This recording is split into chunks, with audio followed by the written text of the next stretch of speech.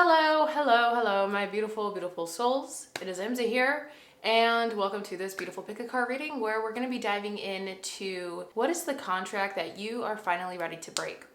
So, what do I mean by that specifically? Because contract can mean something different to a lot of different people, especially in the spiritual or self-growth community. We're not just talking about contracts with people. Okay, I want to make that clear. Maybe in this reading, within the other three piles throughout this video, there might be a contract that has to do with a specific person.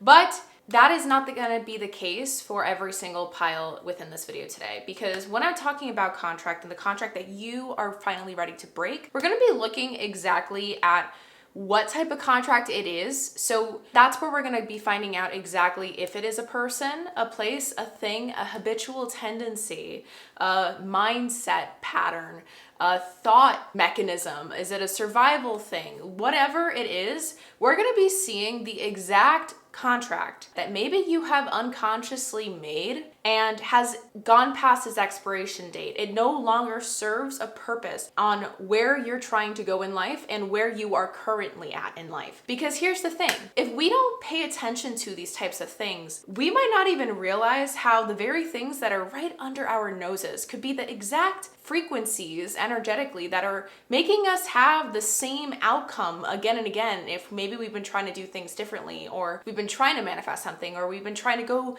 attain something in our life, whether it is love, whether it is self-love with yourself, whether it is money, a career, a personal goal or endeavor, a project of some kind. Most of the time, there is going to be some sort of soul-like contract, karmic thing in this life that you might not realize could be the very thing that's holding you back. So we're going to get to uncover all of that today. The way that this reading is going to be set up, just so I don't have to explain it over and over again in the next piles, the way we're going to be diving into this reading, or at least what the game plan is, I don't know what source has up their sleeve today because I have no clue how things are going to unfold. If you guys have been with me for a while, you'll know that I usually let source take the lead on these readings. And when it comes to these readings specifically, I always have a game plan. I always have a plan of attack. And then source is like, nope, we're gonna screw the game plan. Let's do it my way. So I have no clue what's gonna unfold. But the game plan that I do have, in case source is like, you do you, ahimsa, we're gonna be looking into specifically what the contract is, what shaped this contract, how this contract is still showing up in your life right now. So how is it affecting your relationships? How might it be affecting your career or the goals you're trying to go attain? Like, we're gonna see the specifics on what areas of your life are being affected the most. And then we're gonna be seeing what your soul is finally ready to choose instead. And then how to start releasing this contract starting today. And then depending on how much we dive into or how much source already reveals to us throughout this reading, we're gonna see any final messages at the very end, like I always do of your readings, okay, my beautiful souls? So, as you can see, we do have the same exact major arcana card out here to help you select out of the three piles. We have Judgment. And these are three different tarot decks. I am going to encourage you beautiful souls to really allow and give permission for a place of centeredness to come through within you, to allow you and help you and aid you in being able to select one of these three piles, with this significator card being for pile number 1, pile number 2, and pile number 3. If you haven't given yourself permission yet to really ground and tune into your inner world for a split moment, focusing on your breathing, inhaling through the nose, holding it at the top for 4 seconds, and then maybe exhaling with an HA sound out the mouth, allowing the shoulders to melt down a little bit closer to the earth, feeling whatever bones are in contact with wherever you're seated or standing while watching this or listening to this video. I encourage you to do that a couple more times until you find where your center may be today. And right then and there, once you found it, give yourself a moment to maybe even pause this video if you need a couple moments to focus on your breathing, to help you get in the right headspace, the right energy, the right centeredness within you to help you in selecting the right pile for you today when it comes to the exact contract that you are ready to break. And whenever you're ready, I will meet you at your part of the video. Hello, my beautiful, beautiful pile number 1s. if this is the card, the beautiful Judgment card to be exact, that helped you be able to select this pile for today, this beautiful Judgment card from my Naked Heart Tarot deck, then you already know that this reading is for you in regards to the contract that you are finally ready to break. And just before we start diving into everything, because I did have another significator card that we were going to look at the booklet for to understand its meaning, just because I'm still trying to understand the beautiful poetry and the symbolism in this deck, my Prophet deck. I wanted to take a moment to really extract all the symbols and the little things that we're seeing when it comes to interpreting this specific Judgment card from this deck. Pile number one, when it comes to the contract that you are finally ready to break, it seems to me as if you are still in this shedding process within the awakening of it all. I feel as if your higher self just recently, or whatever you believe in, it could be a guardian angel, I want you to align this within your own beliefs, okay? And I always forget to mention this. I forgot to mention it in the intro, but before we continue forward, I do highly, highly, highly recommend, my beautiful souls, please have something to take notes with, whether it is with your phone, a laptop, a piece of paper, and a writing utensil. My readings tend to be very in-depth and detailed, okay? So I want to make sure that you guys cherry pick what resonates and leave what doesn't, especially when it comes to plugging in the information that I'm going to allow source to channel through me. I try to make it as universally understanding as possible so that it can be easily plugged into anyone's type of specific situation, okay? So I just wanted to make that clear before we move forward, but okay, now moving forward. Yes, it does feel as if you guys are in the middle of some sort of transformational journey when it comes to understanding or reaching some sort of point of acceptance within yourself when it comes to the contract that you are finally ready to break. It feels as if you have been preparing for this moment for a while now. I don't know what that means, but that could mean, in terms of you've been preparing for this moment for a while, that you knew that this day was coming, which, you know, there's a bittersweetness to that.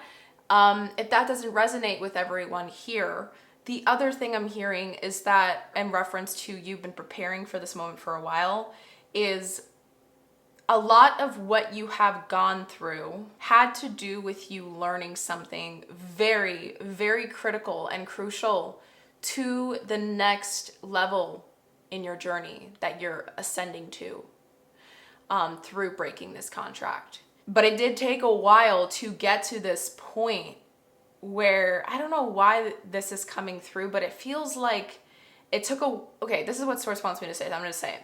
It took a while for you to get to a point where you're finally starting to feel some sense of readiness, quote unquote, within you.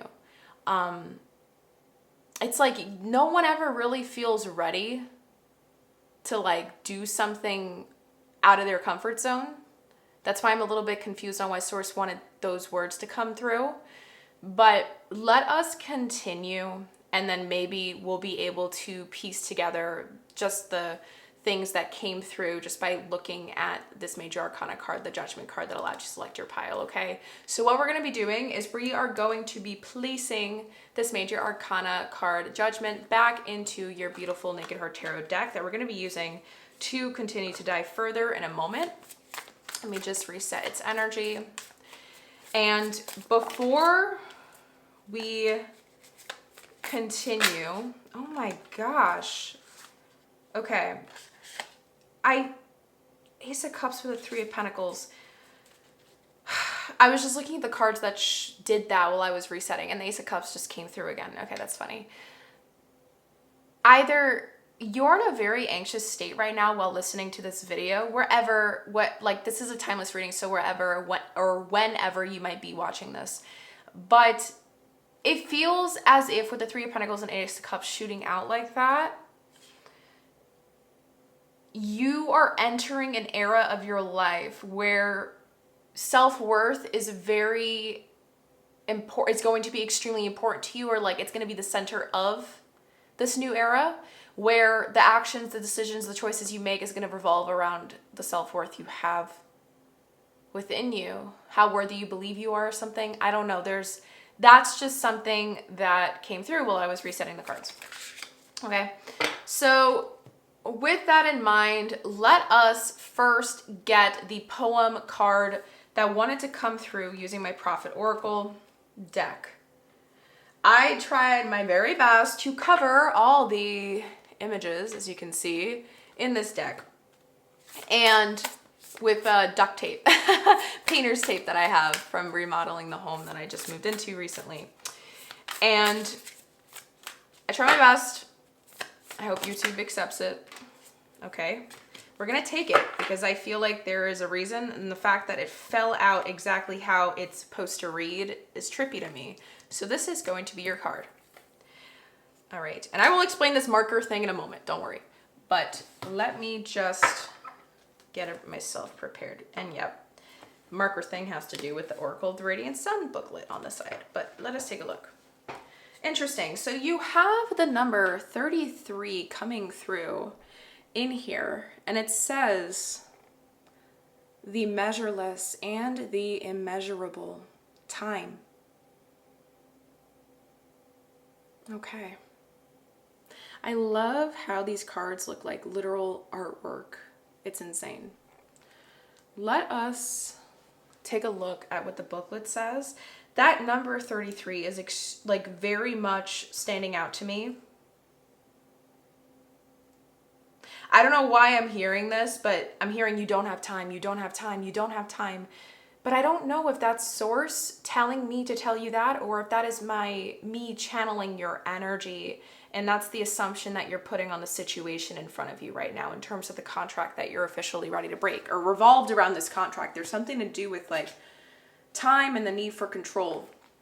But let us take a look. So the measureless and the immeasurable. So give me a second to get to the page because I want to make sure I cover any thingy-majiggies if that happens to be the case when I'm looking for your card. Okay. So the measureless and the immeasurable. So it says, time. Of time you would make a stream upon whose bank you would sit and watch its flowing. Yet the timeless in you is aware of life's timelessness and knows that yesterday is but today's memory and tomorrow is today's dream. And that which sings and contemplates in you is still dwelling within the bounds of that first moment which scattered the stars into space. Who among you does not feel that his power to love is boundless? Who among you does not feel that his power to love is boundless? And knows that yesterday is today's memory and tomorrow is today's dream. Yet the timeless in you is aware of life's timelessness. Interesting. Of time you would make a stream upon whose bank you would sit and watch its flowing. Okay. Interesting. There's something really interesting here, and it's kind of feeding into that energy of self-worth that came out shooting through the cards earlier. And the number 33, number 33 is a master number. I don't know too much about numerology off the top of my head, but when I think about the three separate, I think about taking action. And the Three of Pentacles did shoot up earlier too, so now I'm thinking about the third house, as I'm going to do in the physical. This contract has something to do with you not being able to wait anymore for something to happen naturally or in a way where you don't have anything to do with it. I don't know if that makes sense. It feels as if you are understanding how crucial it is to really make yourself the first priority, especially when it comes to the things that you want to go attain into your future.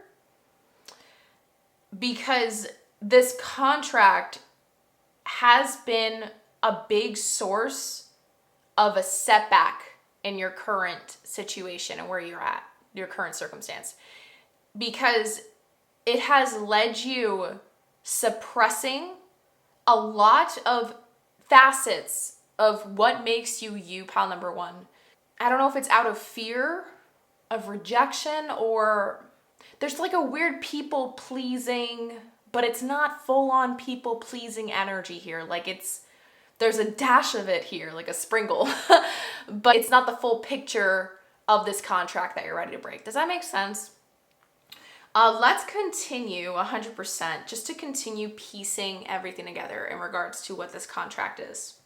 Because I do feel like this might have to do with a process of some kind that you've been going through, but there's something on the outside, like in the material world, like in your actual reality in front of you or around you, surrounding you, that isn't serving the vision anymore. Instead, it's not benefiting you, it's hindering you now more than it used to benefit you. And maybe it did benefit you in the past, but it doesn't have a place here anymore, at least for this version of you that is trying to be birthed, really. Okay, so now let me explain this whole marker situation. We're going to be pulling out or flipping through the pages organically as I channel and see what wants to come through. I'm going to do it with my eyes closed, obviously, but you guys can't see that, so just trust. We're going to be getting a natal chart placement out of here, and this is going to help us get some more context clues when it comes to this exact contract that you're ready to break. We're going to be writing it down here. Now, when it comes to the color orange, which is this marker that I ended up using, or intuitively felt drawn to select to be your color for today's reading. The color orange is ultimately and immediately just taking, giving me this idea of passion, vibrancy, energy, but the energy doesn't know where it wants to go just yet. It feels like there's still some weird confusion, cloudy mugginess here, but obviously also the sacral chakra. But there's guilt here. It's weird. When I try to channel your energy, pile number one, it feels like my heart is literally being like suppressed or suffocated, or like it feels like there's hands wrapped around my heart right now. I don't like that feeling. It feels like I'm kind of choking, but I'm not. It doesn't feel like fully in my throat. It has more to do with my heart. Like there's just suffocation happening there. Like there is a lack of honoring what you want right now. And I think there's also a healing that's happening, or that's meant to happen in this new era that has to do with self-worth, around you learning how to really trust yourself again. Something may have happened in the past that has led you to having really just, you feel like you can't depend on yourself fully or rely on yourself fully. There's a fear of being alone in some way, shape, or form. I don't know if that's like literally, like you're literally afraid of being alone. So maybe there's codependency issues here. Or you just have trouble like being in solitude for long periods of time. Or what else could be coming through when it comes to this energy that's coming for me? There's just like this weird feeling of avoidance. And it feels like there's a suffocating energy here, because when the sacral chakra is in a wounded state, its element is water. So it's supposed to feel like it's flowing, it's fluid, it's able to do its thing and move and kind of crash back and forth in the way it needs to whenever the time comes, because it's about emotions. When that is suppressed or wounded in some way, whether it's overactive or underactive, that element of the sacral chakra is not able to move at all. There is a lack of it. And either there's too much of it or there's a lack of it. What that means is that the container that it is in is not able to literally sustain it or hold its ability to stay stable and its composure. It's not sustainable. That's what I'm channeling when it comes to how this situation is making you feel right now, and kind of like how this contract is showing up energetically within you as of right now. So maybe that's why I ended up selecting this color orange for you guys. Okay, now let us continue forward. Thank you so much for your patience, by the way, guys. I'm really focused on just connecting and taking my time to do these readings for you guys, because I really am trying to extract everything that Source is trying to tell me right now and make it like digestible for you guys too, make it make sense. Okay, so what is the contract that pile number 1 is finally ready to break? What is the contract that pile number 1 is finally ready to break? Okay, we have Saturn in Taurus with ostination. I might have to look up that word, guys. I do not know what that word means. So we have the suit of Saturn, which is known as the suit of ambition. Keyword ostination. Taurus is about material value. Saturn is about ambition in the 2nd house. So let us take a closer look at this imagery here. And let us read the description of this image. Venus rides a sea bull surrounded by cherubim and dolphins. The planet Venus rules the sign of Taurus and represents the romantic, pleasure-loving nature of the sign. Above, a rich woman drives a golden chariot drawn by white bulls. So there's something about the physical world showing up again. Suit of ambition is Saturn. Saturn is the father of all the planets. There's luxury here. Obviously, Taurus is also a lot to do with self-worth because they are a very stubborn sign. Like hence why their sign is the bull. But they are fixed signs. So they're all or nothing mentality. It's just like Aquarius and Leo. And Scorpio. My bad. I forgot to mention one. I was like, isn't there one more? Yes.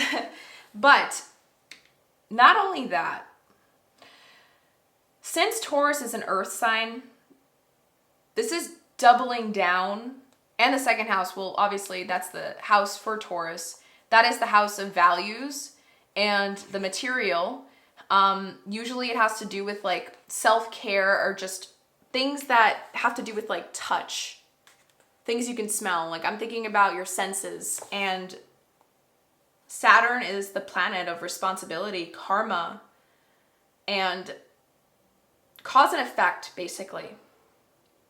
Slow returns is how I like to see Saturn, because what you put in is what you will get out, but it takes its time. So it teaches you a lot about patience.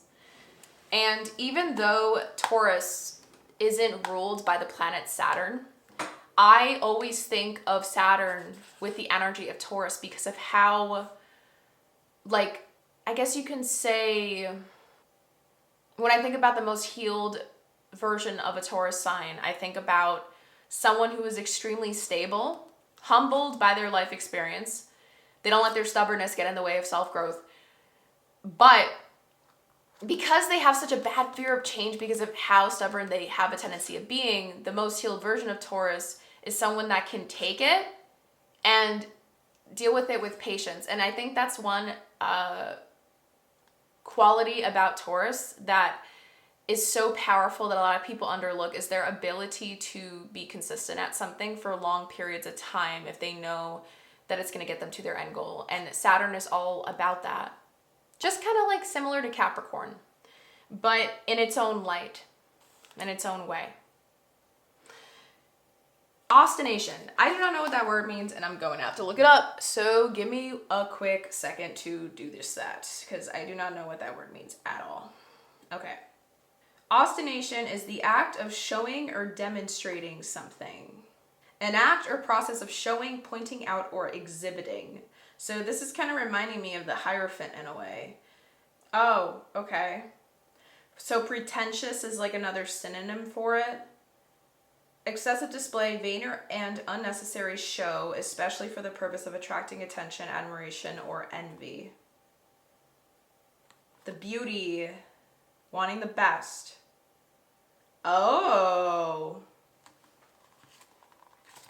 Okay. There's something plotting in my head right now. Let me just write this down. So we have Saturn in Taurus in the 2nd house with the keyword being ostination. Suit of ambition. Interesting. Oops, sorry if that scared you guys, because that always scares me when I drop it. Okay. Interesting, because with ostination, oh, did I just say that wrong the entire time? Oh my God. Was it ostentation? Hold on a second, guys. I need to make sure that I didn't mess that up in the second house. Ostentation. Wow. Okay, I was saying it wrong this entire time. Let me fix it. Ostentation. Ostentation. Okay. Ostentation. Let's pretend that I said it right this entire time. Okay, please. So, ostentation means showing off wealth, possessions, or achievements in a way that that's meant to impress others. It's often seen as flashy or boastful. Example, wearing a diamond-studded watch just to show you're rich is an act of ostentation. Oh. Okay. Now that makes sense, guys. Okay, I am sorry. Mercury retrograde. What can I tell you? I'm recording this during Mercury retrograde, and specifically in Leo, and my Leo's in the 12th house. I am a Leo. Sun and Moon and Venus. Oh my God. Okay. Ostentation makes more sense now. All right. With this is already hinting to me that there is a big thing here that actually has to do with the opposite of what I said earlier. Well, it might actually resonate for some people, what I shared already about something holding you back when it comes to self-worth. But another thing that could be coming through, or might actually resonate even more if what I shared earlier did not, is actually the contract that you're finally ready to break is the contract around needing to be the best, or have the best things, or have the best experience in life, like right now. Because that makes so much sense why I was hearing I don't have time, or something like that earlier. There's not enough time. I don't remember what channeled or what came through me earlier, but that actually makes a lot of sense, because I feel as if this contract is something that's holding you back. Yes, it still is holding you back from being able to go to the next era in your life, because, oh yes, this does make sense to do with self-worth still, because you think that you need to have the best now, when in reality, the best hasn't come, and it won't ever be able to actually come until you release this fear of not having it now, and letting yourself take the time necessary to actually get there. But in order to do that, we have to let go of the facade. We have to let go of the thing that is making that feel like it's not going to be able to happen, but it is possible. It's just the mindset you're at right now isn't letting you get there. Oh, and that makes sense why Saturn and Taurus came through. Yes. Okay. We're getting somewhere now. All right. With that in mind, let us continue by pulling an essential oils card next. Sorry, guys. I'm just trying to be organized. You have no clue how many decks I have on the sides of me, okay? It is crazy. So let us just pull one more card out here, and then we're going to look into the tarot just to understand this exact contract that you're ready to break, and then what shaped it and how this contract is still showing up, because we need to understand the root source of the contract in order to actually fully release it. If we don't understand the root source and I just explain, here's what it is, this is how you fix it, you're not actually going to have enough of the information that is crucial for your psyche, like your literal subconscious, to actually want to take action towards it in the long run, to make a long-standing outcome possible. Does that make sense? So let us continue. What is the contract that pile number 1 is finally ready to break? What is the contract that pile number 1 is finally ready to break? All right. Oh, wow. Number green reminds me of heart chakra. So that's kind of emphasizing that energy I was feeling like wrapped around the heart. Okay. We have the essential oil helichrysum. I don't know if I pronounced that correctly. With the keyword being hope. Trigger statement is, I will not forget. The true statement is, I open my heart. Release the suffering and take another step forward, sweet one. With each step, you will see more light and healing.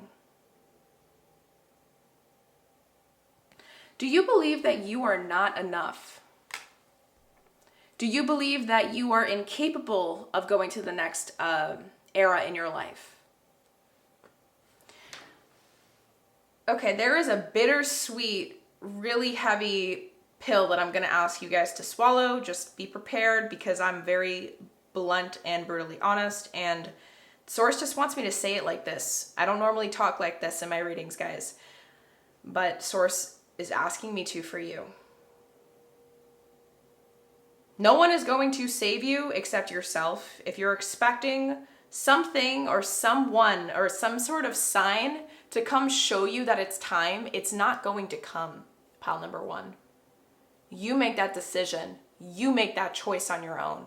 And that's where you control your destiny. You control the outcome of the situations ahead of you. You control your fate by recognizing that you have a lot more control than you realize, and specifically when it comes to this contract. Because this is something you've been putting onto yourself for a long period of time.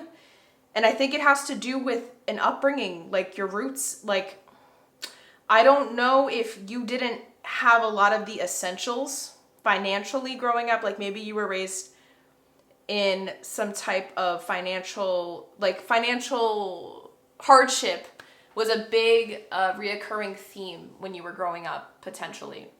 This might not resonate with everybody, but I'm just sharing kind of like an example. At least that's what's coming through the vision in my head. And because of that hard upbringing, maybe things got better as time went on, but because of what you saw at the youngest parts of your life, the younger parts, it led you to developing like a big fear of feeling that scarcity again around you. And I feel like you are aware there's like some weird... Remember when I said it feels like you're in the middle of a transformation when we were looking at your judgment card that helped you select this pile? It feels like you're 1 foot in with awareness and 1 foot out with obliviousness. Like you're choosing not to recognize what's already in front of you and the truth that's been there this whole time regarding this contract.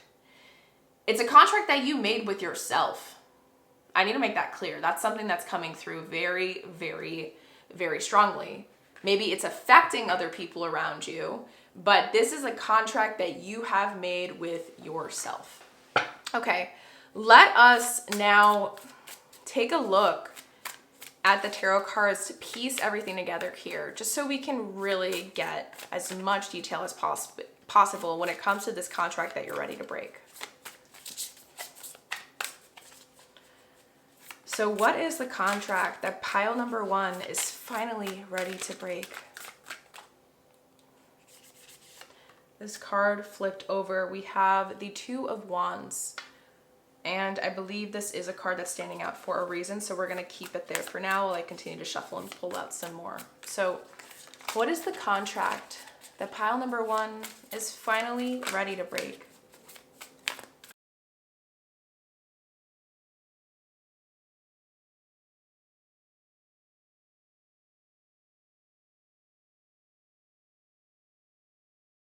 Okay, so for the back of the deck, the current energy that you might be in right now is the 7 of Swords. There's mischievousness here, deception. Yep, this is a contract you did unto yourself, my beautiful souls. Okay. And you're meant to get out of it. Time. Okay. So we have 1, 2, 3, 4, 5, 6, 7, 8. This wants to begin. First, let us start revealing your cards. So for the first card, we have the 5 of Swords. There's a lot of defensiveness with this contract. Maybe this is something that's really hard to hear.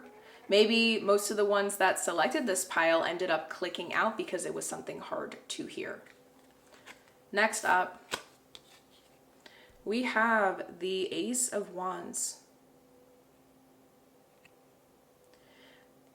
Maybe it's just hard to hear because this is poking at a wound, a trauma from the past that you haven't fully accepted or embraced entirely just yet. Maybe you haven't fully allowed it to download and integrate within you and move through the healing process with. That's something strongly coming through.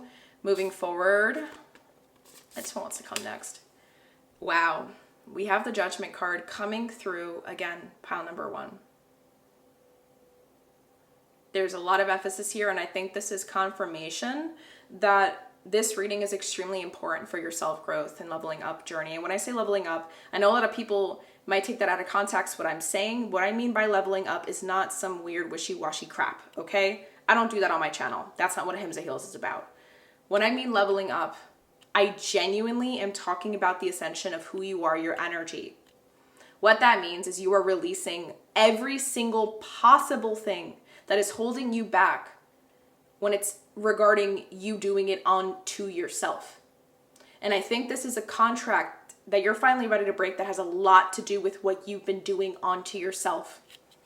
So that's confirming that very strongly here. Let me make sure we have enough space for one more up here. Yes, we do. Beautiful. And lastly, for this first row, we have the 6 of Wands ending your first row. The 6 of Wands intrigues me specifically when it comes to this deck because the horse is, whenever I see a horse, I think about freedom. But I'm not seeing the horse with the wind in its hair. It's not soaring. It's just the front of it. And there's stars kind of floating around its head. And it's giving me this idea of somebody who's stuck in some sort of la-la land. Not your fault. This isn't meant to sound rude, okay? Or like in a lack of emotional intelligence is what I'm saying. Like, I don't want you guys to think that. It's more just... I'm really blunt, okay? So don't take it personal. This is showing to me somebody who thinks that they have what they want already. But in reality, they're just showing that version of themselves to the outside. Like, I think that this contract that you're finally ready to break has to do with pretending or feeling like you need to like perform some sort of definition of success to this outside world or what surrounds you, your outer world, because your inner world is not feeling too good right now and hasn't been feeling good for a while. And there is an avoidance very strongly when it comes to this contract that you're finally ready to break because it helps you avoid the truth of some sort of situation. I think there is a huge passion or something that your heart has been desiring very, very deeply for a while now. And this contract that you signed with yourself, maybe with your own shadow self without even realizing it, it has been showing up and affecting you because there's a feeling of, I don't like this word, but I'm going to use it. I can't think of any other way to explain it or describe it. Toxic positivity. There's this feeling of toxic positivity. There is this, like, I got it easy, my life's good, I should be grateful, or just feeling of, like everything's so great. It kind of feels like spiritual bypassing. Like when you think about the healing community in the world, like a lot of people will call out, at least now, thank goodness this happens now. Before, it wasn't a thing. Everyone used to kind of hype it up. There's this thing called spiritual bypassing where people will literally not go through the harder parts of healing, which is the most crucial aspects to the healing journey, and kind of just skip it and be like, hey, I made peace with this, thank you. And then just be like, oh, peace, love, and happiness, and kind of use meditation, use all these really ancient and healing things, tactics, strategies, tools, methods to ignore and avoid and shut down the things that they never gave themselves permission to open up and uproot. So it's like they're avoiding the most crucial step to it. because that's the most difficult step that not a lot of people, that's why healing is so hard. That's why a lot of people avoid it. That's why not everyone is healed now in life, because of that part. And a lot of people get scared to get stuck in it, and that's why they try to avoid it. There's some sort of reflection in what I just said regarding your situation right now, pile one. It really feels like the contract that you're finally ready to break has to do with a bypassing of some kind. Like there is a really big avoidant energy here. And it's because there's a fear of change. There's a fear of what's going to happen if you release this need for control regarding how you're perceived right now, or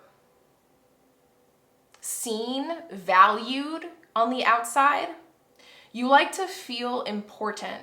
Everyone likes to feel important. I'm not saying this is something to villainize you, beautiful soul. You are not being villainized at all. Just want to make that clear. But that desire is not coming from a healed space. It's coming from a space of wounds. And for some reason, I'm getting extremely emotional. Like my heart is getting heavy. I feel like I want to cry. Because this feels like this has come from a parental figure. And it's not the parental figure's fault. I feel like this has to do with like some sort of generational pattern of trauma. And this contract that you're finally ready to break it really feels like you're meant to be the cycle breaker in this generation regarding this. Let us now see, I feel like these next cards are going to give us some more insight on what specifically helped shape this contract. So this can have to do with like, where did it originate from, or what it's been trying to protect you from? Because usually contracts show up in our life, or they get produced and they get strengthened. Like the pattern of keeping that contract and maintaining it gets strengthened over time. The more experiences you have to do of revolving around a certain theme that came from the origin point of where this contract started to get born. Does that make sense? And so let us see what these last 4 cards reveal to us. And then we will get out a couple more oracle cards depending on what else comes through here, okay? So next up, we have the 10 of Cups, clarifying the 5 of Swords here, which is actually making so much sense. It's just making so much sense, guys.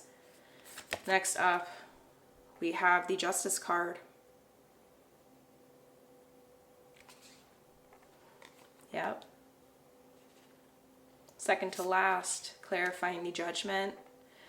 The 3 of Pentacles. I don't know if you guys saw when I started shuffling at the very beginning to reset the tarot deck. This is the card that came out first with the Ace of Cups. That's so interesting. I was mentioning it earlier. So the fact that it's under Judgment. Yeah. And lastly, we have the 4 of Pentacles. Yes, this is adding more to it. Like, you don't want to look weak or fragile on the outside. Maybe you didn't really have a choice or an option back then, because it really feels like you just always had to be like well put together constantly as you grew. And that also created a lack of ability to think that there's any other way to live or any other reality you could be experiencing right now except this one. It feels like there's this feeling of entrapment, which makes sense why I feel like that suffocating energy around my heart. I will not forget. I believe that there is a big part of healing that you have not explored yet, pile number 1, whoever selected this pile. It has a lot to do with making peace of a specific trauma that created this whole contract in the first place. Because I feel like you made an agreement with a shadow side of you, or maybe even an inner child version of you from this origin point. And it's because that child had this feeling of not being good enough constantly. Like that story was constantly fed to them like by the spoon as they grew up. And I'm hearing between the ranges of, so I don't know if this is like between a certain type of X number of years to this year, because not to this exact year, but I'm talking about like, as an example, there's a weird range going on in my head. So this isn't something that lasted for a long time, but the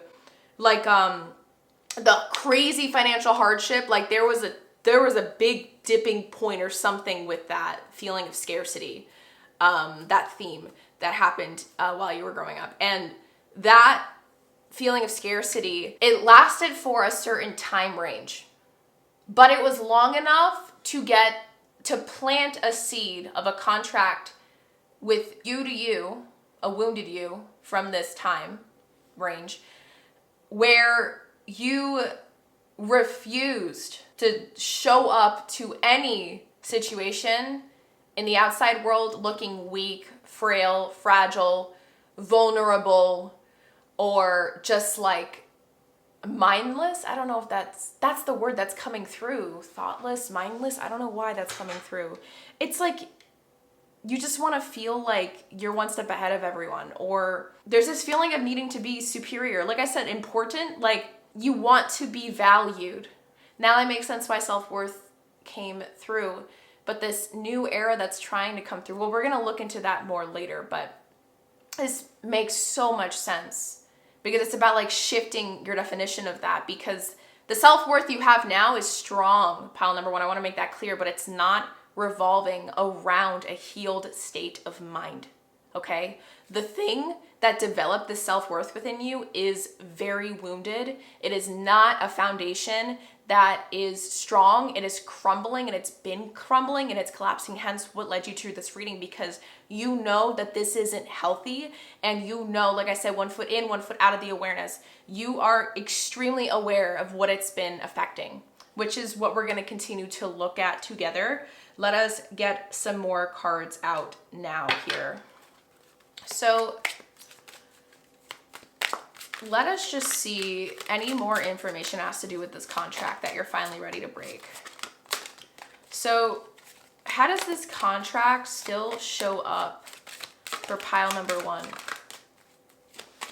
How does this contract still show up for pile number one? Okay. So we have devotion with nature spirits. Let us continue. How does this contract still show up for pile number one? Okay. And we have the Manaz rune. I'm going to zoom in on these, by the way. I'm just trying to pull out the cards I have here first. How does this contract still show up for pile number one? Let's get one card only source. Okay. How does this contract still show up for pile number one?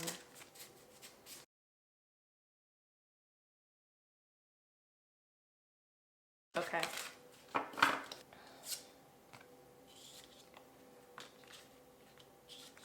And sorry, I'm just trying to make sure I have space for all of these cards. Okay, last deck. How does this contract still show up for pile number one? Okay.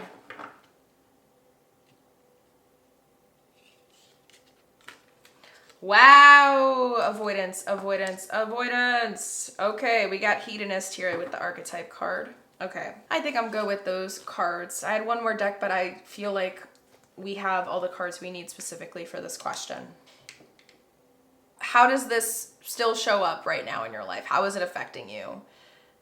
It keeps the peace for where you're at. Right now, where you are at in life, it keeps it balanced or stable. Like, I feel like there is a lack of speaking your truth to yourself because you're too focused on keeping everything leveled around you by staying in the same energy, even though this energy has not been serving you and it's still not serving you and it's not serving you anymore. Hence why time came out here with this Prophet card with the number 33, because 3 is about taking action, going, doing, being the leader in your life that you need to be right now to go take action in something. Not to mention, oh, I just flipped this over without realizing, we have Capricorn, the boss, which is further emphasizing this Saturn and Taurus. This is reminding me of the double card in Major Arcana as well, with the keyword being the boss.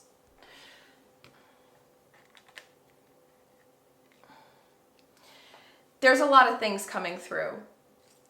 So before I continue diving into this, because I really just want to keep talking and spilling it all out, let me just show you guys this stuff with a zoom in so you can read it on your own. So for hedonist light attributes, we have inspires creative energy to embrace good things in life, celebrates the beauty in yourself, which I feel like is what people see on the outside. But on the inside, what you're really doing to yourself is the shadow attribute of it. Pursues pleasure to the detriment of health, indulges at the expense of others. Indulges at the expense of others doesn't resonate for me as much as pursues pleasure to the detriment of health. But this can have to do with like you partaking in things, like doing a lot of escapist tendencies that have to do with other people involved, which is why I think that it felt like there could have been people involved earlier. But I didn't want to mention that specifically until we had more cards in front of us when it came to the contract specifically. But, okay, let me continue. So for the Manaz rune, it says the self, the individual, or the human race, your attitude toward others, and their attitude towards you, friends and enemies, social order. Yes, again, that's bringing up friendships. Yep, okay.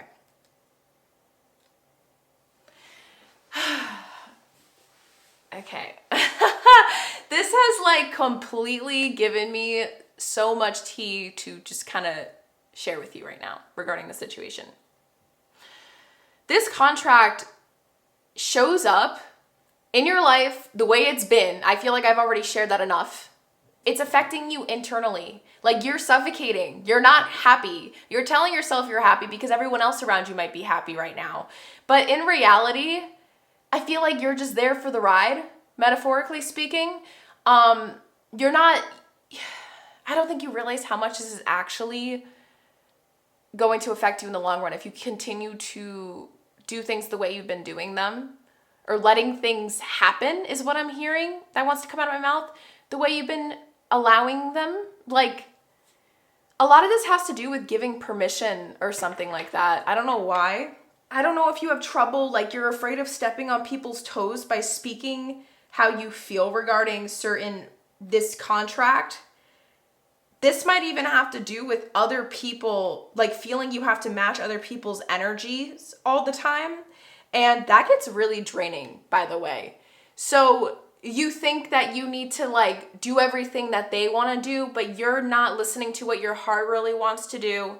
And you're enjoying the good life, quote unquote. Maybe you're doing like little things. Maybe you're partying. Maybe you're going out to go drinking with your friends, or whatever you would consider or define as fun at this point in your life while listening to this. But you know that those things aren't actually the things that are going to help you get to where you want to be, or the life you want to embody and live or align with. And it's giving you like a false sense of control because you know, you're aware of this. That's why I said 1 foot in, 1 foot out. You are 100% aware that you can stop whatever you want. But you and I both know, pile number one, that there is a reason why that feels so damn hard. Why 1 foot is in awareness and 1 foot is in that avoidance state still. Because of the root source to this. There is a huge thing here that keeps coming through with ancestral or like generational trauma. I don't know if this has to do specifically with the women in your lineage, pile number one. There's just so much lack of leadership energy. And I'm not trying to sound rude, okay? I swear, like I'm not trying to sound heartless. It hurts my heart to see you think that you don't have a say in this when you know you do. Like, you're not stupid, like you're smart, okay? I know you are, but you're doing it out of the fear of like conflict happening, or there's a lot of things coming through here that's making it hard to go through or break this contract, or why it feels like it's been hard, because you're afraid of what happens next after you break it. You're afraid of speaking up out of the fear of conflict and stepping on people's toes. And there's this feeling here with the number 44 sneaking through with devotion, nature, spirits. There's a lot of escapism happening, and I feel like you are escaping even more the more you avoid this. Like, the louder your heart gets, or the inner rebel in you gets, because there's an inner rebel, there's something in you that's screaming, and it's been screaming for a long time, but to not hear it scream, you avoid even more with more escapist tendencies that aren't beneficial to you. It could be eating, it could be drinking, it could be gambling, it could be smoking, it could be avoiding responsibilities that you know are crucial to your future. I don't know what it could be, but there's something here that you know, you are aware of, that helps you feel like you have a sense of control in an area in your life that you don't feel in control over. And this is affecting you greatly because it's time for the level up. I'm being very honest with you. But I think that there's also a lot of people that have drilled into your brain how unattainable this level up is. I don't know if that makes sense. Like, something to do with woman keeps coming through. I don't know why, or like a maternal figure or feminine energy person. Maybe a person who has a lot of yin energy, water-like elements to their natal chart and astrology maybe. But they're not manipulating you. They didn't. It wasn't their intention, but they were, like, a lot of their actions were very, very much fueled by fear. And so I think that a lot of that has shaped views on like how hard it's gonna actually take to go get something that you want. I don't know, your heart's asking for something. It's just that you haven't given it a chance or even an opportunity to try or go 100%. And you're doing a lot of escapism instead, and that's the contract. Let's see what you're ready to choose instead, and see if it starts to continue plugging things in further for us. I'm sorry if you guys can't see if there's like a cutoff or something. I am trying my best for you guys to be able to see everything though.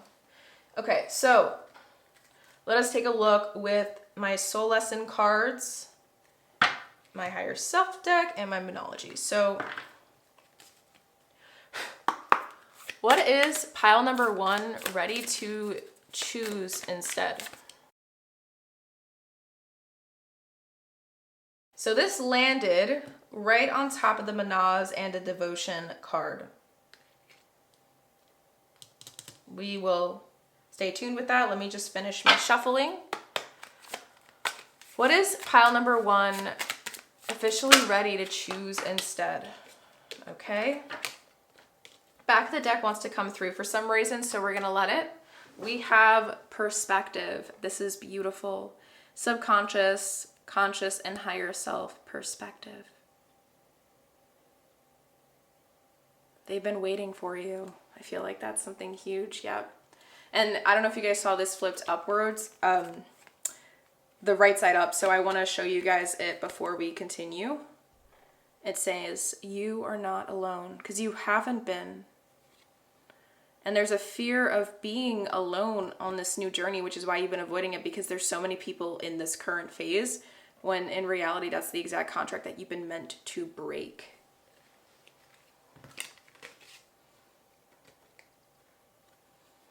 Okay, I think this landed here.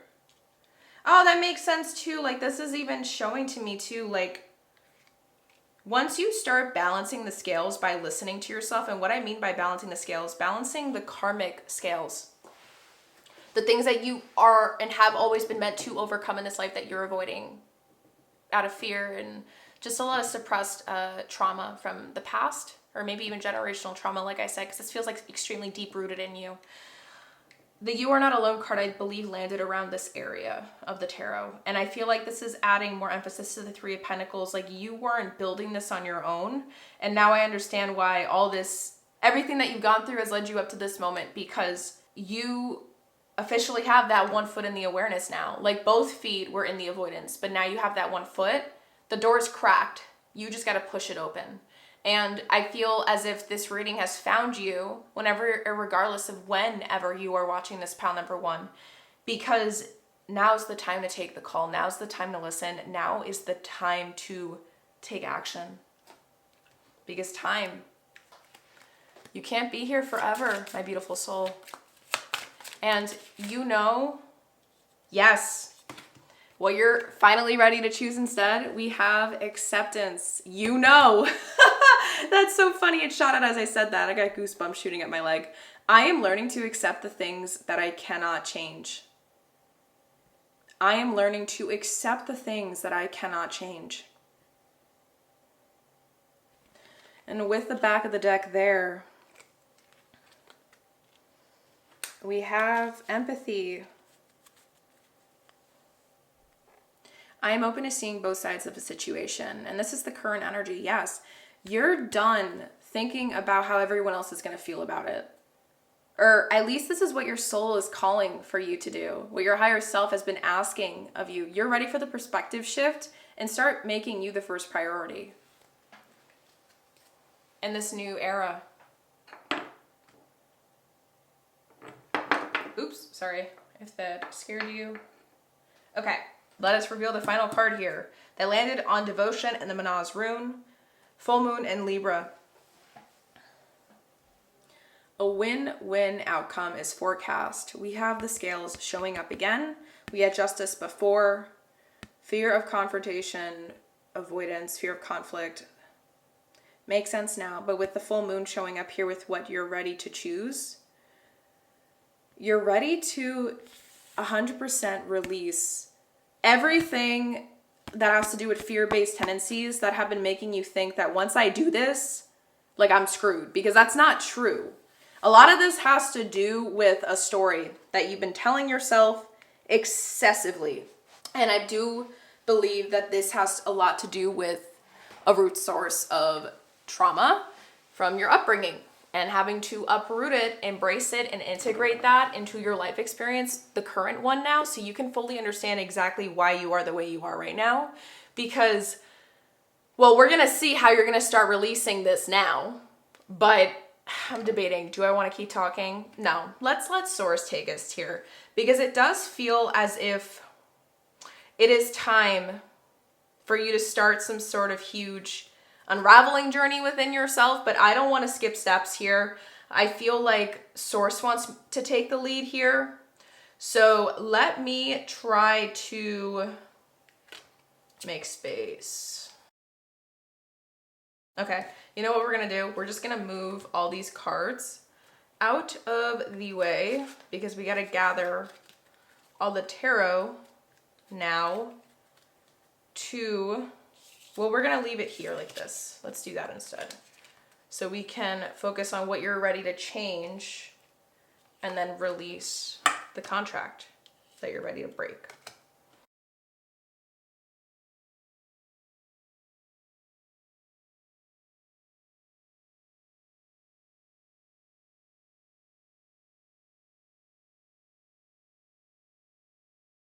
So, what must pile number one do to start releasing this contract? What must pile number one do to start releasing this contract? Okay, this wants to be the significator. We have the Seven of Wands. Beautiful. Beautiful. Love it. Significator. Energy. Let's go. Let's continue pulling. But this is giving us a big message. Big, big, big message. Okay. So, what must pile number one do to start releasing this contract?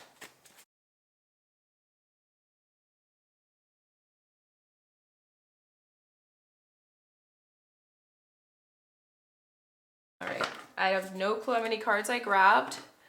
Back of the deck here is the Seven of Cups. Okay. I want to make it clear, pile number 1. We have 2 sevens coming through. Number 77 will be of importance to you, especially when it has to do with what you must start doing to begin releasing this, okay? So I highly recommend that you guys take a moment after your reading to look up the meaning, or you can even pause this video and look it up right now to continue taking notes, to plug all the messages together. Okay. So this is your current energy, and I honestly understand why it must be your current energy, because you're probably like, what the heck do I do? This is a lot of information. She just exposed me. I'm sorry about that, but this is for the best. We have 1, 2, 3, 4, 5, 6, 7, 8, 9. Okay, we got another significator card that wanted to come through. We have the 2 of Cups. You know what you deserve. And you're ready. It's time for you to put yourself first.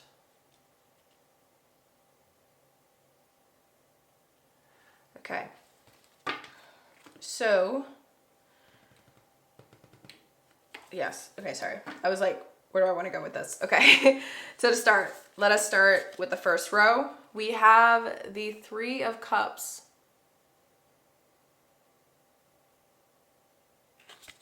This definitely has to do with people and friends, just who you are around a lot. Next up, 4 of Pentacles. You can't bring everyone with you on the next journey. People are either here for a season, a reason, or a lifetime, and it's through life that you get to find out what for. Thirdly, the 2 of Swords.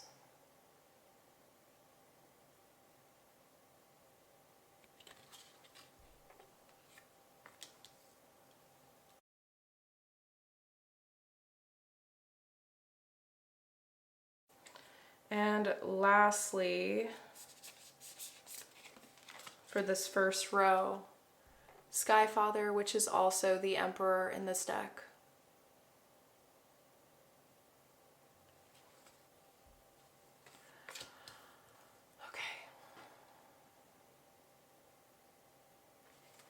So let us take a moment. We have 4 more cards here that are going to help us clarify, but let us just take a moment to see what we have. There was something that wanted to come through. I'm going to sort of divide. Movement of Swords. Well, yeah, taking action. Just do it. I'm hearing just do it. Like, fear is there, yes, but do it anyways because you know it's the logical right decision. It is logically, like, correct, rational. The reckless decision is to keep letting your feelings run the show. Okay. So, pile number 1. The first things that I'm seeing when it comes to looking at all these cards, and I just realized that you guys have not been able to see any of the other cards. But let's just keep it as it is because I bet it's easier to read the tarot right now. What you must do to start releasing this contract is be brutally honest with yourself on what it is that you want for you right now. Be as detailed as you possibly can with the type of home, the money, the person, if you believe in monogamy, the group of people you might be around, the family life, the mental health aspect, how you look physically, the outfits, the clothes, the everything. I want you to ask yourself, and you, in terms of what you must do right now to start releasing this for good, this contract, you got to be brutally honest in that regard. And that flippin' specific. I can't make that any clearer, because what comes next is you forming the foundation of your quote unquote why, your emotional why that's going to help you navigate this journey with as much grace as you can possibly hold while moving through it. Because I'm going to be honest, there's going to be harsh moments or harder moments than others through this new era. because you're going to be tested time and time again with these people. I feel like there is people here that are hard to stop seeing. Maybe they're family members, maybe they're family friends that you know you can't like stop seeing for good. Like they're always just going to be there. And a lot of this has to do with you making sure that you are constantly on your side. And I'm not trying to say like you got to go against them, like you versus them. That's not how it is. It's just, there's a lot of boundary setting that's happening in this new era that you must continue to create and set the foundation for right now. And that's the first step, is to start with marrying yourself first. Stop thinking about what everyone else thinks is best for you or what they want to do, okay? You have had enough time in this energy and they got enough of it. But now it's time for you to put your foot down for yourself and see what happens if you give yourself that amount of energy back instead of giving it out to others all the time, especially these people that keep trying to keep you in a certain energy state. It's weird. I don't think that they mean to, like, I want to make that clear. I feel like they have no clue that this is something that's been happening. This is very internalizing stress, war dynamic going on in your head. And it's for the right reasons. It's because like you have a lot of love for these things or people, this era, this current phase you're in when it comes to this contract, but you know that it's not doing you good. And that I feel like is some of the most heartbreaking things, because I always tell people, like, I always dealt with, I feel like this is going to resonate, so I'm going to share. I, in my past, used to deal with something where, especially when it came to my self-growth journey, like in the middle of it, I wanted my loved ones to feel the same things I was feeling and help them grow too. And I tried to push them. I'd show them the things that I'm noticing. I'll tell them this is how you do it, this and that, but I can't tell anyone how to do those things, okay? Those people, their life experience, right? Their free will, their ego, they have to choose to do that for themselves. I can't force anyone to grow at the same timing as me, the pacing at which I move, because everyone's pacing in life is uniquely theirs, uniquely coded to their DNA. We cannot expect the same outcomes out of other people's life experiences if they aren't exactly the same version of us. If they're a clone version of us, great. Who knows, set that expectation high. But here, what you want to do is never going to be the same exact thing that someone else wants to do for them. Does that make sense? Or at least never going to be the same exact 100,000% same exact way that you want to do it. And so you feel like you need to wait around. But what you need to start doing is choose yourself now. Make the decision. Make the ultimate freaking decision, pile number one, to choose you now. You're done staying in limbo, waiting for the other shoe to drop for those other people, because they're not getting the hint, and you can't keep slowing or holding yourself back, slowing your progress down for other people to keep up with your pace.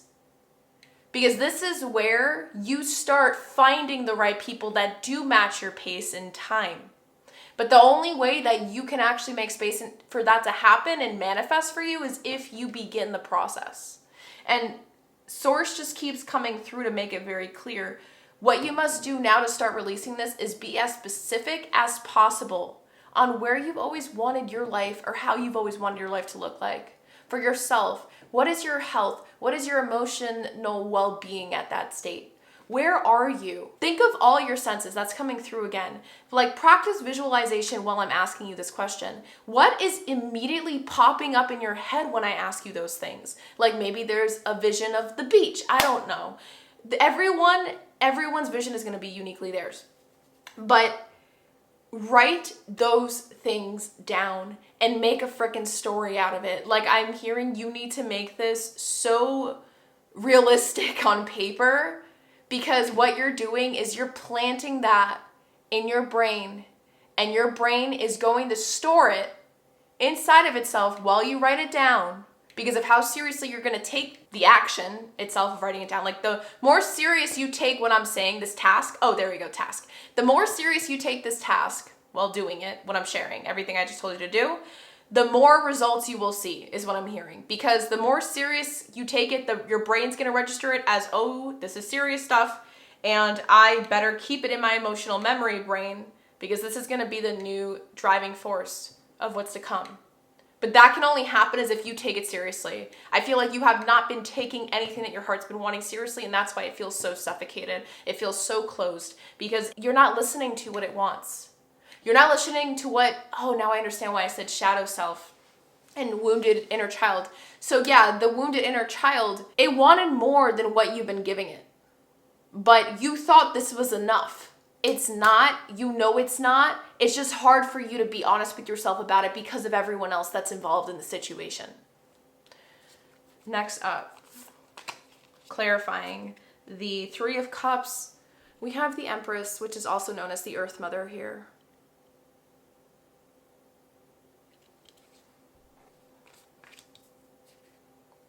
Next up, we have the Ten of Cups again, underneath the Four of Pentacles.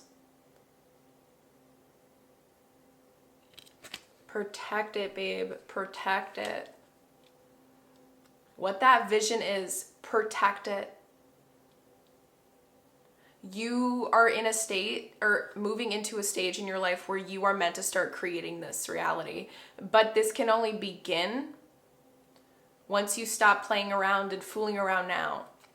Second to last card, clarifying the Two of Swords, yep, is the Eight of Pentacles. You're afraid of what's going to happen after you make this step. But what you must do is embrace the not knowing part. Because you're smart. Like I said, this is the logical decision.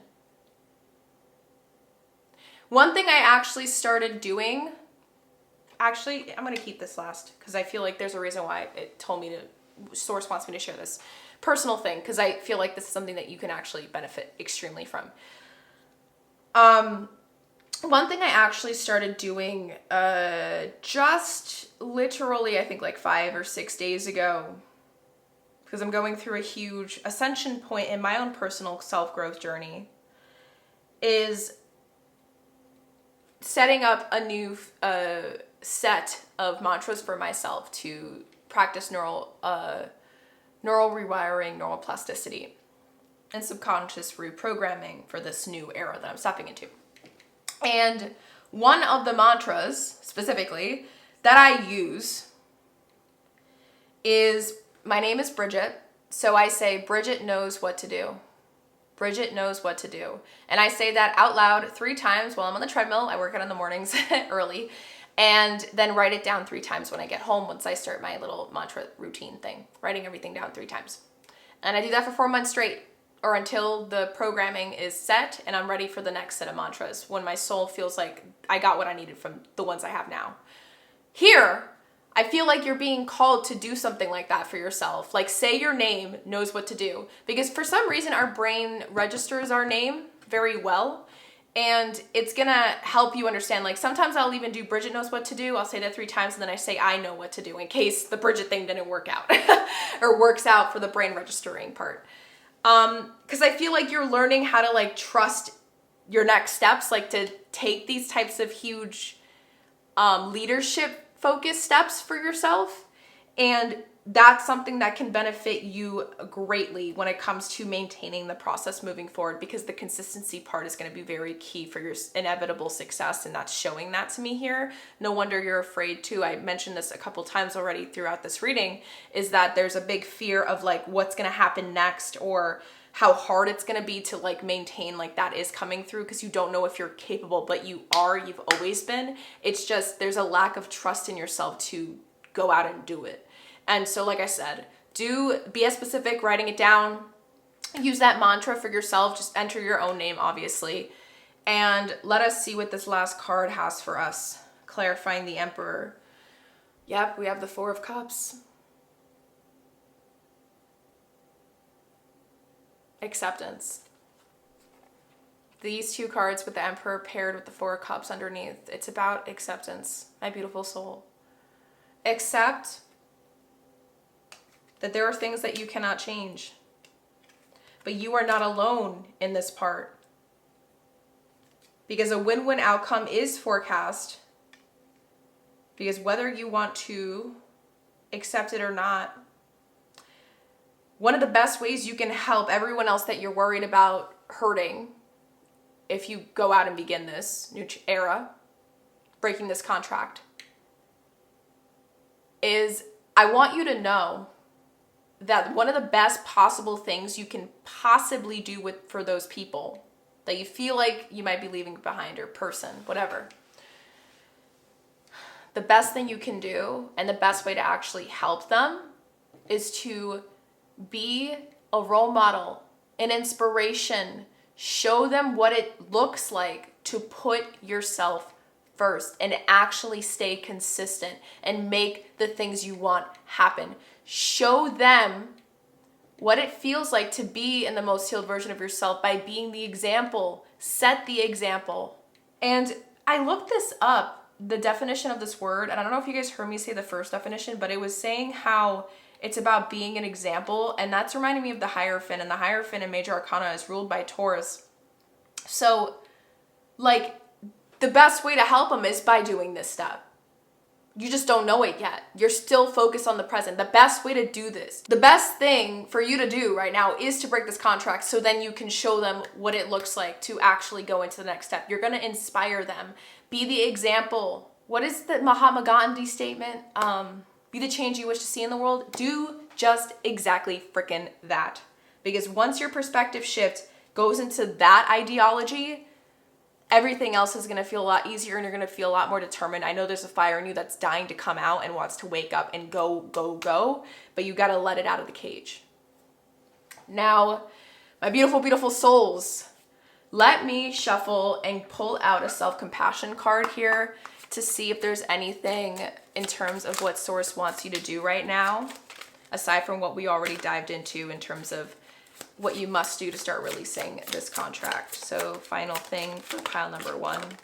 Okay. We have flip the ratio. For the rest of your day, notice the number of self-criticisms and the number of compassionate encouragements you give yourself. Set an intention to shift that ratio toward compassion. Take a photo of this if you feel called to, or pause this video to write it down. All right, that's beautiful. And it resonates a lot with us. And let us get some final messages from Source. Reading from the booklet, messages from your animal spirit guides, because I feel called because you had Nature Spirits card come out earlier. And let's see what wants to come through there. And then to finish up your reading, we're just gonna pull out some little siblets of paper for final messages for what wants to come through. Final messages for pile number 1. Final messages for pile number 1.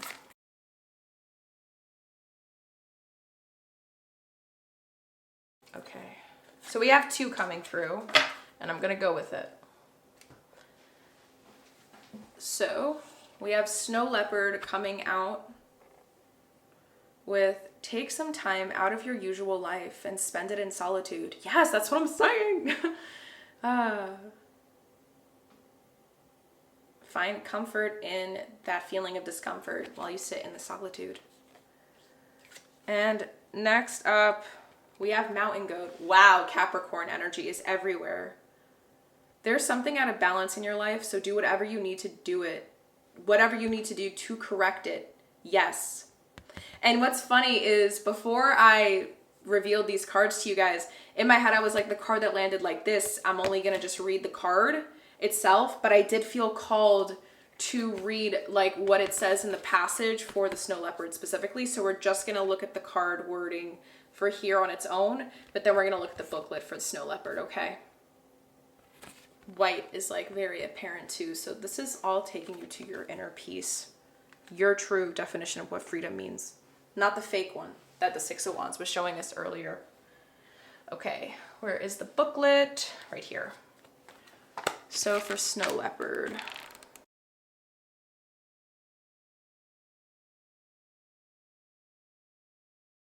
All right, guys. Take some time out of your usual life and spend it in solitude. It can be difficult.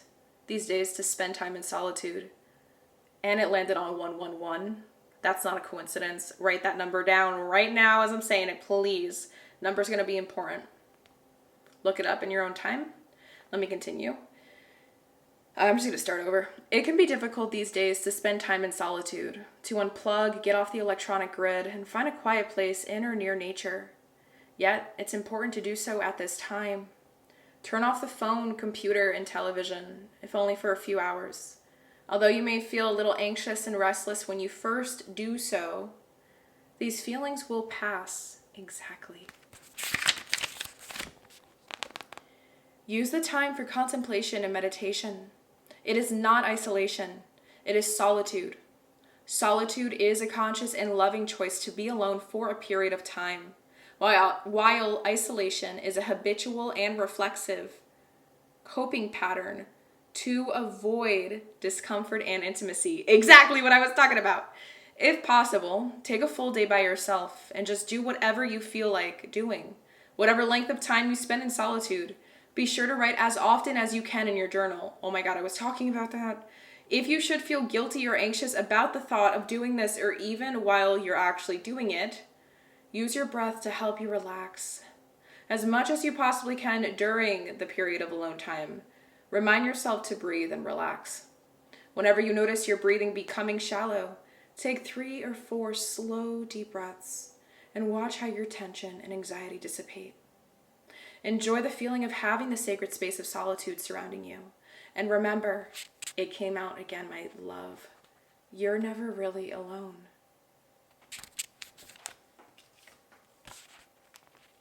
You're not alone. You're never really alone. Solitude, self-reliance, balance, silence, stealth, confidence, determination, perseverance, containment, sensitivity, intuition, reliability. A lot of words here, guys, are really sticking out to me because everything that we talked about are these keywords in this reading specifically, in terms of the specific contract that you're ready to break, and I know you guys feel it too. This was like absolutely, I'm so grateful. Like, I'm just so happy you guys were able to find this reading. Oh my God. Like, I feel like this is reaching you at such a crucial time in your life. Oh my gosh. Okay, beautiful souls, let us finish it up and get out any final messages from Source. Ooh, okay. We got 4 coming through.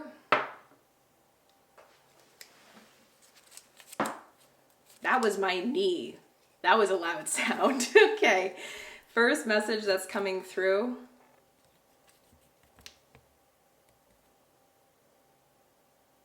You are not blocked. You are being redirected by the future version of you who already knows better. Exactly. You are not blocked. You are being redirected by the future version of you who already knows better.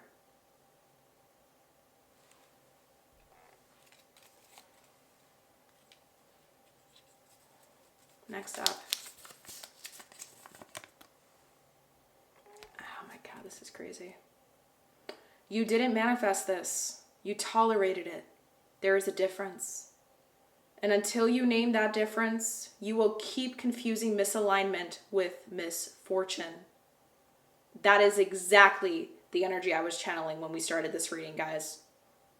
You didn't manifest this. You tolerated it. There's a difference. And until you name that difference, you will keep confusing misalignment with misfortune.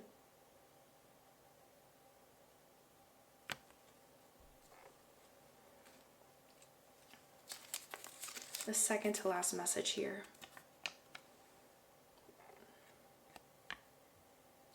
Chiron, the wounded healer in astrology, doesn't show up as pain. It shows up as shame you cannot explain in places that never feel fully safe. Chiron doesn't show up as pain.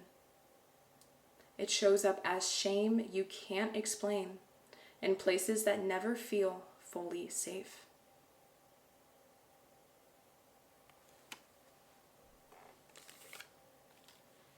And lastly, By the way, guys, if any of these messages did not make sense, like you want more clarity on what the Chiron message means, like let me know in the comments and I will clarify. I will help you guys out. I don't want you guys leaving here with more questions if you're confused on anything, okay? Just because I do want to honor the fact that the back of the deck was the Seven of Cups, so some of you guys might be feeling a little bit overwhelmed right now, which is extremely valid because we just uprooted a lot of stuff, okay? So just know that you are safe, you are supported, you will not be judged. This is a loving community. Sorry guys, my camera died literally right in the middle of me saying that, but I'm literally in the middle of trying to build a community of like-minded individuals that are ready to heal and go through the darker parts of healing and go through the shadow work, go through the inner child healing, go through every single part of healing that is crucial key to helping you get to the life that you've always wanted for yourself. And so with that, hit the subscribe button if you have not yet. Let us get a look and take a look at your final message here. Not everything heavy is trauma. Sometimes it's unspoken truth weighing you down. Exactly. The situation might not need more healing. It might need more honesty. Be real with yourself before you try to decode the signs. Your energy speaks louder than your logic. Not everything heavy is trauma. Sometimes it's unspoken truth weighing you down. The situation might not need more healing. It might need more honesty. Be real with yourself before you try to decode the signs. Your energy speaks louder than your logic.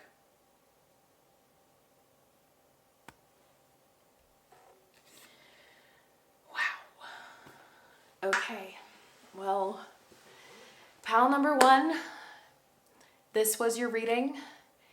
I really extremely from the bottom of my flipping heart hope that this reading was able to aid you in every single possible thing that you have been going through, because I know there's a reason what that led you to wanting to click on the title when it comes to the contract that you are finally ready to break. I hope you were able to dive into it. I hope you left here feeling so much more clarity than you ever did before clicking or listening to this reading in the first place. And with that as well, I would love it if you guys got a chance to check out my Instagram and follow me there, follow me on my journey of self-growth and healing, and let us kind of work together on this planet to help make this world a better place. And the only way we can do that is if we join together. And when it comes to technology, that's the future. So I have been trying to show up more on social media, specifically with Instagram. I just recently started my journey getting back on there and showing up for Ahimsa Heals as well as myself to heal a wound that I guess I had trouble facing or being brutally honest with myself about in the past when it comes to fear of being fully visible on there and not performing my truth, instead just being authentically me, unapologetically. So if you guys need some extra, I guess you could say, encouragement or support while you go on this journey on your own, pile number one, I highly recommend you guys follow me there. I'll follow you back. I love meeting other people. You know, feel free to send me a comment or a DM, a comment here in this video or a DM. I love to connect with others that are going through these types of moments, these life-changing moments in their life, because I know how lonely they can flipping feel. Hence is exactly why I created Ahimsa Heals in the first place. So with that in mind, just know that you are not alone. You have someone in your corner, someone who's gone through it. They understand, and you are capable of it because I'm the person that made it to the other side. So I'm an example of that. If I could do it, you can do it. And you can, and you freaking will, my love. I send you so much unconditional love. Have a beautiful rest of your day. And hopefully I will see you in my other pick of cards to come. Bye. Hello, pile number two. If this is the beautiful judgment card that aided you in being able to select this pile coming from my Mystical Moments tarot deck, then you already know that we are about to dive in to the exact contract that you are finally ready to break now. And let me just make something very clear. we are not just looking at any type of soul contract, okay? We're not just looking for people. We're not just looking for a place, person, or thing, like noun-wise. This contract could be something that you didn't even know that you signed up for energetically, just because of the frequency that you were emitting outside of you. So I am very excited to be looking into this with you guys today. And right off the bat, like before we even start bringing more decks into the mix here to really look at the first thing, which is what the actual contract is, I wanted us to really take a moment and just observe, analyze this judgment card, specifically the details in it and everything. So what I am noticing, pile number 2, there is a summoning beginning, a reckoning beginning here. And I do believe that this reading in particular is something you're going to need to take notes for, because pile number 1's reading was very detailed, obviously, very long. But if you can't tell where your timestamp was to get to this part of the video, but for you guys, I actually feel like this is some type of contract that you're going to hear and learn a lot about today, specifically whenever you come across this video, like while you're listening, timeless reading, obviously. But what we are going to unravel and uncover today in this reading is going to bring to light something, a truth. It's going to bring an awakening moment within you, something that, like a revelational moment.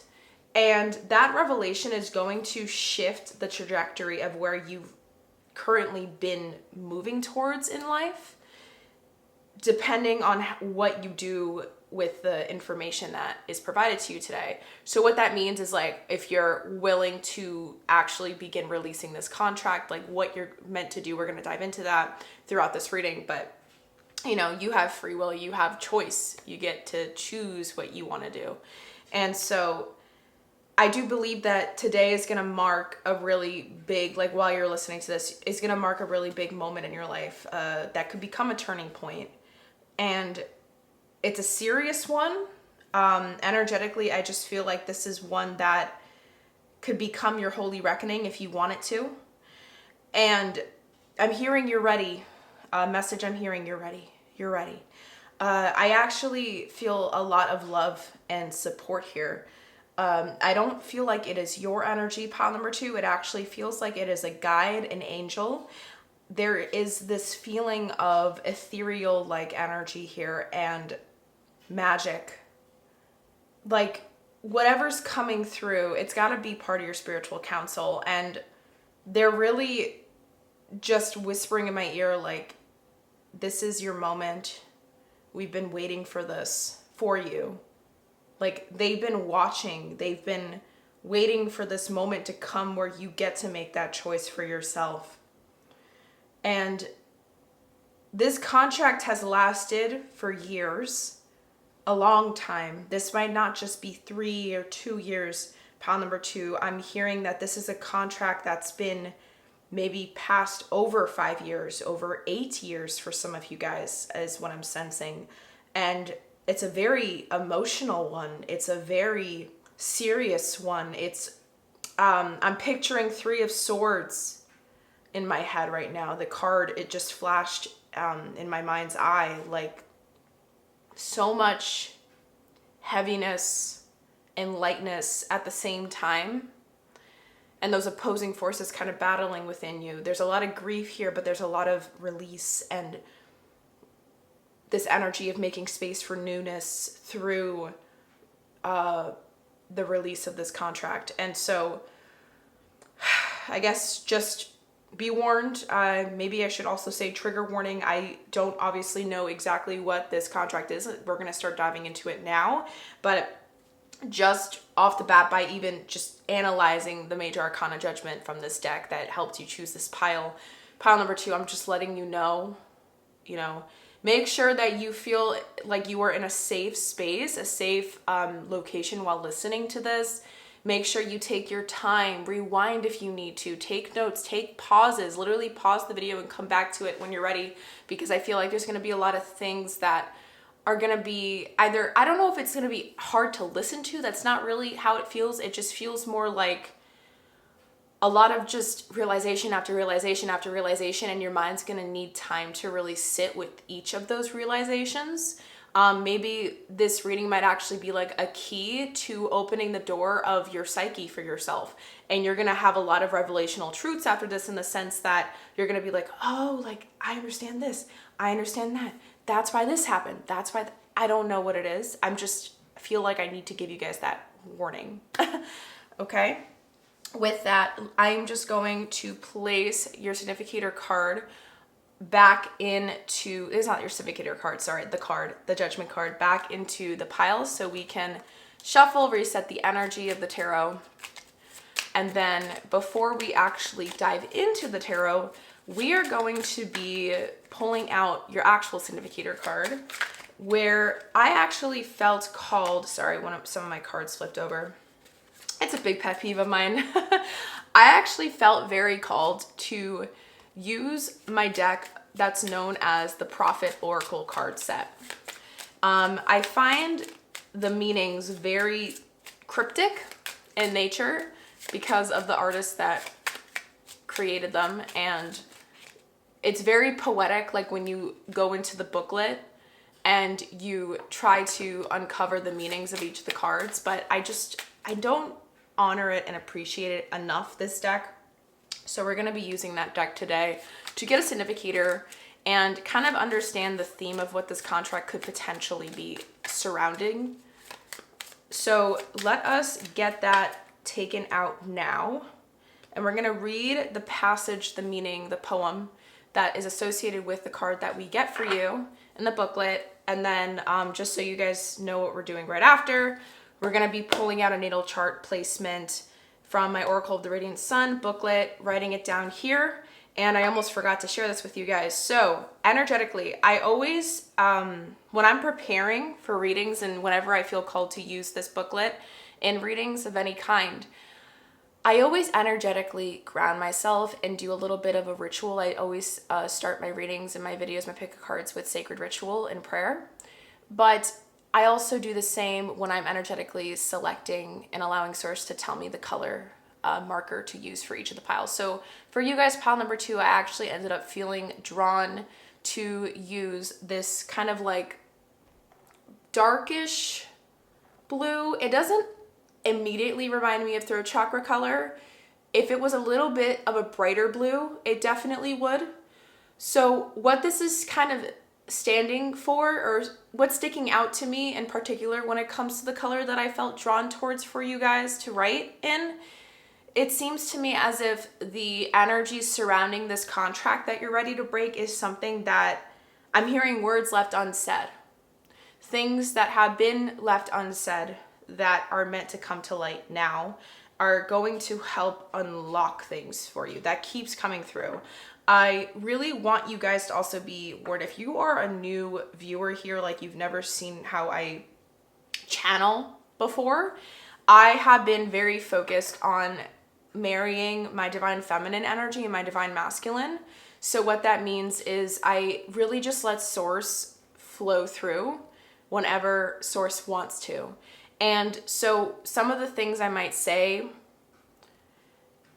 I'm going to try my very best to make them as universally understanding as possible. So it's, what I mean by universal is, like you can apply the channel message that comes through into every situation, like plug it in to your own specific situation. Cause obviously there's going to be other people selecting this pile in their own unique situation. Does that make sense? So, I just wanted you guys to be warned for that, because I'm already feeling like there's a lot of poetic channeled messages that are going to come through, metaphorical, personified. It's just, it feels like this reading is going to be very deep and heavy in a way, but light at the same time. Like I said, that weird, there's a lot of alchemy going on internally, in my stomach, in my chest, in my throat. There's like swirling energy. I'm literally feeling that. That's insane. I've never felt that before. It's like hard to talk, but it's not hard to talk. I feel like I'm literally not sober. I don't know how else to say that without getting flagged or something. I feel like I'm on 420 clouds right now, guys, and I'm not at all, completely normal. But I feel like it, and I don't know why. It feels like there's just going to be a lot to unravel. So I just, again, need to say that one more time. All right. So now that I got that all out of the way, let us start and dive into this, guys. So what is the significator card for pile number 2 in regards to the contract that they are finally ready to break? What is this card? Let's get it out for you. All right. So we have number 7 with the keyword at the bottom, giving. It is when you give of yourself that you truly give. The number 7. Whenever I think about the number 7, I think of a deep, the 7th house, obviously, contracts, marital energy, commitments, partnerships that we deeply desire, that partnerships that like feed our soul, as the 7th house is also associated with the descendant sign, which is the opposite of your ascending sign in astrology. Your ascending is your rising sign, if you guys don't know what I'm saying. I'm hearing you know better than this. You know better. You know better. Don't know why that's coming through. It is when you give of yourself that you truly give. And then obviously the 7th house is Libra. The number 7 in numerology is about spiritual growth, spiritual just trust and persevering, because it might feel like you're alone right now, but you're not. And I just realized as I said that, literally the image is a woman holding this person while it looks like they are emotionally releasing. And then for some reason, I do believe these are supposed to just be shadows, but this is reminding me of wings. And I already put the judgment card, but I don't know. I hope you guys saw in the judgment card that I allowed you to select this pile. There were wings there too, but they look like they weren't attached to the person. They were just there, like kind of like this, but not obviously like a scribble. So there's a lot of support here from the heavens, and whatever you believe in, what I mean, it doesn't feel like you're alone. And like I said before, it does feel like I'm being held while delivering this message. Maybe that's why I'm able to kind of, what's the word? Deal with the swirling energy feeling inside me, because it's really uncomfortable, but I still feel held and like something's letting it take its course. Does that make sense? All right, let's just continue. Okay. So I'm going to try to get the page without showing you guys, because there is a lot of things that I need to cover up in terms of imagery here. So give me a second. Okay. Oh, well, this one's not that bad, but all right. So giving.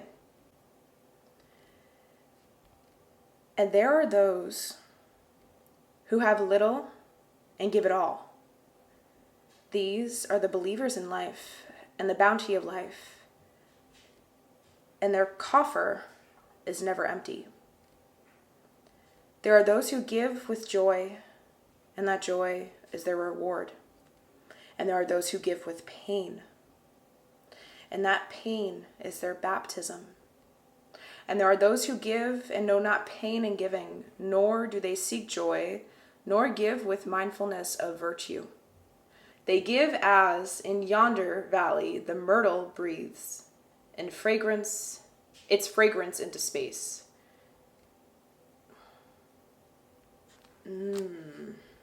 Okay.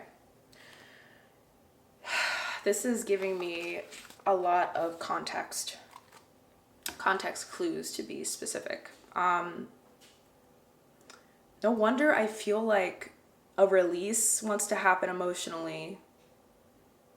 It's heavy. Like, I can't emphasize that enough, guys. Like, it feels like this is a very serious reading. Like, normally I'm very bubbly.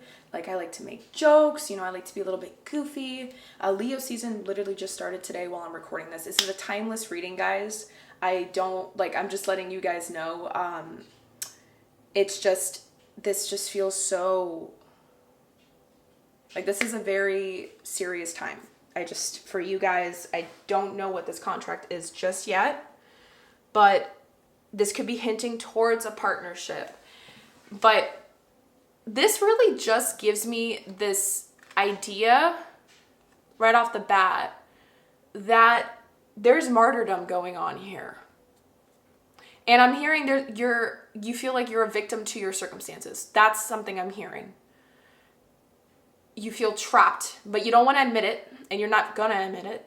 Maybe you need to hear me say it, and you're like, yeah, like in your head, in your heart, maybe like there's a very far back, very heavily repressed piece of you inside of you, pile number 2, that has been screaming to get out, for a way out, but you literally have done everything in your power to repress it.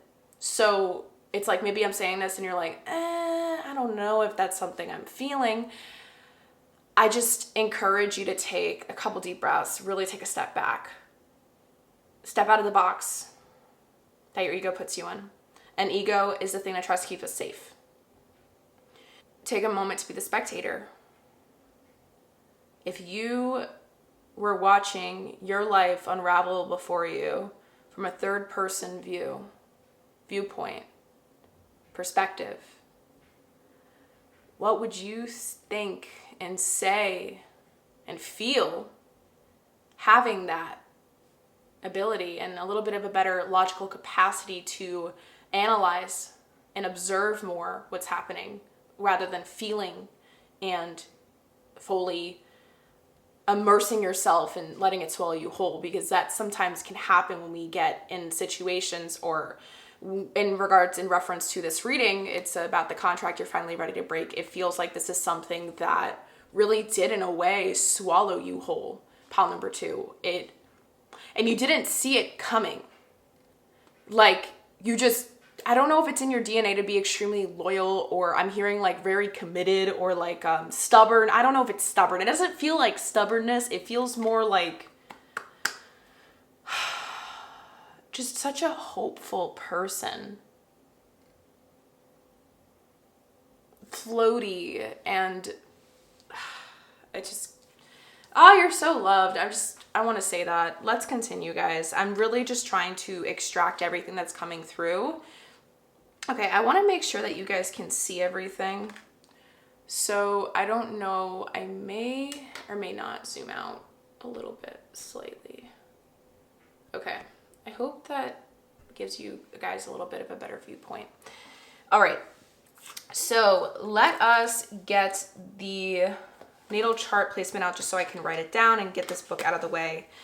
And we're gonna look at the card that's associated with the placement, as well read the description associated with it to give us some more context clues moving forward.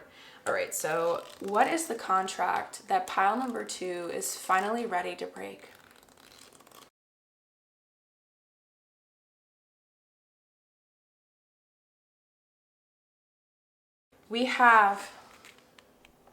I have my eyes closed, by the way, sorry if I was taking my time.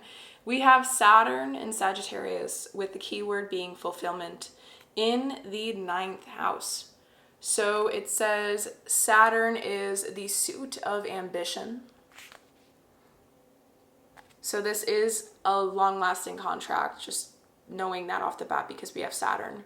Saturn is about ambition, Sagittarius is optimism and adventure. This is the imagery associated with this natal chart. And then let us read what the description is for it. A merchant sits on a chest at the quayside? I thought it said query side. Quayside, awaiting the arrival of a sailing ship from abroad. In the foreground is a large sack of money. Above is an ancient, I'm going to let you guys see the image actually and I'll read it. Above is an ancient talisman to bring good fortune in any lottery. So a merchant sits on the quayside awaiting the arrival of this ship over here from abroad. He's like reaching towards it though. He's not actually there yet. In the foreground is a large sack of money. Above is an ancient talisman to bring good fortune in any lottery. Okay, interesting. So yeah, Saturn is about ambition, Sagittarius is about adventure. But the ninth house is also about knowledge and gaining wisdom from your life experiences. They're more people, like when I think about that type of energy, like ninth house energy, I think about people who like to experience the lessons, not listen to people that have already gone through it. Does that make sense? Okay, so we have Saturn in Sagittarius. I always forget if Sagittarius has two G's or the two T's. Okay, so we got Saturn and Sagittarius with fulfillment.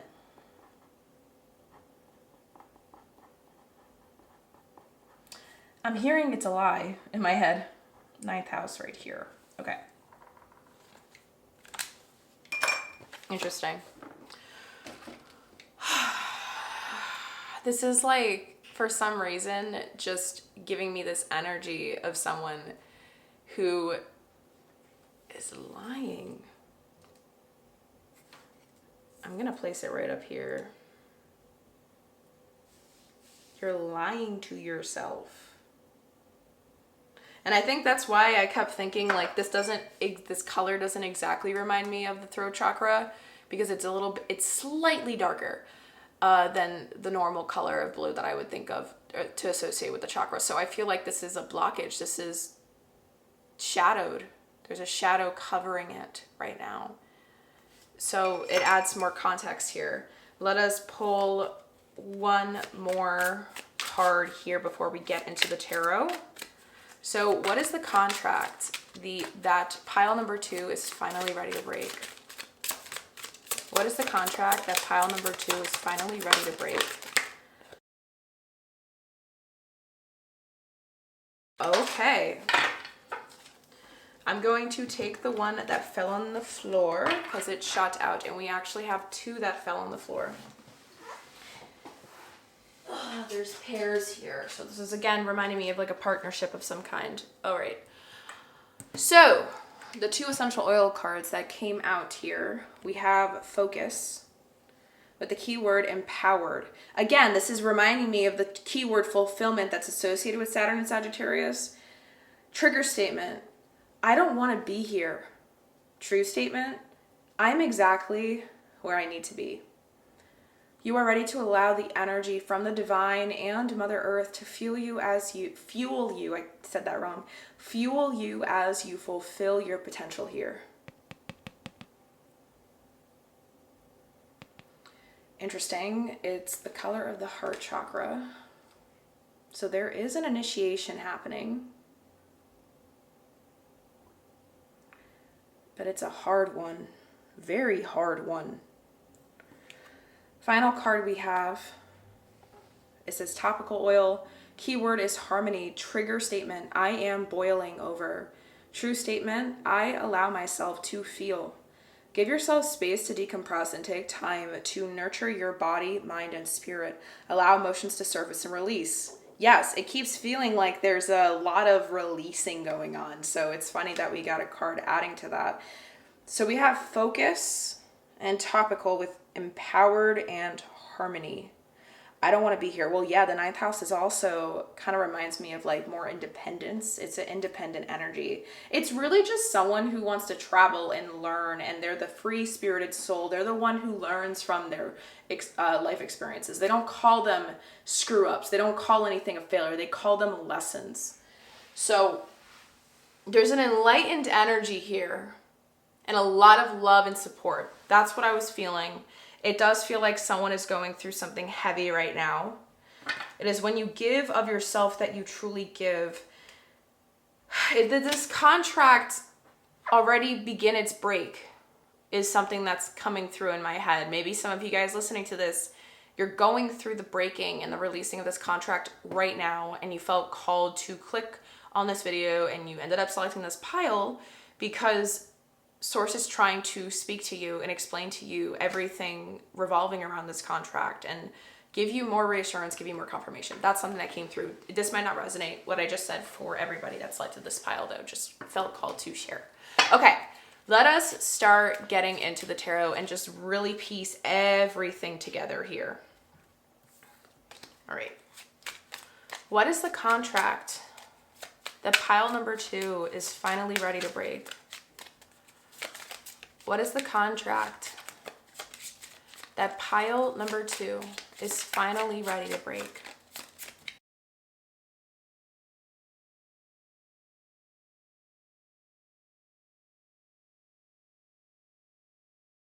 Okay, no clue how many cards I got. It feels like I got a lot though. We have 1, 2, this one wants to come out, 3, 4, 5, 6, 7, 8, 9. All right, well this one wanted to be a significator. Back of the deck energy, we have with your current energy, we have Page of Pentacles, opportunity ahead. There's a new beginning I am sensing. It feels like there is something that is blooming, that has bloomed for you. This, I'm hearing it was a long time coming. Sorry, I was trying to see if that was a fairy or a dragonfly. I can't tell what that is on the flower. And then I'm also looking at the flower, and for some reason my brain is immediately looking at like the petals. And those are the types of flowers that like each petal falls slowly like while they die. And I don't know why it's like reminding me of like layers, like kind of like how a rose is. Like this is something that's gonna take its time to shed away. I don't know if that makes sense. And then another thing that's coming through is there was an expectation placed within this contract. Like maybe it feels like you were expecting pile number 2 to continue the journey, to continue something. For some reason, I think that because there's a watering can that she has like on her back, like she was expecting to have to water this flower to help it bloom, but it already bloomed and it looks like she's kind of holding it, caressing it. You can't fully see her facial expression because she's facing sideways, like you can only see her side profile, but the way she's standing kind of like holding it like that, it feels like there's a contemplation. Like I don't actually see like a smile. I see someone kind of like reflecting, holding this opportunity. It's weird. It's the Page of Pentacles. This is about an opportunity, but I don't know. It could also be that she's looking at, I'm going to say dragonfly. I don't know if it's a dragonfly, this dragonfly, and she's listening to it, trying to see where her next journey takes her. Okay, so the significator card that's going to kind of read, and we're going to start plugging in all these other cards that we're going to unravel together into this is the Strength card.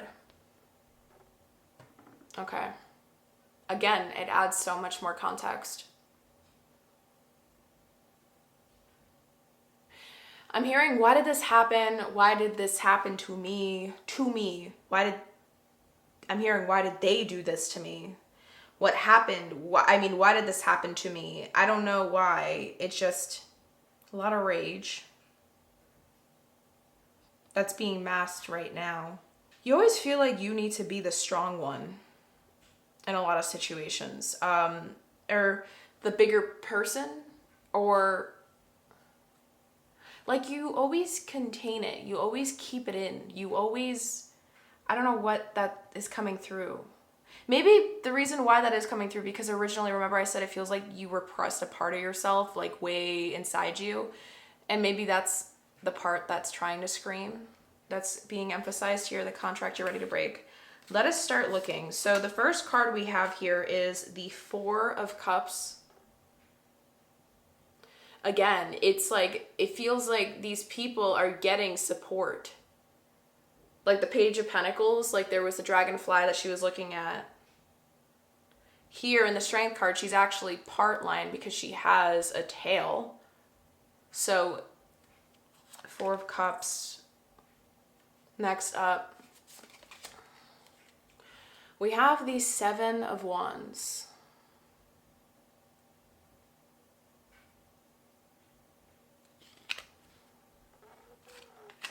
Sorry, my camera's doing some weird stuff with the focus.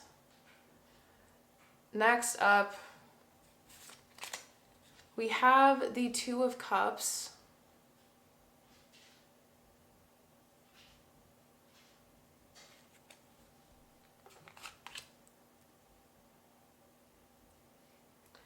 Fourthly,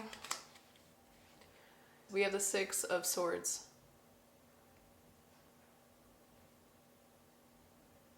This is a very interesting Six of Swords, though. And it's gloomy, like it was a necessary contract. And I feel like a part of you is aware of that, but it's hard to be aware of that right now. And while I look up, I'm noticing the number 1331 show up on my camera. So 13 is the major arcana death. And that's not a literal death. It's a transformational death, a beautiful one for something new to come and take its place. But I highly recommend you guys write down the number 1331 and look into the meaning of that number with what I'm sharing right this very moment, like what I just shared and then I said it. I feel like that message, the meaning of the number, is going to pair with what we're talking about right now for you guys. Okay, I feel called to continue laying more cards. Normally, like what I did for pile number 1 is I went through the first row, but I feel called to continue, so we're going to go to get the clarifiers. Clarifying 4 of Cups, we have the Hierophant. What is up with my camera right now? We have the Hierophant. Okay.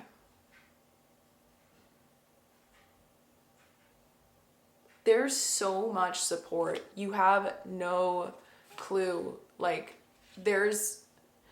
you're not alone in this. And I feel like there's a lot of other people around you right now, or you're just getting this feeling that this is all divinely led. This was all meant to happen. And it is a hard pill to swallow.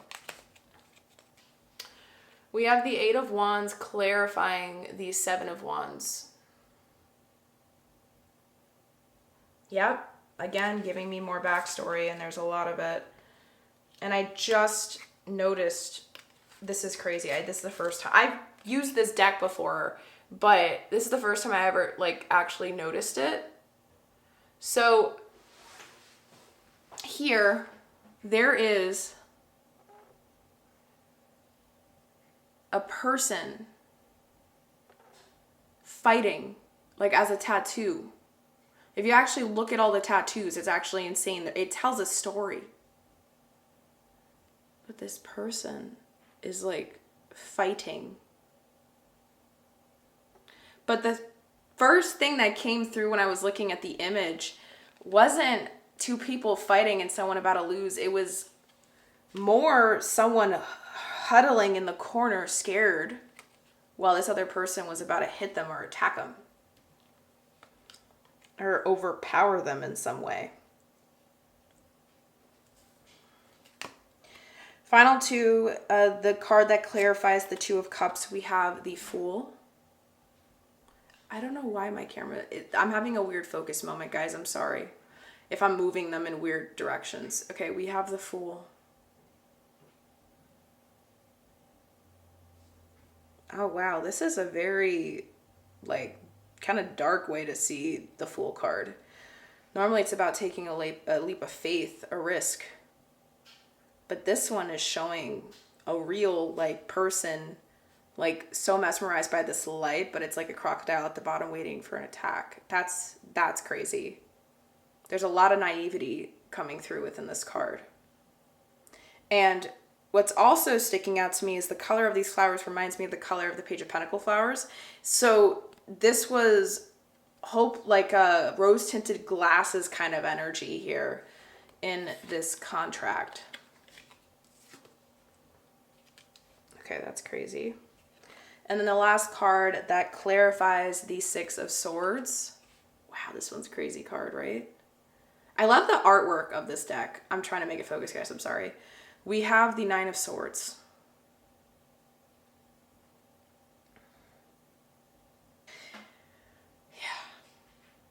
Yeah. Again, there's like a mirroring number thing that's coming through for me. 6 and 9. 6, turn it upside down. It's a 9. And we also have anchors. So we had we had one anchor here. My bad. I believe there was an anchor. No, there was not. It was still coming to you. Yeah, I'm thinking of the image for the Saturn and Sagittarius card. I'm just observing the cards, guys, for a moment. Pile number 2. This contract, I know there's a part of you that knows that this wasn't meant to last forever, okay? A part of you is aware of that. And a part of you is so aware to the point that they just know they can't do it anymore. I'm getting a headache on the left side of my head, my forehead. And for some reason, that's giving me the ideology of the crown chakra trying to be activated. Crown chakra's shadow, its wound is about attachment. And I don't know if there's trauma bonding being involved in this contract in any way, shape, or form with another person. Pile number 2, it just really feels like there is another person. I'm like, the reason why I've been so quiet, guys, is because I'm trying with my entire heart and soul to not just look at contracts that have to do with people. Okay, because I know there's so many different types of energetic contracts. There could be a contract you made with yourself. Here, pile number 2, it really just feels like there is another person involved. And I can't get that feeling out of my head. There was. Or there were people involved, or there has been. I don't know. This is definitely something that has to do with people, though. And learning something, having a truth that is so heartbreaking. And I'm hearing truths like plurally. Like, has there been more than one time of something? I don't know what it is. I keep hearing the word trauma bond, and with this contract you're finally ready to break, you know what it is. I don't even think I need to explain it to you. The imagery in these cards just say it so well. The cards that clarify each other say it so well. It is time to go. Saturn and Sagittarius, this was something that took it. I'm hearing it stood the test of time, but it stood the test of time for the worst reasons. There was a lot of beliefs that were tied into this that had to do with a very strong lack of self-worth or sense of self-worth or self-love. There was a lack of that, a very big lack. And I'm just picturing someone that could just take it. And I can't say this word on YouTube. I don't even want to say it. The A word. I hope you guys know what I'm referring to. The A-B word. A-B. Starts with A and B. And that happened a lot here. It could have been emotional, verbal, physical, spiritual, mental. I don't know what it was, but there may have even been you just doing that to yourself by staying in it. This contract that you're finally ready to break, you know what the F I'm talking about, guys. Like, for some reason, I feel like I need to take this extremely seriously. And a part of you is ready to just go, explode, lose it. And it's rightfully so. Like, this is where the scales get balanced. And that makes sense. It is when you give of yourself that you truly give. Giving, the number 7, it's reminding me of partnerships. The first time I looked at this card before we started looking at the rest of the cards, it gave me the idea of you about to go to something that is aligned for you. Like, when you release this contract, you're going to get the thing that you've always deserved. But everything's a process. I want to look at the card underneath here. Knight of Pentacles. Yeah, everything is a process. Yep. Because you are meant to learn how to have the sense. Like, everything that built this contract in the first place. Yep, love. There's a lack of boundaries, okay? And the lack of boundaries is the foundation that allowed this contract to get created emotionally, energetically, and spiritually, and everything in between. This was a contract that was super essential for you to learn how to never be again, because there is a lot of lack of boundaries here because of the lack of self-worth. And Saturn and Sagittarius, But the keyword being fulfillment is coming through with the 9th house because you know you deserve that. But it was a long time coming. Saturn is one of the slowest moving planets in the solar system here. So I'm just going to leave it at that, guys. I really feel like anyone that chose this pile knows exactly what I'm talking about. I think I gave enough hints and context clues for what the contract you're finally ready to break is. I am hearing, this is just a message that just came through. There's nothing telling me it. I am hearing that if you aren't resonating and you feel like there is absolutely no person in this contract, if you don't know what the heck I'm talking about, I'm hearing you are probably drawn to pile number 1 and 2. You need to plug in what'll make sense here and then go to pile number 1 as well and then piece it all together for yourself. That's just something really specific that I heard. But let us continue getting some more insight and detail here. So we're going to understand what specifically like shaped this contract and how it's still showing up in your life today. Maybe that'll actually give us more confirmation on whether or not this is a relationship thing. So, sorry, my eye just got really itchy, so give me a second. Okay. What shaped this contract for pile number 2? What shaped this contract for pile number 2? Okay. These cards are just flying, like falling. Like they just keep falling. That's funny. Wow, this is crazy. This is a crazy card. We have restriction. Look at that image, guys. And joy guides. Your joy guides are coming. Your guides that help with joy, freedom. They're trying to help. Oh, I see it. Yep, they have the key. They're about to unlock you and free you from this entrapment. And then the number 28 is right here in the corner, adding to 10, a completion. Before I began this reading, I started at 10:10. So this was very necessary. I'm going to keep pulling a little bit more cards out, guys, and then I'll continue explaining. So let's get some more insight. What shaped this contract for pile number 2?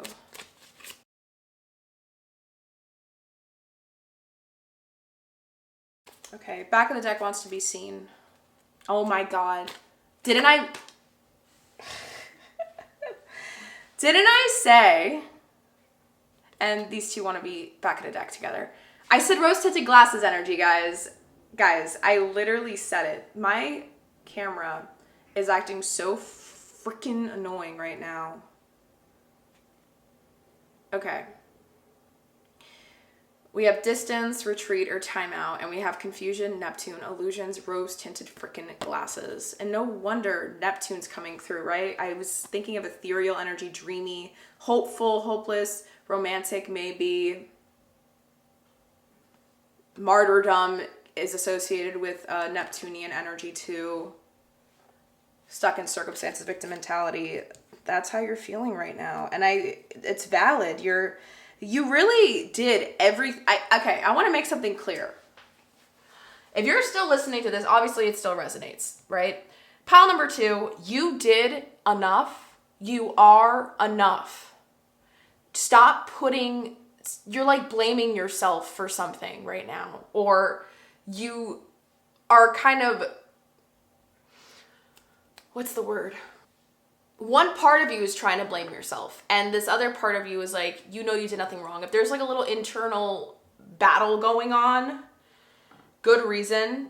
It actually is a relief for me to see if there's a little internal battle going on, if that's happening for you, because that means that you have a part of you that knows that you have a heart of gold. And listen to that part. There's literal energy everywhere. Before I even looked at the freaking cards, guys, I'm not making this up. I shuffle everything on my camera because I don't want to miss out on these moments for you guys to get more confirmation. Get everything you need from this reading, literally, to help you move forward. Because my channel is literally all about helping you heal, helping you become the best version of yourself, the most healed version of yourself you could possibly embody. I'm trying to help you guys realize that you guys are your own best friend. You guys can become your own best friend more than any other person in the world can be a best friend for you. You can be your own. You can be your own shoulder to cry on. You can become your own inner healer if you wanted to. You're capable of all of those things, but you need to remember that, right? Remember your worth. Just seeing this shows to me that it was essential, it was necessary. I can heavily relate to this because in terms of what shaped this contract was your need to just show up. I don't know if you're like naturally attracted to other like souls. This doesn't even need to be like a partnership of love. This could have been like just a soulmate energy with somebody. It could have been a friend. It could have been a family member. It could be anybody. And just someone that you felt understood you, or they get you at some point in your life. But it was only like moments of it is what I'm hearing. And those moments, they kept replaying in your head when the not so nice moments happened. And there comes a time where you can only deal with that for so long until the truth gets shown in your face. And I think that that might be a revelation that you are currently going through right now. What is this card? What shaped this belief? I mean, what shaped this contract? Dude. I called you dude. Pile number 2, you literally have lack and doubts. This is the first time I've ever pulled this card out, and I use this deck in all of my pick a cards, guys. Lack. I literally said it. Lack so many times. What shaped it? This is self-explanatory. I don't even need to explain this. I don't know if you thought that this person or people made you feel better about how you really felt about yourself. This was all meant to happen to show you that that's not how to live. That is not how to do life, because eventually this stuff happens, obviously. But through this experience, wow, that never happened to me before. I'm hearing this nostalgia, the word is peeking out. I'm going to keep it like that. And it just slid and landed on top of giving. Yep, you are probably missing them like crazy right now. We have guilt and sabotage. I know you feel, I don't know if there was like a master manipulator at play or you do it to yourself. I'm also hearing a lot of this has to do with your upbringing and gaslighting of some kind. I don't know who it came from. I don't know if it was your parents. I don't know if it was an ancestor. I don't know if it was a teacher that was stuff at school. I don't know what it was, pile number 2, but it feels like this is the root is something to do with your upbringing. And whatever this was that used to gaslight, you do it to yourself now. You got so good at it that you think this is how you should talk to yourself. You think there's only this side of you in you that doesn't like you, or I hate the H word, the opposite of love. I don't even want to say it because it's not true. And it's too strong of a word. You're just confused. I think you have a lost sense of self. And not in a mean way. I'm not trying to sound like, damn, like, how could you say that to me? No. I'm saying that because I literally unconditionally love you no matter who you are. And I know you're a stranger, but I need you to know that you are literally loved so freaking hard. Not just by me, but by your guides. And I can sense it. I feel it. We have the support energy here. These 2 cards shot out and landed here because on top of the giving card that we read the poem about, because you know you have a freaking heart of gold. There is a part of you that believes it. The part of you that's been screaming and trying to get out, to be heard. This contract was essential because Source was trying to show you how amazing and freaking awesome you've actually been this entire time. This is going through a moment where it's going to go in reverse as you move through the releasing stage of this contract that you're finally ready to break. You've been ready to break it. You just didn't know it. And you're going through the motions of starting to realize that you always knew. It's so weird. I hope this is making sense, guys. Let me know in the comments down below if you're one of the people that are still listening to this point in the video. Please let me know if this is making sense, okay? All right. Moving forward, let us get how this contract is still showing up for you right now. We need to understand more, and I want to give you guys as much information as possible. So how is this contract still showing up for pile number 2 in their life? How is this contract still showing up for pile number 2 in their life?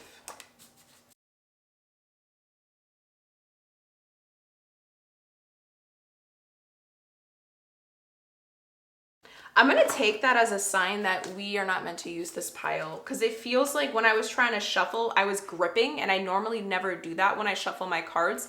It feels like Source is saying like they've heard enough with that.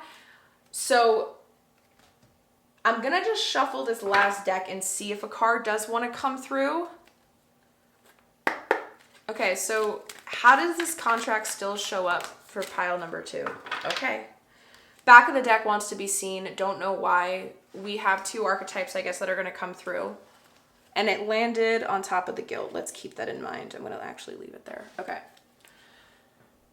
So this is the back of the deck energy. Monk/nun with light attribute. Wow. So this is your current energy. Light attribute being selfless devotion and single-minded dedication to spirit. Shadow attribute, negative judgment of the physical world, excess pity? Is that the word pity? Piety? I don't know. Selfless devotion. Yes, like single-minded dedication. Someone, you're not thinking. Rose-tinted, the illusion energy here. Are you guys still in it? There's some of you guys that are still in this. Oh my goodness. No.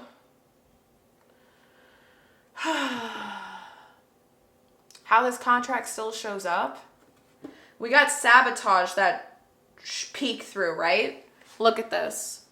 We have saboteur with light attribute being highlights your fear of self-empowerment and the changes it would bring to your life. Guys, I'm not making this up. You're seeing everything happen in real time as I'm shuffling, literally. Shadow attribute induces self-destructive behavior or the desire to undermine others. No, it's self-destructive. If you're still in it, it's self-destructive. So I just want to make it clear. Highlights your fear of self-empowerment, and the key word here was empowered. Guys, I'm not making this up. 9th house is about just that. And it matches the color of the hoodie. And it's, so the sabotaging self, the self-sabotaging tendencies, that's how this contract is still showing up. And you know what they are. You're aware of them. It comes because of the lack and the doubts. Like, it comes from the lack of self-worth. It comes from the lack of self-love. And this contract came forward because of those things. But I really can't stop emphasizing this. It really feels like this was divinely orchestrated for you to learn from it. Like this was a karmic lesson you had to learn. It really just feels like this is something that was extremely essential to your self-growth journey in this human experience that you are meant to have, pile number 2. I need to make that extremely clear. Just by looking at the tarot, what we explained, everything, it's insane. But it's hard for you to accept that right now. And this is probably hard, because who wants to give themselves, like, what's the word? Recklessly, I guess, maybe? I can't think of it. Like, blindly give all of themselves to somebody without getting anything in return. I don't think anyone wants that. This is insane. I can't stop thinking about these cards that flew out. Like, the fact that you've had so many cards consistently flying out in this reading, pile number 2, I really feel like Source is here speaking through me, like right now. I can't, the 420 cloud feeling I'm having is still there. It really feels like someone's hands are in my head right now, controlling everything and making me speak. I don't know how to explain it. And that, the last time this has happened to me this intensely was in a car where I ended up channeling my old close friend's father who passed away that I never met, and ended up saying something that he said to her that I never knew. So I just want you guys to be aware, like, this is very serious. I can't stop emphasizing that. This is such a deep reading, like, this is insane. Okay. Next up, let us now see what you're ready to change instead, or choose instead, sorry. What are you officially, what is your soul ready to choose instead of this contract right now, pile number 2? We need to look. We need to see this empowering energy. Like, come on. We need to understand this. I want to know, what is pile number 2 ready to choose instead? What is pile number 2 ready to choose instead? Okay. It landed here on top of the Hierophant and between the Saboteur and Hierophant. We have, and sideways, it's emphasizing it. Take the first step. My camera keeps like effing up the focus. Take the first step. This is my higher self deck. That's what Source wants you to do right now. You know it's time. We literally have movement cards everywhere. Someone trying to escape a cage. Come on. Because you don't deserve this and you know it. You know you don't deserve it. And the Strength card is also about self-worth. I'm leaving the card the way it fell. Okay, let's add more. What you're ready to choose instead.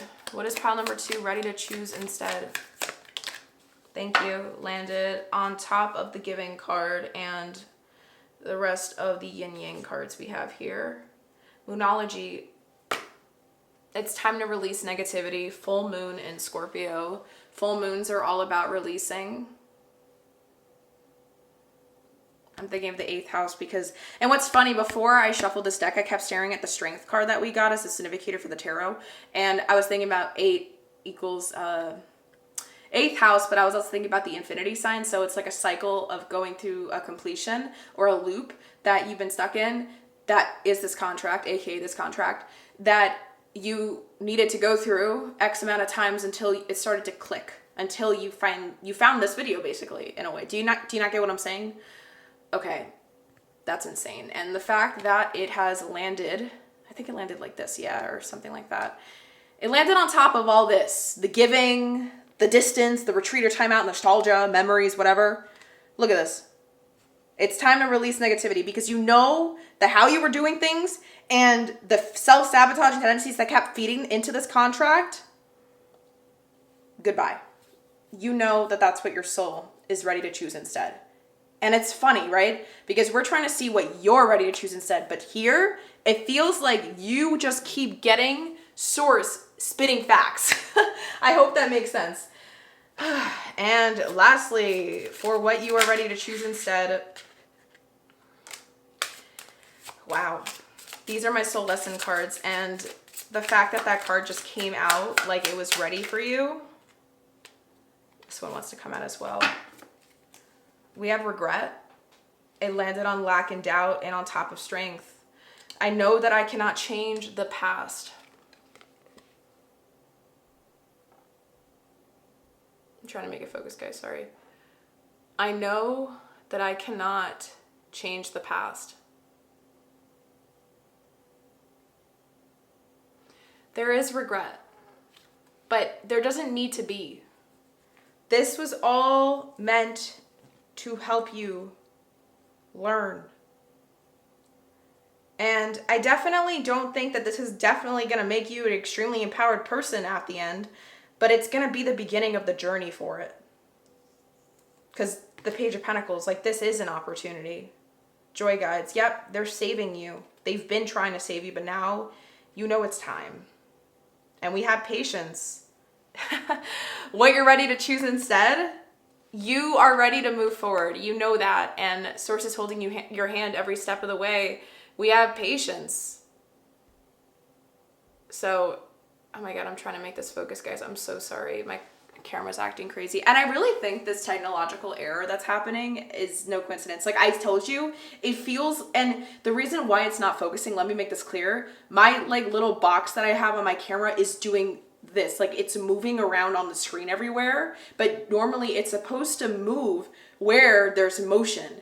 And the box is like right here and my card's here. So I have to go here and try to follow it and then click to make it focus. That's why I've been doing that this entire video. Look, watch.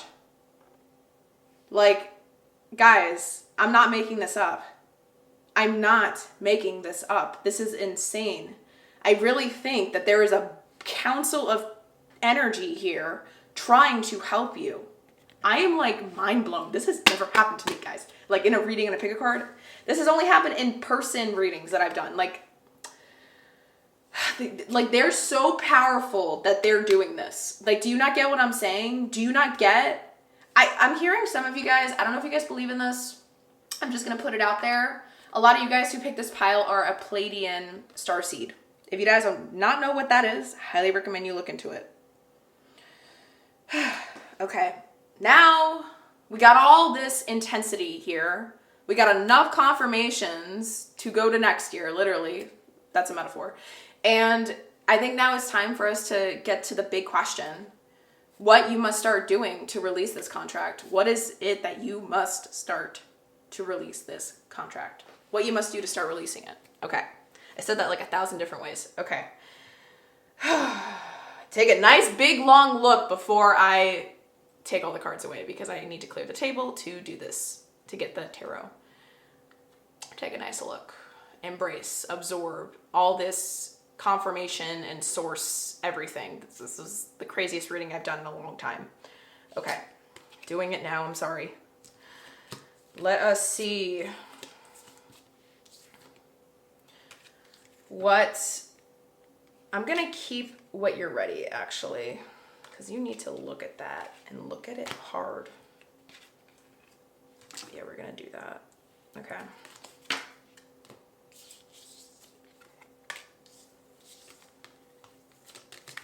I'm going to take away the cards that don't serve you anymore, and we're going to keep the truth. Does that make sense? Because better, because I'm going to do it. You are embarking on a new journey. I'm even going to cover this, and I'm only going to keep the true statement because I need you guys to drill this all into your head. I allow myself to feel, and I am exactly where I need to be.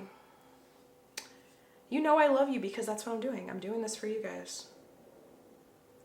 And you know that I love you, whoever comes across this video, because if you look at my channel, I'm not even at 300 subscribers yet. Well, at least while I'm recording this.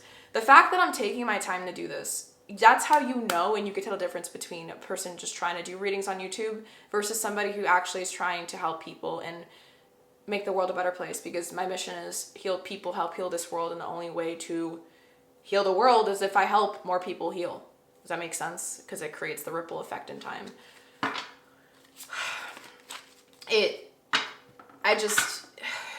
You don't deserve this. I'm so taking it personal if you can't tell. All right.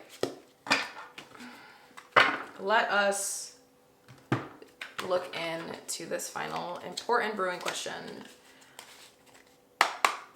What must pile number 2 do to start releasing this contract? What must pile number 2 do to start releasing this contract?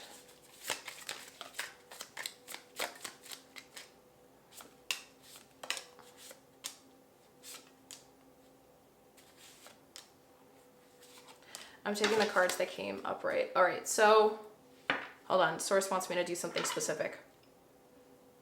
I'm hearing it.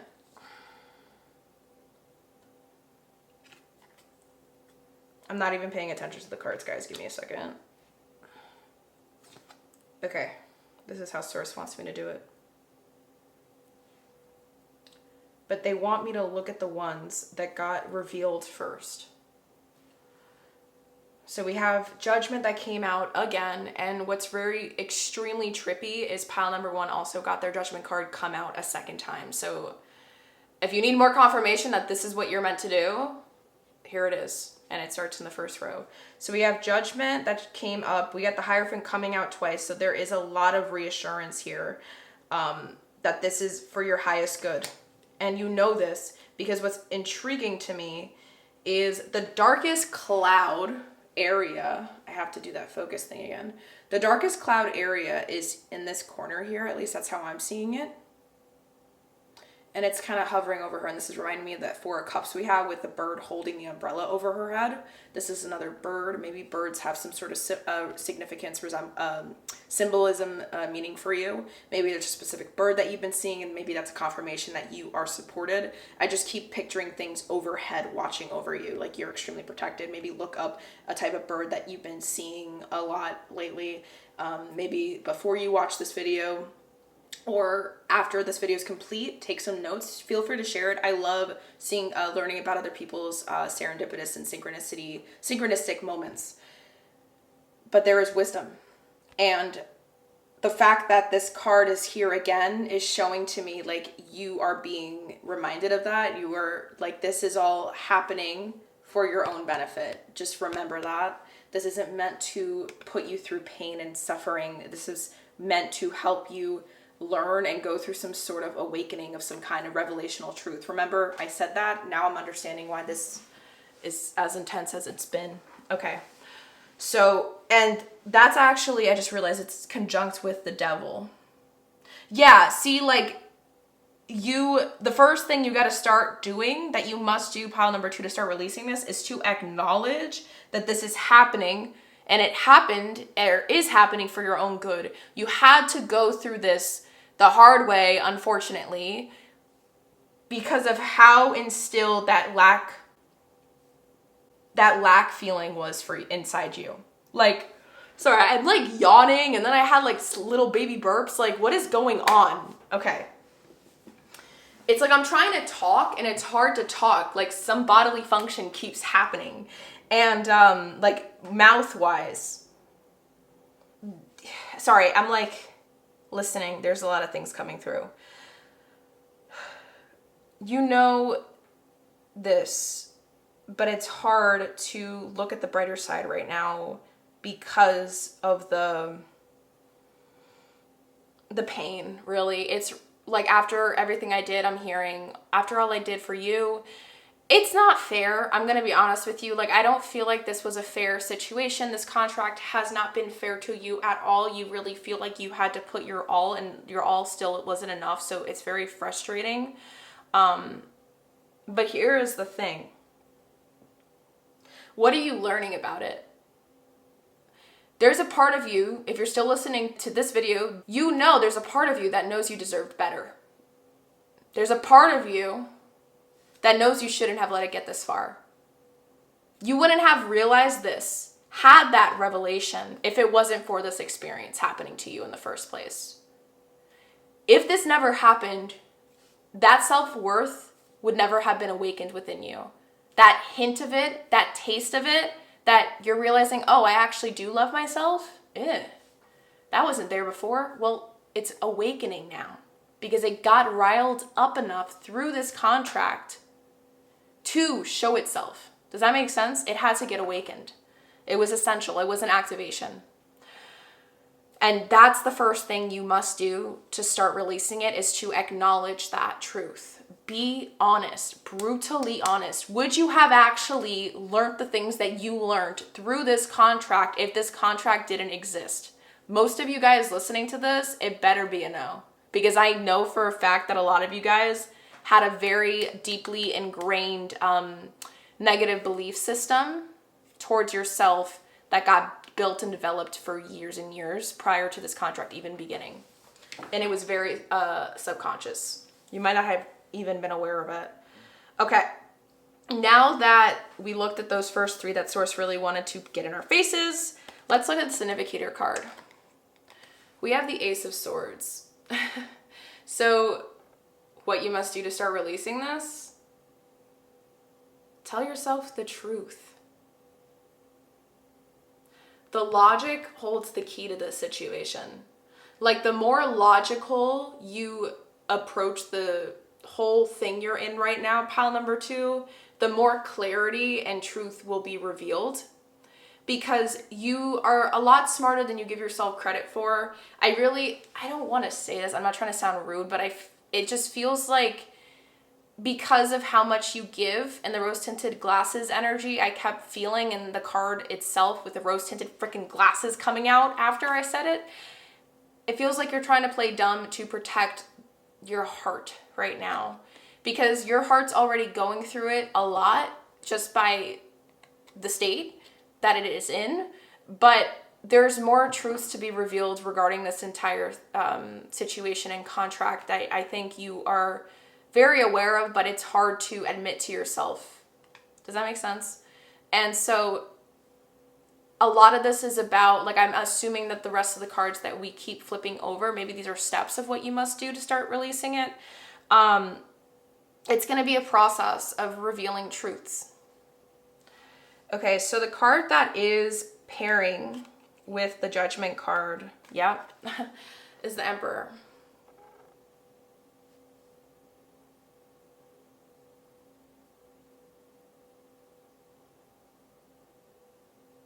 Acknowledging that it was to make you get back in the driver's seat of your life and stop letting someone else drive it for you. Or telling you who to be, I'm hearing as well. Like, some of you guys were really tossed around like freaking rag dolls, metaphorically or literally, and I don't even want to think about that. It gets me really mad and upset, and I want to cry. Like, I don't know if it was a very bad friend, a friend that I don't even know. It's just, there was too much trust in not yourself, but in somebody else, when there should have been more trust in what your gut was trying to tell you, what your intuition was trying to tell you or something, and you doubted it so hard because of the faith and the hope and the illusion. And some of this could have been a manipulative thing, a lot of manipulation. Maybe there is a narcissism here. Narcissist. Oh my God, guys, I'm sorry. This is intense, guys. Next up, we have the Ten of Cups. My camera's still doing the thing, but it's not as crazy as it was before. Ten of Cups.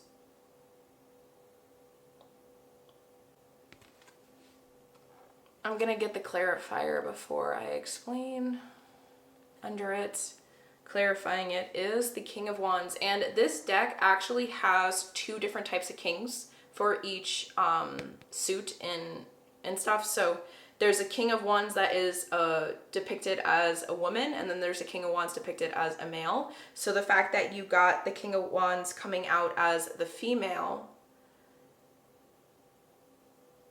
there was a lot of submission in this situation. In this contract, you feel like you had to like bend the knee basically, or you kept your mouth shut a lot of the time to be not have conflict. There was a lot of avoidance. There was a lot of shutting down. Maybe you have like a safe space in your head that you would retreat to. Maybe you used to daydream a lot to get out of situations. Maybe you dissociate. Maybe there is a PTSD trauma thing that you deal with now where you shut down and you numb. That could be dissociating. So literally stepping out of your own body and having out-of-body experiences to not feel what's happening in reality. Separate yourself from the truth or things that would pierce through you. I don't know. There's a lot of it here. Trauma bonding. That just keeps coming through. So this card came in reverse, and I'm going to keep it in reverse. I had no reversals, but it wanted to be reversed, I guess. So we're going to keep it. There's a reason for everything. We have the Six of Wands in reverse. Sorry, I'm trying to make it focus. You see how it's like acting up? And now specifically for just this card, it's acting up. Six of Wands in reverse. I can't back it up without it glitching. That's how you know, like if you see me moving my card, it's because I'm trying to follow the square that's this is a square that is supposed to stick on this card because it sees me moving it, and it's not. Oh, now it is. Okay. Jeez. It's like, when I call it out, it goes back. That's why I really think that there is like a lot of different energies here trying to help get this message across. With the Six of Wands being the literal victory card in tarot, and it's coming up as the only card in the deck as reverse at the very end of here in terms of what you must do to start releasing this. You just got to be brutally honest. It keeps coming back to the logic. Like, you're a lot smarter than you realize. You are aware of it. Stop letting it reel you back in is also what I'm hearing. Like, sweet things. There's a lot of sweet nothings though instead. They say sweet things. They're sweet things, but they always turn out to be sweet nothings is what I'm hearing. Clarifying that is the 7. Guys, the card that's literally about deception and like stealing and like mischievousness, like lying. 7 of Swords. But they're depicted as something so beautiful, right? But look at her tail. It's trying to maybe even steal these eggs. For some reason, it could be her eggs. But my head's going to someone stealing them. But is it theirs or is it not? You don't know. And then the birds looking over her are reminding me of like, we kept seeing a lot of bird guides here. So perhaps like this is a message, a reminder to you that you were watched over this entire time. Like throughout the whole unraveling of this contract, you were being watched over. They knew it was essential. This was extremely essential for you. And I'm just here, like all these cards just keep going back to the same thing. You need to be honest with yourself. You need to admit it to yourself. You need to be truthfully and brutally honest and go into the logic. Maybe it's going to take a while to unlock the the logical side to it because it's hard to see it from that perspective. And that's fine. That's why you need to hold space for these emotions to flow, but don't keep trying to fight it. I'm hearing from source that you've been trying to fight it a lot, maybe because you are trying to explain yourself out of it. I don't know what that is, or explain them out of it being the bad guy. I don't know. Like you explain for them. I don't know what that means. Like it's in a way, it's like you might have been unintentionally enabling their behavior by having reasons for why they were always like a certain way or doing things a certain way to you. I don't know if that makes sense, but this card is kind of slipped out. I'm going to pull it out because I feel like source wanted me to. We have the Empress finishing up.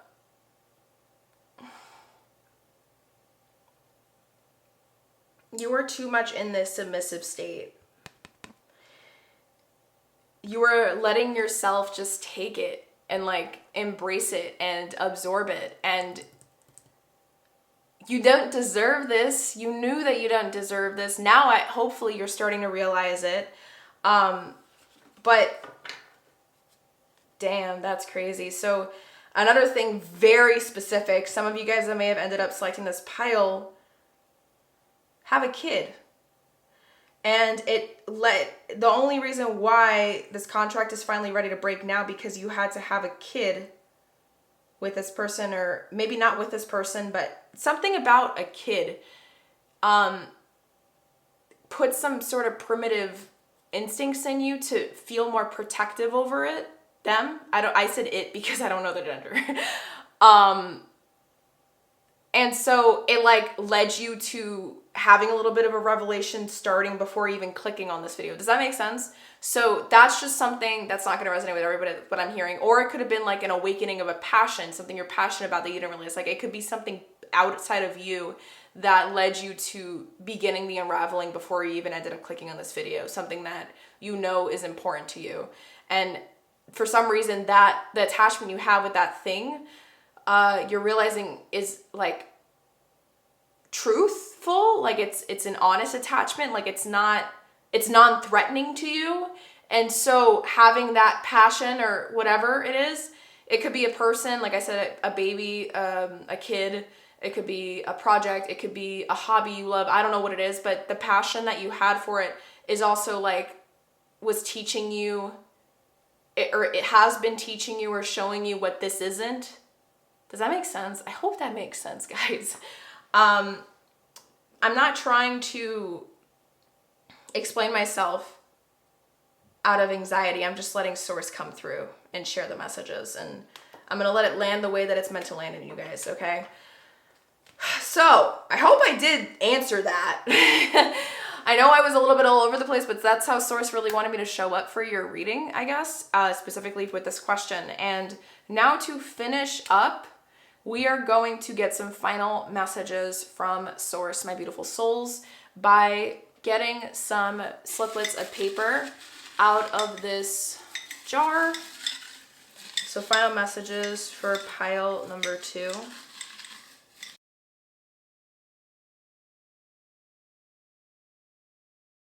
All right.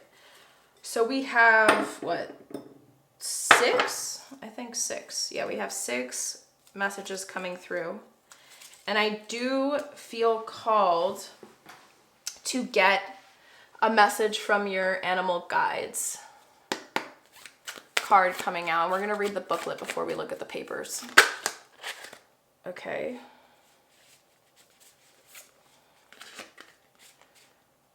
No, I wanted to come through for a reason. We have 2. This one wants the booklet meaning to be read. This one doesn't for platypus. Okay, so we have humpback whale and platypus coming through. Oh, it's interesting that they're in the same position, right? Music is essential to your healing and well-being, whether singing, playing an instrument, or listening. Platypus, stop complaining and focus your attention on the blessings in your life. And then we have focus coming through twice. So that's adding more emphasis to that card we have over here with the keyword focus. I allow myself to feel, give yourself space to, oh no, here, sorry. You are ready to allow the energy from the divine and Mother Earth to fuel you as you fulfill your potential here. I am exactly where I need to be. Focus. Stop complaining and focus your attention on the blessings in your life. Okay, that's funny. Stop complaining. And with humpback whale, let us get the booklet out and we'll read. I feel like there's something important in there. Okay, humpback whale. All right.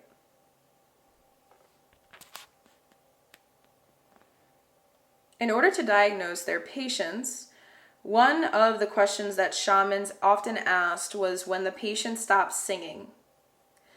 If it had been quite some time, the shaman was certain to recommend singing, among other remedies, as an essential aspect of recovery. All that's involved when you sing, the full, guys, 6 + 3 = 9, 9th house energy is coming through again. All that's involved when you sing, the fullness and rhythm of your breathing, the opening of your mouth and jaw, and the soulful and creative expression of your spirit serves to enhance your health and raise your vibrations. Similarly, playing an instrument, I'm trying to I want to be able to zoom this in, but the camera's glitching. See? Okay. Similarly, playing an instrument can touch those inner creative depths that yearn to be expressed through song. Simply listening with your full attention to your favorite tune or melody can also inspire and heal. Make music as essential to your lifestyle as eating and breathing. You can breach the inhibitions about expressing yourself musically that you've acquired over the years in some very simple and easy ways. Sing, chant, or play an instrument. Take a few voice lessons as a means to shore up your confidence. Let the magical child inside help you rediscover the joy of creating music. Dive in and play. Associations. Singing, breathwork, sound healing, sensitivity, alchemy, ancestral wisdom, creativity, inner depths, insight, healing, release, and guardianship. I'm hearing some of you guys may have been with parents that went through a really horrific divorce. And so you were afraid of leaving somebody, maybe, for some of you guys. The fear of abandonment came from that. Or this trauma bond came from that. So yeah, moving your body, doing some somatic movement is something that is trying to come through as well. I will I have a link tree. I'll put the link in my description box on this video. Click on it. If you scroll to the bottom, you're going to see I have a bunch of different free resources, including this YouTube channel. in terms of like healing and stuff. I have my Spotify playlist there, and I have some for somatic movement and nervous system regulation. Highly recommend if you guys need some music, if you don't have any music to help with that. Somatic movement is basically just intuitive movement medicine, allowing your body to take the lead, not judging. What I do is I try to cover any reflections. I don't look at myself when I move. I sometimes try to close my eyes, but sometimes I'm also learning how to move with my eyes open, because it's a little bit weirder when you don't have anything to look at yourself in and you just look around you and let your body do what it needs, because that is nervous system regulation and relaxation, and that's releasing emotional stuff and relaxation, because your body holds a lot of trauma, more trauma than we realize. Okay. Now for the sliplets, I'm going to just read them and let the meanings stand on their own.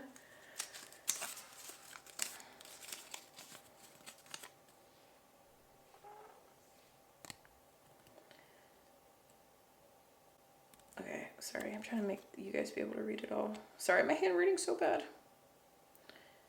Your spirit is expanding, but your habits haven't caught up yet. That's why it feels uncomfortable.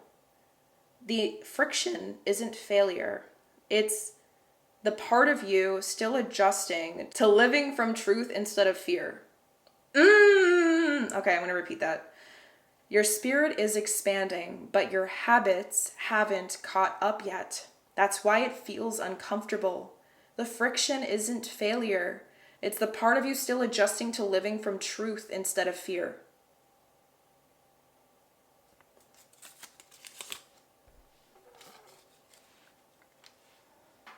Next up.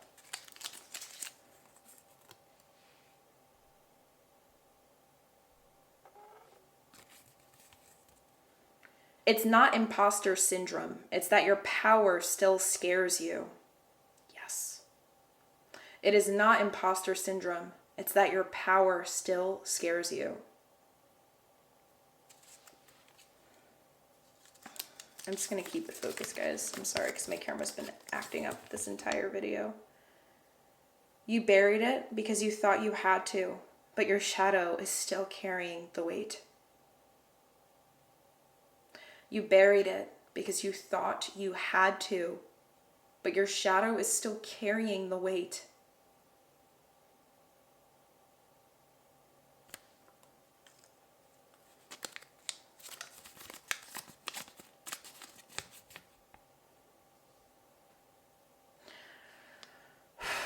Sorry, I'm just like, I'm feeling everyone's feelings right now.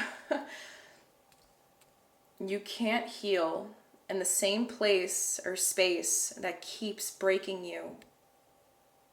You can't heal in the same place or space that keeps breaking you.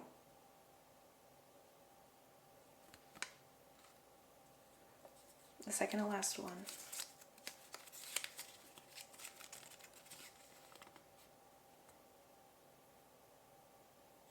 This season is about staying solid even when no one claps for you. This season is about staying solid even when no one claps for you.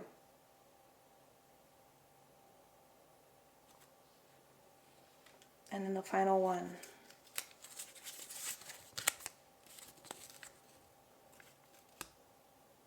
You're not late, not lost.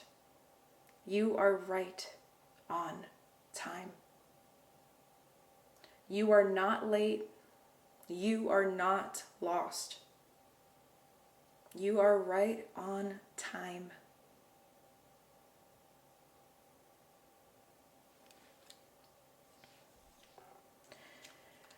Pile number 2.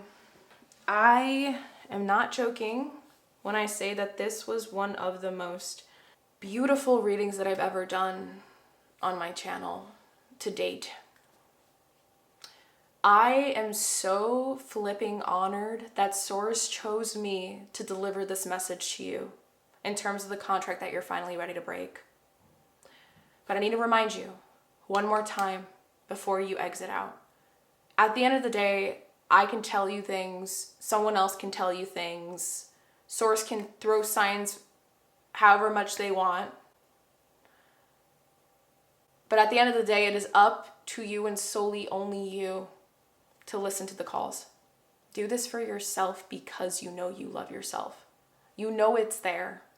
It's not as loud as maybe the more inner critic part, the more wounded you, but it's because it's newer. It doesn't mean that it's because it's not there. It doesn't mean that it's because it doesn't deserve to be there. It's because it was just born. Give it time to grow as you go through this and see how the story and the script flips. Thank you so much for showing up today for yourself. And if you're still listening to this point, thank yourself for being here till the very end, because I know this stuff is hard to hear. Please subscribe if you aren't part of this community yet, as I am trying to build a community of people that are here to heal and do the work required of them to heal. You know, I do a lot of pick of cards throughout my channel that has a lot to do with helping you on your self-growth journey, your shadow work, your dark nights of the soul, your spiritual awakening, deep healing, all of it, because I'm trying to be here to help you guys become empowered. Because you are, and you're capable of it. You're capable of becoming the leader that you never thought you could be. But a lot of people forget that. And I think this whole contract was here to show you how much of a leader you actually are capable of being by showing you the opposite first. I send you guys so much unconditional love. Please hit the like button if this reading resonated, as every like you give me does help support my channel, helps it grow, and helps these videos reach people that need it the most. And with that being said, hopefully I will see you in my next videos to come. Again, do not forget I do have that Spotify resource if you do need it in my link tree in the description box. And just rewatch this video as many times as you need to remember that you are not alone in this, because you're not. I keep feeling like some of you guys keep doubting it, keep doubting it, keep doubting it. Maybe, you know, listen to another pick a card or something. You don't. I send you so much unconditional love. Have a beautiful rest of your day. Bye. Hi, pile number 3. And if this is the card that aided you in being able to select this pile, this judgment card from my Vice Versa Tarot, then you already know that this reading is 100% for you in regards to the contract that you are finally ready to break. Interesting, because this never really happens to me often. It does on very rare occasion. I was preparing your pile, and what that means is I just finished recording pile number 2's video. When I was recording it at the very end, after I finished and I hit the stop button on my camera and got everything set up for you guys, reset my energy and everything, I always reshuffle all the decks and stuff, okay? And I, including with my little final messages from Spirit that I always do at the end of my video, I literally pour my sliplets out. I shuffle it, like I shake them all up, reset everything that you can think of here. And this is the first time this has actually happened to me, because this new jar with the sliplets, a piece of paper, is still new to me on my channel. Like if you look at my original pick of cards, I never did that. This is something that I started doing, I think, a little over 2 months ago from when I'm recording this, which is end of July while I'm recording this. But it's a timeless reading, hence why it's being uploaded way later. Here, I had a lot of sliplets that were falling out when I kept trying to shuffle on the table and put them back in the jar, and they just kept coming out. And I kept hearing, you are meant to get them out now and save them for the end. I don't know why. I have no clue what these say, because here's the thing with me. Something I started trying to do is just letting source just like have at it. Like, let what needs to come out, come the F out, okay? And I was trying to argue. I was like, okay, yeah, but won't they think that I saw these and like planned it, like I schemed it? No, I have no clue what these say, guys, at all. But I wanted to explain it to you guys, because normally I always do it in the camera like this and I pull them out. I don't know why pile number 3 that source wanted me to do it this way. I'm going to leave these little piles of sliplets of paper here. I do not know if we're actually going to wait till the very end of this video to reveal them. Source wanted me to get them ready. I don't know why. But I just wanted to explain that before we actually started diving into the rest of your reading today. And the reason why I have my candle quartz on your pile of tarot cards that we're going to be using is because my vice versa tarot, you can see like photos of the cards on the front and the back. So it's very distracting for me. So I wanted to put something on top. So I'm like, don't pay attention. ADHD Bridget's trying to get through. Just wanted to explain everything. All right. So when it comes to your reading and the way that we're going to be diving into this, we have a lot of different cards and decks that we're going to be doing pile number 3 and using. I actually had a lot of energy channels coming through while I was shuffling and getting everything set up for your reading, pile number 3. And I was watching this marker that I had in like my little glass jar over here for the markers that I intuitively select for each of the piles when I first started recording this video to begin. And the reason why we have the markers because we're going to be pulling a natal chart placement from my Oracle of the Radiant Sun booklet, and we're going to write it down here so we don't have to keep looking at the booklet. But this color just kept getting to me and I kept getting attracted to it. It's red. It's like a bright cherry red. I immediately, while I was shuffling and getting everything ready for you guys, I kept feeling like an empowering energy, like I'm ready for this, like it's time, let's go. Like Mars energy, I guess if that makes sense. If you guys know what I'm referring to when I think about Mars energy, it's like Aries energy, but not Aries. It doesn't feel like a full-on Aries. I just said Aries because Aries is ruled by Mars, but honestly, a mix of Aries with Scorpio energy, or I'm trying to think if there's anything else coming through. Maybe even a little bit of Taurus. I don't know. Anyways, it just feels like, first off, we got red, so root chakra energy is here, but it feels like a stable root chakra. When we're talking about a contract you're finally ready to break, I was hoping or expecting, like, you guys weren't there for pile 2 or 1, but oh my God, so far everyone's contract that they're finally ready to break has been extremely different from one another. For you guys, it actually feels like there's like a big self-empowerment energy coming through, and I'm like hyped up, like I'm excited to do this reading. And I'm surprised because coming from pile 2's reading that I just recorded, guys, that reading was very intense. It was very heavy and there was a lot of serious unraveling happening throughout it. So I honestly wasn't expecting to be like this ready and pumped to just move on to the next reading in the same day. So Source is just fired up and ready, and I'm ready too. So I just wanted to share that with you guys because it's very interesting to me. It intrigues me a lot. Normally I need to take like breaks or do some somatic releasing in between my readings, but this time I did a little wiggle, a little stretch, and I was like, let's go. And I did a reset prayer, everything. So with this card, when it comes to the specific judgment card that allows you to select your pile, right off the bat, this is screaming empowerment. It's kind of funny because I forgot what card you had because I had it hidden back in the corner while I was shuffling the other decks I have around me. You guys can't see it, but there's decks on both sides of me all over the place right now. And now that I'm looking at it, it just adds more Mars energy to the mix because, well, the wings look like fire and there's a sun on his chest, reminding me of solar, masculine, yang energy from yin and yang. And there's a call, there's an initiation, there is an activation happening right now. And the world that you know, I'm hearing the world as you know it is crumbling beneath your feet so that you can fly, so that you can embark, commence something. I don't know what it is. Let us take a look at the rest of the cards we have here to start diving in to the first portion of this reading, which is specifically what this contract is.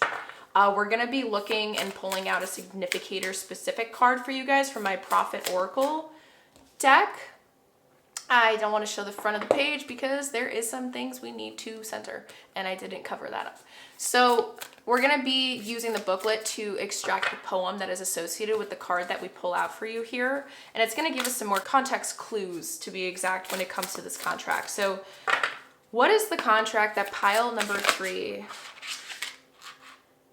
I don't know, this one. That was that was quick. It really just feels like, yeah, let's go, let's do this. I felt that, and that's probably why they kept saying, leave these out, don't put them back in, don't do it at the end, just leave them out, you're gonna need them. I don't know what that means. Like, I'm looking at this one and it's like calling my name. I don't know what it's gonna say. All of these papers say something extremely different from one another. So like, I don't know what it's gonna say, but I feel like we're gonna need it at some point soon. So let us read the card you have. So we have the number 40. No sunrise finds us where sunset left us. The key word is the farewell. No sunrise finds us where sunset left us. Number 40. I don't know why. I didn't say this to anyone else. For you guys, pile number 3, I really feel like you need to look up the symbolism, like the spiritual meaning of the number 40.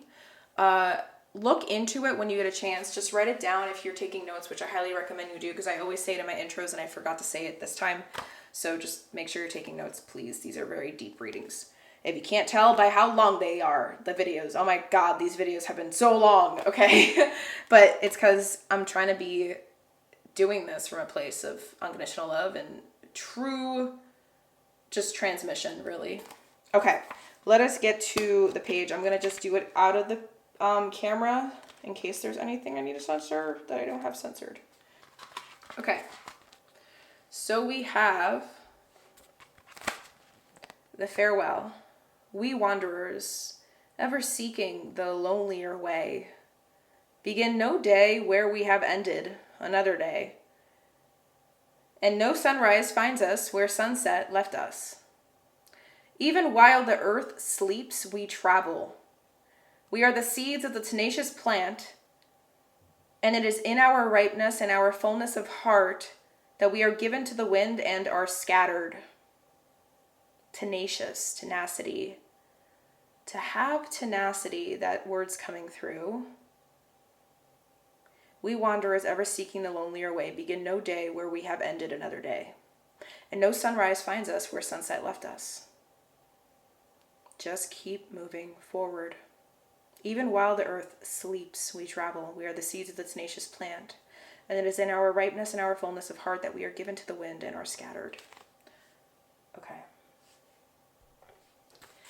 I need to look up tenacity again. I think I know what that word means, but I want to 1,000% make sure that I'm correct. Okay, define tenacity. Let us see. Tenacity.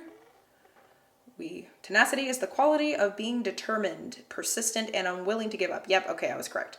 Even in the face of difficulty, opposition, or repeated failure. In other words, it's mental or emotional grit. It means sticking with something until it's done, whether it's easy or not. It combines patience, resilience, and relentless effort. Related traits: perseverance, continuing over time, grit, passion, and sustained effort, determination, sorry, my broken screen, determination, focused intention to succeed, stubbornness, tenacity's less flexible cousin can be positive or negative.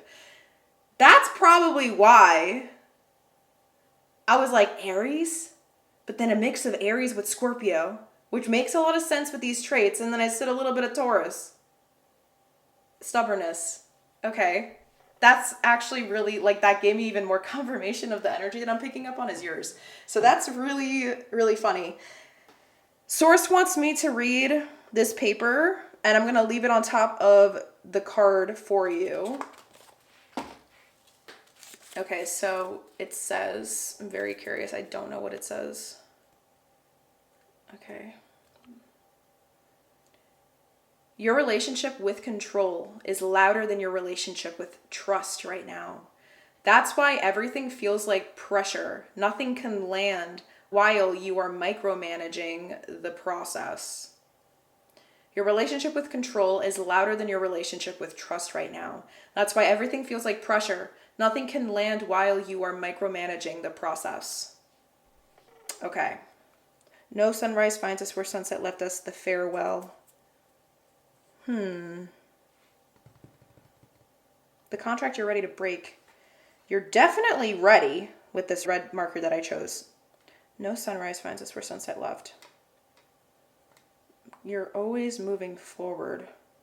Okay, something that's coming through right now for me is the idea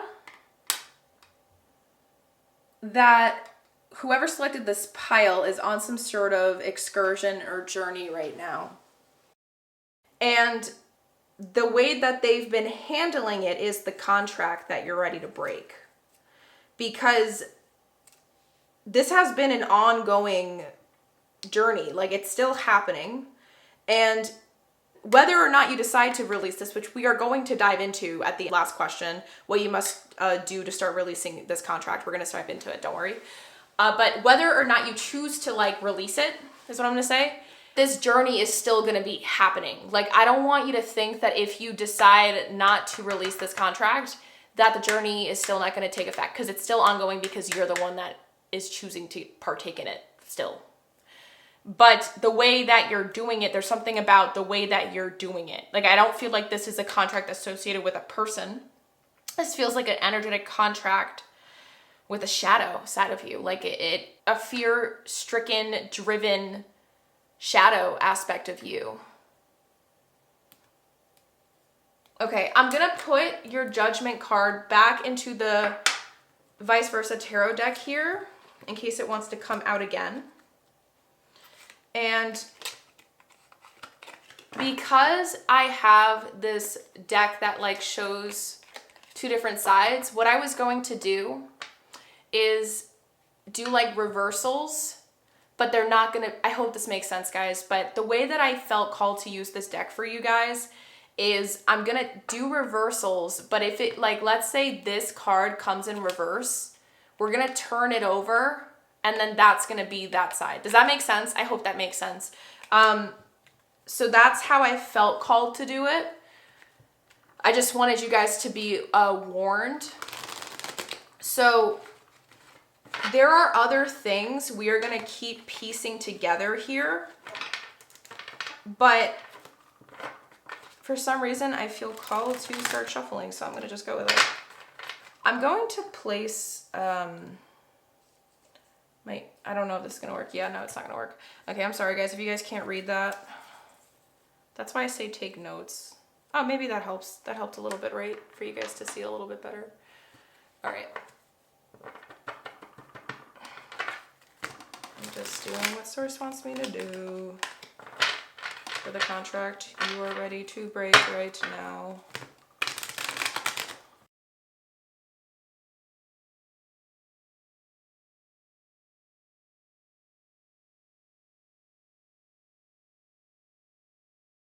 Okay, so I just felt called to get that all shuffled up that way, the fancy way, and then we're gonna pull cards out after we get the rest of the other cards out for this part. Let us get a natal chart placement from the Oracle of the Radiant Sun booklet here and get some more context clues. So what is the contract that pile number 3 is finally ready to break? What is the contract that pile number 3 is finally ready to break? Okay, so we have, I do that with my eyes closed, guys. Sorry if it looks weird. I don't know how I look. We have Jupiter in Capricorn. Sorry, I'm making focus.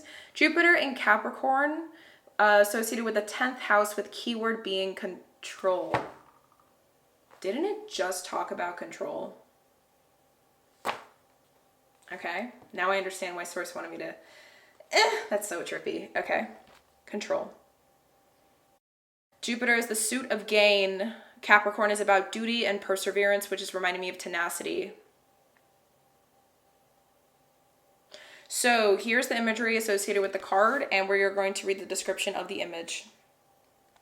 Sorry, I'm making it focus. So the creator god Zeus/Jupiter, feet resting on the world, looks down at his work. Cherubim carry the canopy of the sky above the verdant earth. Below the Ouroboros, a serpent with its tail and its mouth guards the earth a symbol of time, eternity, and the universe.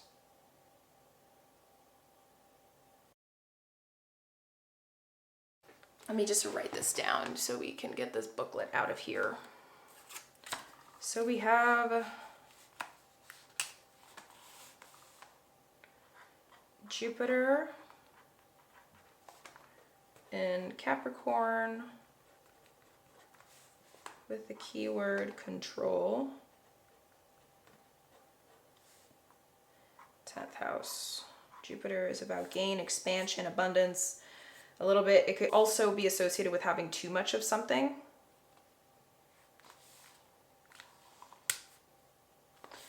There's a big fear here though that's driving it, that keeps coming through, which makes sense now too with the root chakra.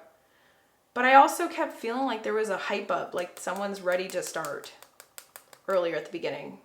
Like I was looking at this and it reminded me of vitality, like let's go. I don't know, that's still there. So we're gonna have to continue looking at the rest of everything.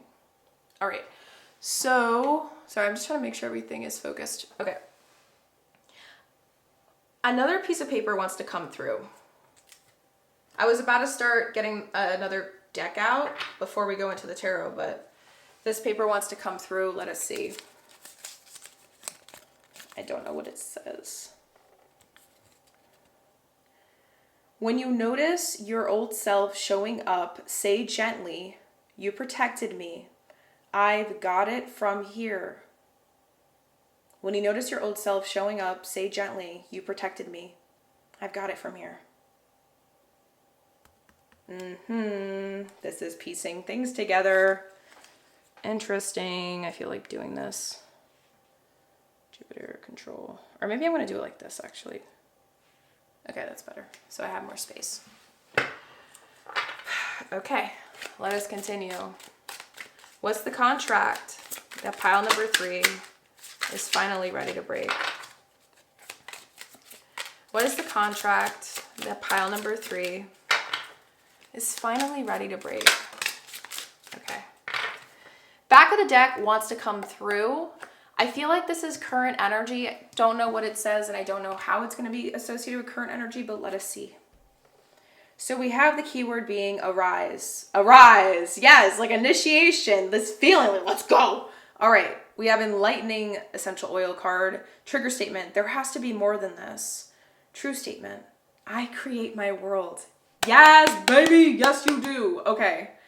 You are ready for a higher level of awareness and transformation. Guys, I literally was so hyped. There it is. Like, look, it says it. Okay. That's funny. I'm going to keep that card out and we're going to like leave it over here to remember that this is back of the deck energy. Okay. And then this is the contract that you are ready to break. Metabolic oil, keyword, self-worth, knew it. Trigger statement. Oh my gosh, I am disgusting. True statement. I am a miracle. Please be gentle and love yourself. Provide your body, mind with what it truly needs to carry you on your journey. Please be gentle and love yourself. Provide your body, mind with what it truly needs to carry you on your journey. Oopsies. Metabolic is also reminding me of the image from the Jupiter and Capricorn with the snake symbolizing time, eternity, and the universe. Because metabolic, there's like this little spiral here. Metabolic, I'm thinking of like the metabolism. And to metabolize an experience properly, to keep persevering and going through it, you also have to make sure you're giving it the right things for it to function properly and efficiently. And the contract that you're finally ready to break has a lot to do with the lack of that you were giving to yourself. And I think you are ready for it. And I know you're ready for it. So maybe this reading is going to help give you more like awareness on it, understanding. I feel like there's something here that, well, obviously I feel like you're already aware of this contract, but there's more insight to it than meets the eye that I don't think you realize. And I think this reading's really going to help you with it. Pile number 3, it just feels like there's something here that's going to be like the final puzzle piece to what you've been aware of that's going to make everything make 10,000 more sense now, and it's going to make you even more driven to want to take the steps to release it or start releasing it. So let us get tarot cards out now. I actually, since we got this understanding here, I do feel called to just start looking into what has shaped this contract. So I'm gonna let Source take the lead again and release control. Maybe that's why this is the only reading I've done out of the pick a card so far in this topic that is very like, do it this way, do it that way. And I'm like, okay, geez, okay. Because I myself have a tendency to control and want to control and have a structure. Like I have a little piece of paper right here. I'm going to show you guys my little secret look to help me stay organized with these readings. Like I have the topics that we're diving into and stuff. So it's like funny how Source, and I have a plan. Like I have an organized set of a bunch of different decks for each of the questions, but Source is like, nope, just go here, go there. Like this is really funny. You know what I mean? It's like showing you in real time through me, channeling through me, like how you're supposed to go with this journey. All right, so what shaped this contract? What shaped this contract for pile number 3? So remember what I said, the reversal is not gonna be a reversal. We're gonna make it upright, but we're gonna just flip it over. Does that make sense? What shaped this contract for pile number 3?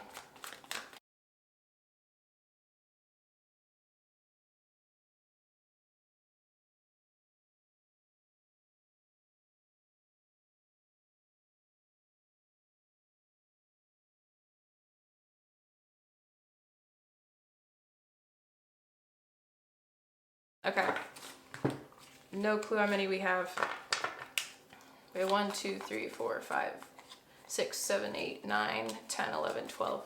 This card wants to be significator. I don't pay attention when I get them, but obviously we can tell that it's the death card. Duh.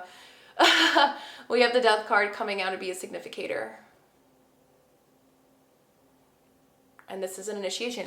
Guys, this is, I don't have it here. I don't know if it's in here. We have, this is reminding me of that judgment card that helped you select your pile, like the fire in the horse's eyes, but it feels like they're above and there's like people here standing smaller than like this higher source. It's like, it's time to initiate, it's time to commence. And then the death card is reminding me of the crumbling floor that the people were standing on. Do you know what I'm talking about in your card that helped you select it? Interesting. So what shaped this contract is what we're looking at. For the back of the deck, we have the 2 of Cups in reverse, so I'm gonna just turn it over. This is how it looks.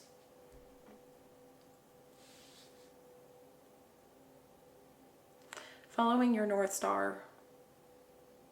This doesn't feel romantic. It feels like you're following your North Star, like you're reconnecting to like an inner knowing, like you know it's time to. Like you're ready for it. And now I understand why arise, that keyword came here as the back of the deck. I create my world, like you're ready for a higher level of awareness. You are 100%. It feels like you're ascending spiritually in a way. Like I don't know if you recently pile number 3. What does this want to show us? 9 of Swords in the back. Interesting. That wanted to like slide out a little bit. Maybe you are recently just started realizing that you're causing more harm to yourself than good when it comes to like this journey of whatever. I don't know if it's like a relationship journey. I don't know if it's a career journey. I don't know what it is. Apply it into your situation as you see fit. Everything I'm saying. But it feels like, oh, and then the snakes here, the serpent, universe, time. I think you're starting to just realize that you can't do things the way you've been doing them anymore. And you're trying to start fresh, but there is a lot of anxiety with that. Like there's a lot of fear here. And maybe that's why I felt so hyped and riled up, ramped up in a way in the beginning, because this is so trippy. I just looked at this card and I think all these letters, when you re-scramble them, it says Aries. A-R-I-E-S. Aries, yep. That adds more confirmation. But the thing about Aries, they love to go, start it, but they have trouble sticking with it. They have trouble with the consistency part. And the other thing with Aries, they are prone to overthinking horrifically. I need to emphasize that, horrifically, if they don't take the action right away. Like, if they don't take the action right away and they try to think about it and they sit with it and they're like, should I do this? Should I do this? Like, they can get stuck in that period of time for such a long amount of time that they're just like procrastinating at that point. So they might deal with procrastination. It feels like there's a sense of like you've been dealing with procrastination, like you know what to do, you don't know how to do it or how to start, but you know it, that feeling is there, you're aware of it, you're smart, like you're ready for the level up, but you're also terrified of the level up at the same time. Another piece of paper wants to come through, don't know why it's this one. I'm gonna place it over here because it feels like it wants to come through this way.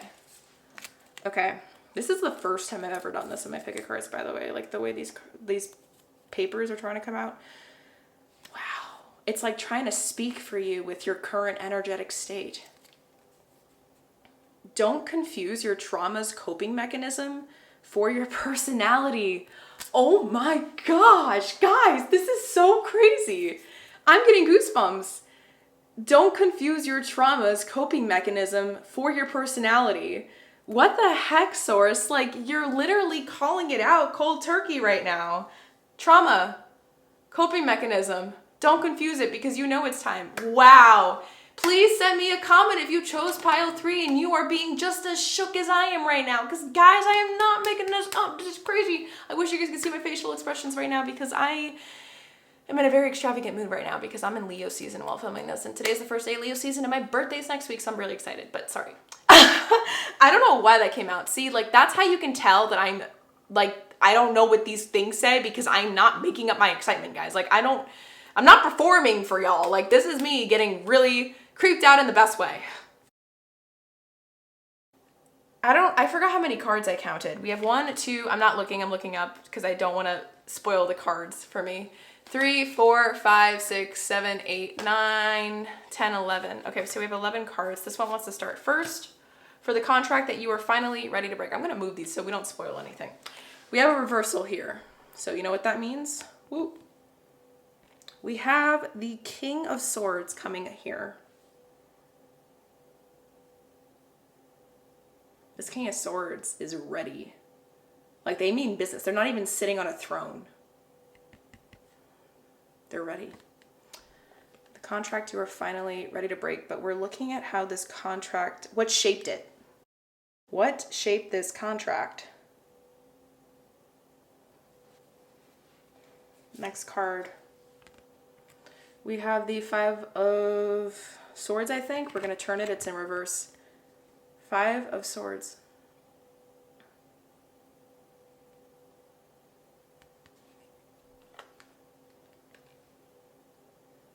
I'm hearing you did it onto yourself, though. Okay, next up, we have the Lovers. I don't know if that should be censored, so I'm going to cover. What intrigues me is that, I don't know if you guys noticed where I have my camel quartz when I have my deck on the side, but this Lovers card was there the whole time. So that's interesting. I'm hearing this was fated. I don't really technically believe in fate. When it comes to like, this is fated for you to happen to you 100,000%. Like, you control your destiny is what I believe in. But what intrigues me, I have to keep covering, about this is the fact that it was there the whole time and now it's here. It's showing up here. And it's the same side that it was up and showing itself in. The Lovers.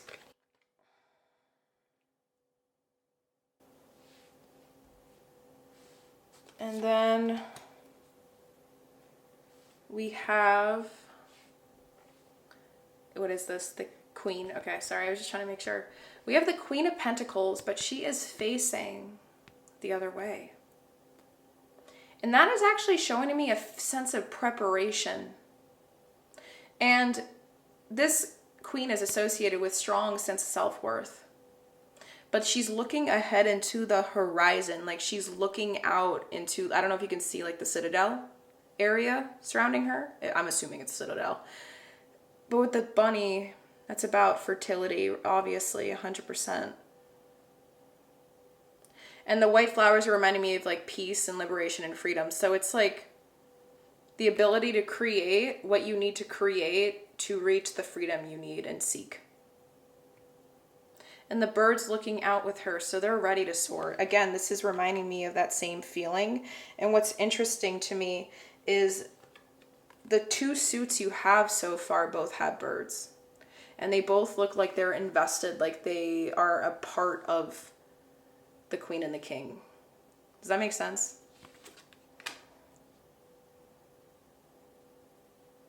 The last card we have here for this area, this row, is the Hierophant,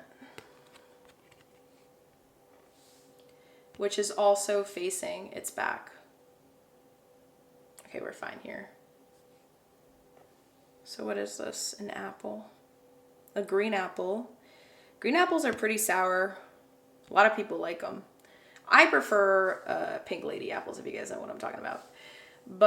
Or Golden Smith apples, I like. Those are green, but they're not sour. There's a Buddha or a woman, but there's like wisdom knowledge here. But it feels kind of hidden. And the two fingers that he's holding like this, I'm like, I don't know why this is reminding me of this, but it feels like someone who's like, wait a second, like hold up, like you're not, like not yet. It's when you start. Not yet. You got to grow first and then you'll be ready for it. I don't know what this is saying. What shaped it? What shaped this contract? That's what we're looking at. What shaped this contract? I'm going to hold on to the rest of the cards we have here, and we're going to leave them to the side for now because I feel like they are going to help us understand how it still shows up in your life, and we'll just unravel as Source asks me to. But let us take a look at what we have so far. In terms of what shaped this contract for you that you're finally ready to break, pile number 3, I'm going to be so straight up. I just realized this too. The self-worth card, metabolic. I am disgusting. Trigger statement, true statement. I am a miracle. Please be gentle and love yourself. Provide your body and mind with what it truly needs to carry you on your journey. It is literally, I just realized I placed the 5 of Swords right underneath it. They're conjunct. There's this emphasis here. And now I'm looking at the 5 of Swords and the Lover's card that's forming a triangle with the Death card here on the top. With Jupiter and Capricorn control above it. There is a death and a rebirth happening on how you are trying to create and manifest something for yourself right now. This journey you're on. Because you've been clutching it too tightly because you think that if you loosen it and you surrender to the process a little bit more and release this need to like show up a certain way is also what I'm hearing, then you're not going to receive it because there is a lack of self-worth here. And what shaped this contract is exactly what I just flippin' said. The fact that the lovers are facing away, like they're not, okay, they're not I was trying to make sure that there's anything I gotta censor. The fact that they're not like this and they're not holding hands yet, or they are holding hands, but they're not, there's darkness here. There's light here, there's darkness here. And this tree, oh, this tree is still on fire. And there's a snake, I just realized. They're looking out into the horizon. So there's a lot of people looking out into horizons.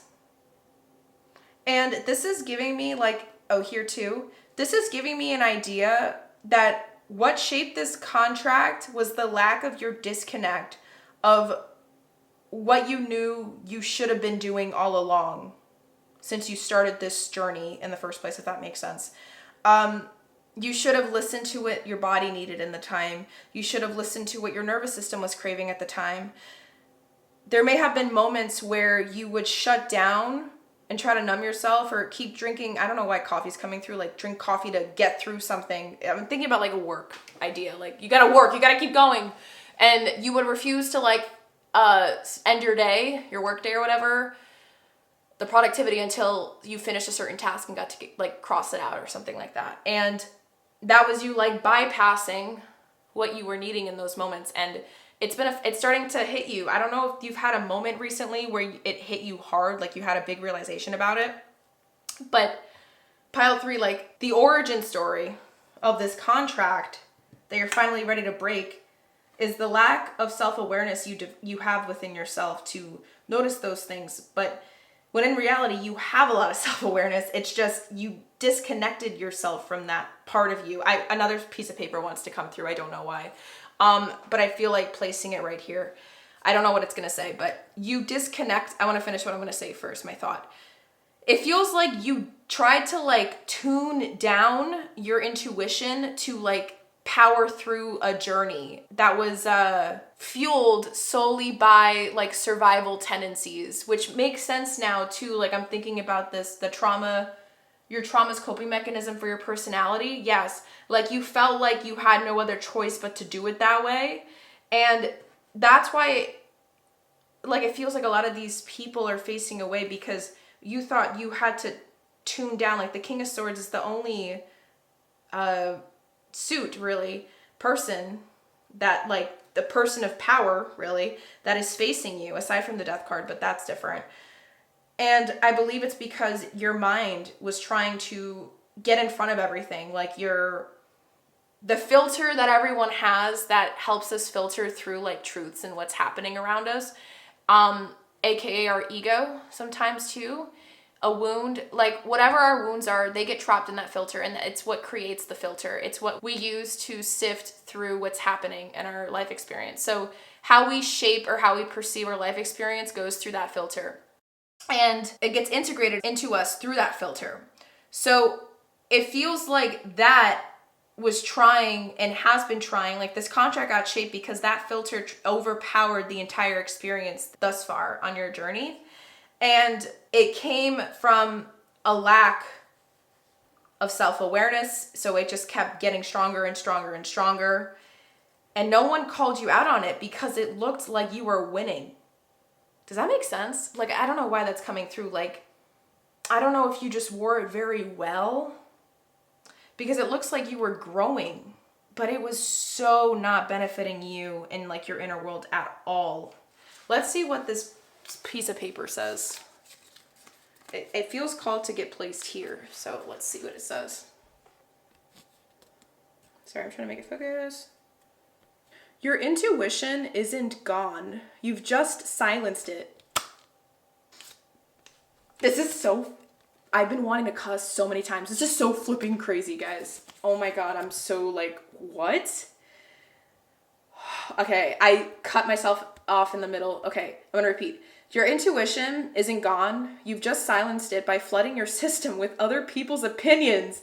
Pull your energy back before you go listen to another reading. I'm going to repeat that one more time. Your intuition isn't gone. You've just silenced it by flooding your system with other people's opinions. Pull your energy back before you go listen to another reading. Wow, that is insane. And it wants to be placed right in between these two cards. That... chef's kiss, like, whoa, source is like, let's just, like, damn, they're calling you out hard right now. While you guys are watching this, let me know if there is any retrogrades going on. I'm so curious. This is a timeless reading, that's why I'm asking. It just feels like you're going through a deep, releasing skeletons out of your closet sort of cleansing. Like I'm hearing spring cleaning, metaphorically. And you're ready for it, but there's still a lot of anxiety. But then they keep calling you out. That's crazy. Okay. Let us look at the other set of cards we have here and understand a little bit more on how this contract is still showing up in your life right now, since it hasn't been fully broken yet. So the first card that wants to come through is this one actually, the Star.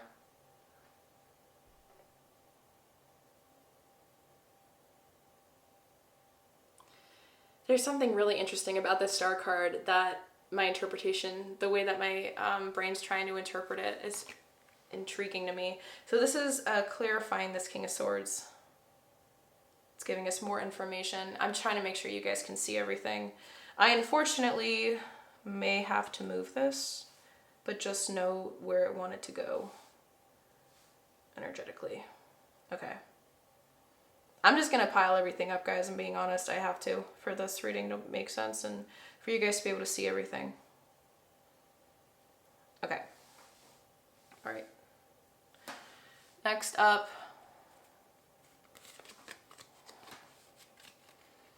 we have the Four of Cups upright. Clarifying the Five of Swords. This is so like, wow, these interpretations that are coming through for me right now is crazy. Okay, let's continue. And just making sure we are on the same page. We're looking at how this contract is still showing up in your life right now. We have the Strength card in reverse, so we're doing it this way. And it is clarifying the Lovers card.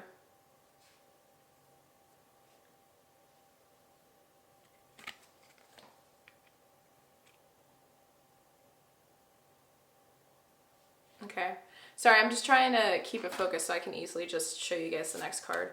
Next up, clarifying the Queen of Pentacles.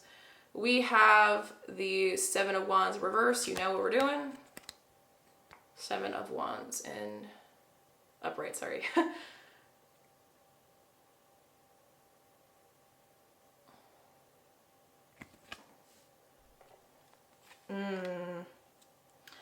Okay, so the final card to clarify the Hierophant here, reversed, is the Knight of Swords.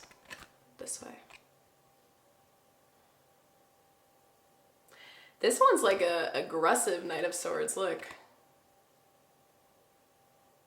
This one actually might not be, this one's like, this one reminds me of more like freedom, but the fact that you guys got this side is like dark, gloomy. It's like a slice. I don't know if that makes sense. Like I'm thinking of a person that snaps at you without thinking, like, shut your mouth. It's like, whoa. That's the energy of this Knight of Swords that it's giving me, but it's clarifying this Hierophant. So how this contract still shows up, pile number 3, to be exact. There's a lot. This one wants to be right here. Sorry, guys. The source is telling me a lot of different things right now in my head. So if I pause for long periods, that's why.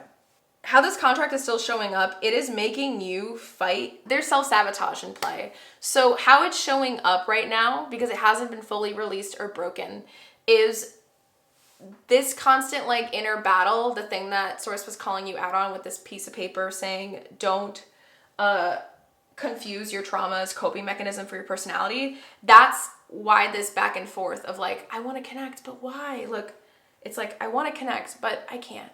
I want to connect, but I got to keep doing it like this. I want to connect, but I got to keep doing it like this. Wow, that phrase just came out like that. Jupiter and Capricorn control. I want to get out and align in the right way, but I have to keep, you're putting a self-limiting phrase in there. I have to keep doing it like this. I need to keep doing it like this or else it's not going to work. That's what's coming through very heavily. And there's a refusal to put yourself first during this journey because you're so scared of losing. There's a big fear of failure coming through, and that was coming through earlier, and I don't know if I said it or I kept it to myself, but that's coming back up again. And the fact that the Death card is the significator here and the way it's set up like this, like a death and transformation, how this contract still shows up, it's biting you in the booty. I'm just being honest. Like, there is really bad self-sabotaging tendencies because the logic, the survival side of your brain, you have more experience trying to survive in life rather than live life and experience life. Does that make sense? Like your perspective on life comes from a survival mechanism in you I need to survive, to keep chugging along, instead of experience life and flow through while also moving forward simultaneously. Like there's a lack of that. So how this contract still shows up, it just continues to reinforce that deep programming that's been in there and put inside you, planted inside you since the beginning. I'm hearing that for some of you guys who selected this pile, you might have felt semi-drawn to pile number 1 as well. And the reason why I'm saying that is because a random splurt of a message came through. The word financial hardship came up in my head. And my brain immediately thought of pile number 1. So that's why I just shared that. But I don't know what that means. Maybe you grew up with some sort of financial hardship of some kind for some of you guys. And that shaped a lot of fear of failure and put a lot of feeling like, I don't know. It's like there's this ideology that you can't enjoy life while also trying to hustle to get to your end goal in life. Like to manifest what you're trying to manifest, you think you can enjoy the process.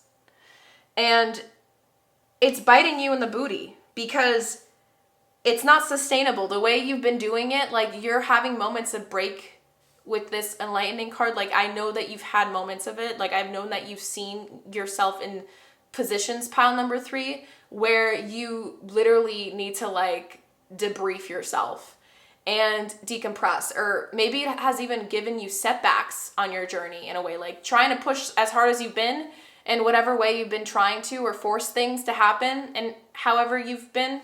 I'm trying to make this as universally resonant as possible for anyone's situation that selected this. It's like, I gotta do it. But then how do you sustain that? It's all on adrenaline. The adrenaline rush that you're having in the moment is what's making you go full throttle. And then your juices run out, your reserves run out like 4 hours later, and you're like dying, and you're like still drinking coffee to stay stimulated to keep going. I don't know if that makes sense. I just keep going back to that coffee analogy because that's how I'm seeing it. And that's you not listening. That's you not listening to what you know you deserve. You know better. You know you deserve better than this. You know that I am hearing something very crazy coming through. So I'm hearing a call out from source.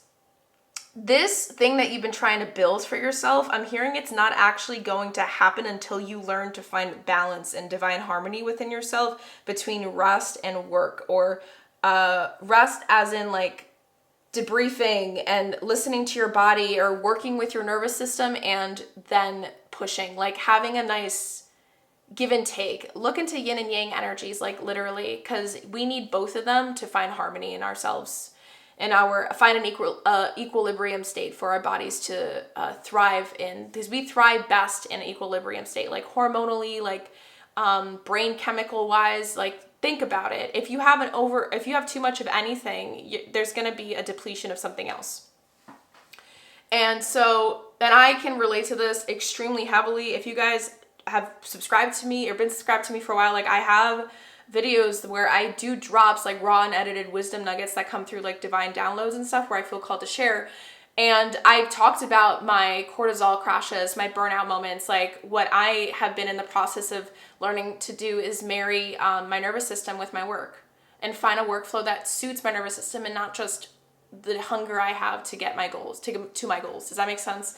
And so if you guys don't know what I'm talking about, I highly recommend you check out my Wisdom Nugget playlist, and you'll see like the titles to click on whichever one you feel called to. I'm just, for some reason, Source is asking me to share that with you guys, so check it out if you feel called to, but ignore it if not. Let us look at the paper here to see what wanted to come through. Okay. So this wanted to go directly underneath the Death card. You've done enough learning. Now it's time to embody. You don't need one more card pull. You need stillness and presence. Trust that the knowing is already inside you. You've done enough learning. Now it's time to embody. You don't need one more card pull. You need stillness and presence. Trust that the knowing is already inside you. So are you asking me to cut this reading short? Because it feels like you are. No, you need to understand how, because I feel like a lot of you guys are, that's one of the reasons why you're still stuck in this limbo mode. You're like in this in-between state from, you don't want to be who you want to be anymore, or how you've been doing things, but you also don't know how to be the thing that you're trying to be now. And I can relate to that extremely heavily. Please check out my Instagram, because I talk about my journey in the present and what's going on with me in the current moment. So, and I'm the in-between state, I got a lot of stuff on that, because I know that it can feel extremely lonely, because I don't think enough people talk about that state. The state that is the most uncomfortable and weird to explain. That in-between state of becoming who you want to be and not being exactly who you used to be anymore. It's very uncomfortable. Okay. Now, another thing too. We are now meant to look at what you are now ready to choose instead of this contract.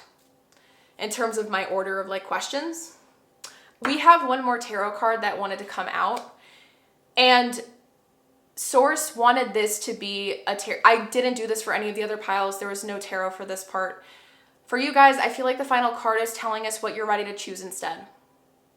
And we're going to place it underneath the Death card as a conjunction, because I feel called to do it this way. I don't know why. Don't ask me why. Source is just making me, I'm following Source's lead here, if you haven't noticed so far.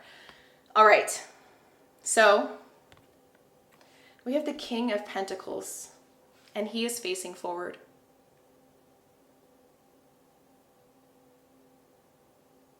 For some reason, in most tarot decks, the King of Pentacles is depicted during the daytime.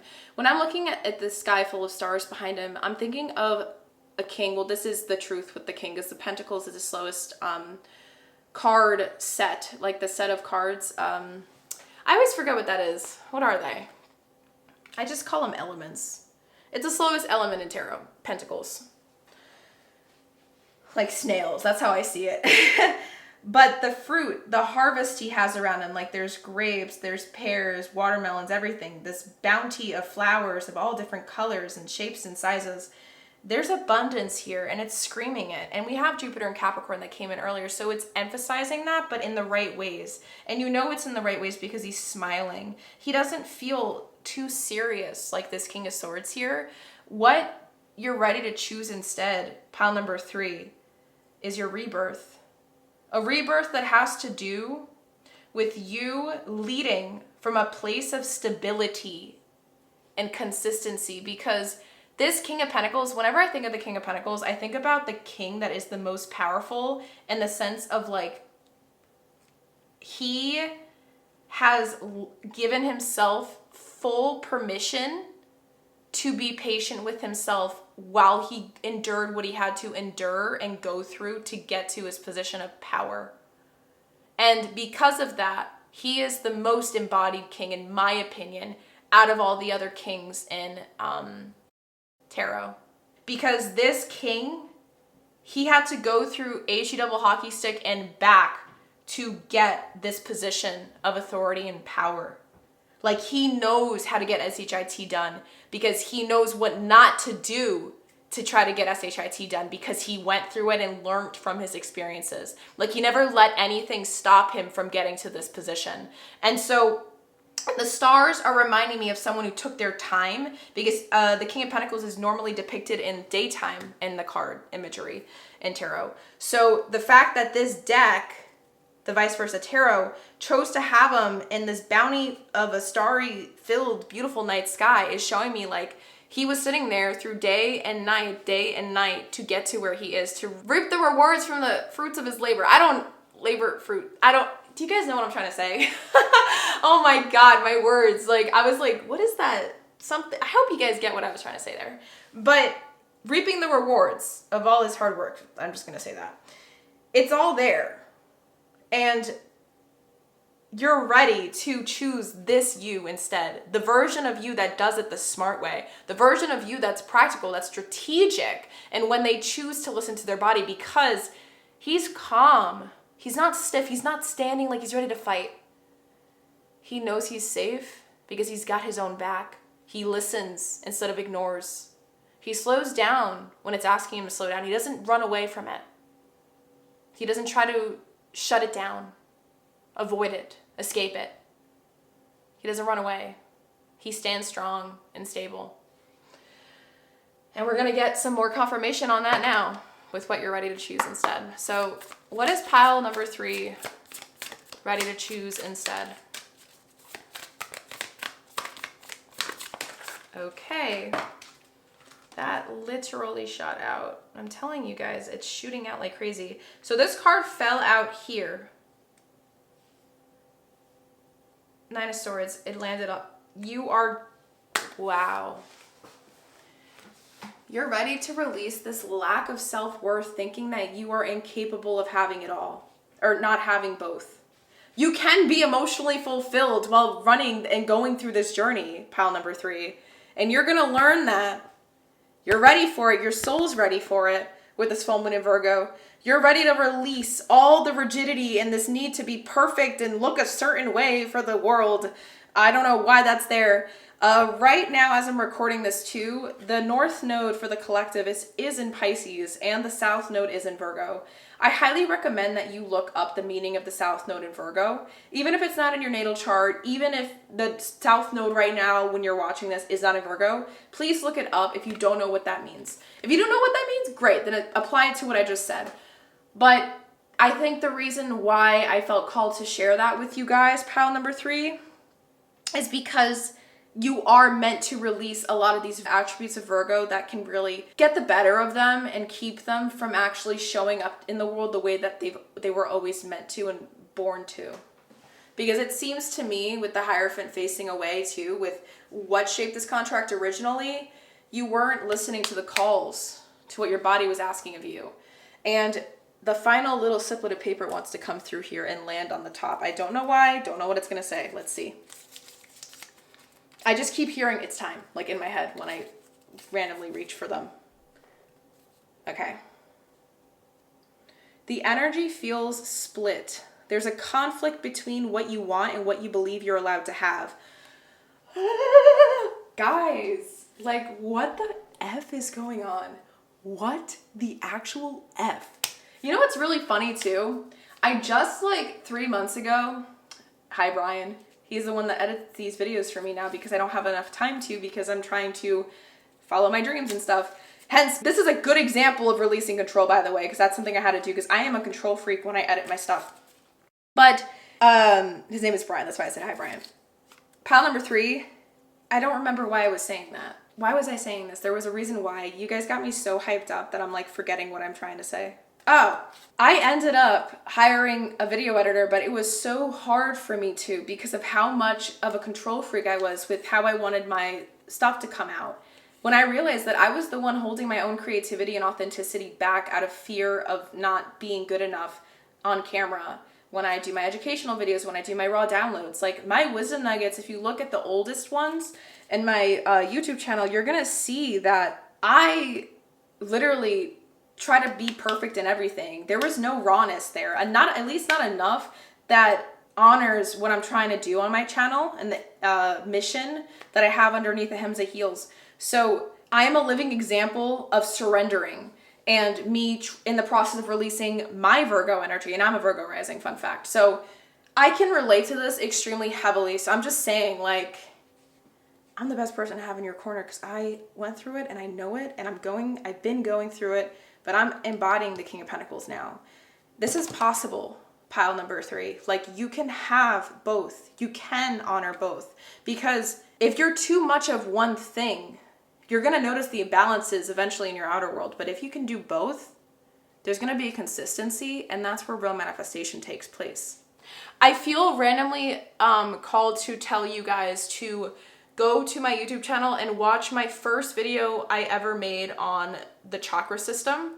In that video, I dive into the different currents of energy based off of the book, or you can look into the book, Eastern Body, Western Mind, or Western Mind, Eastern Body. I always mix it up, by Anodia Judith.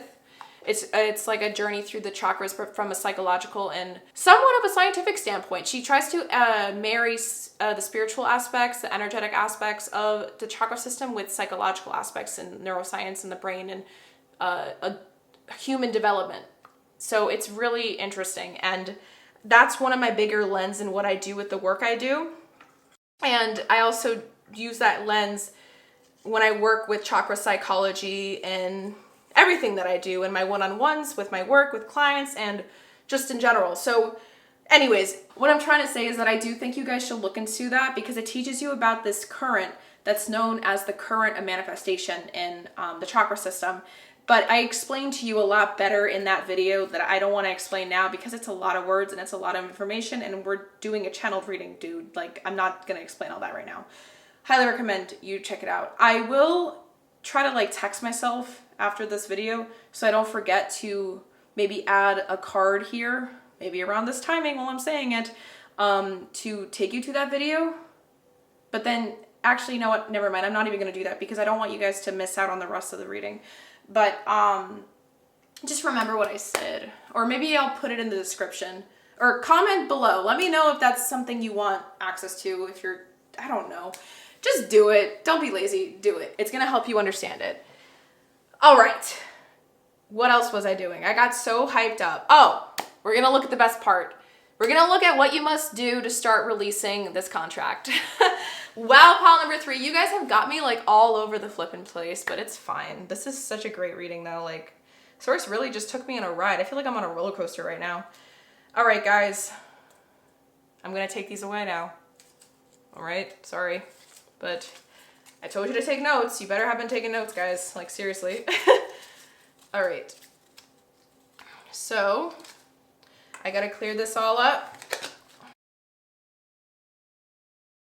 And we got to reshuffle.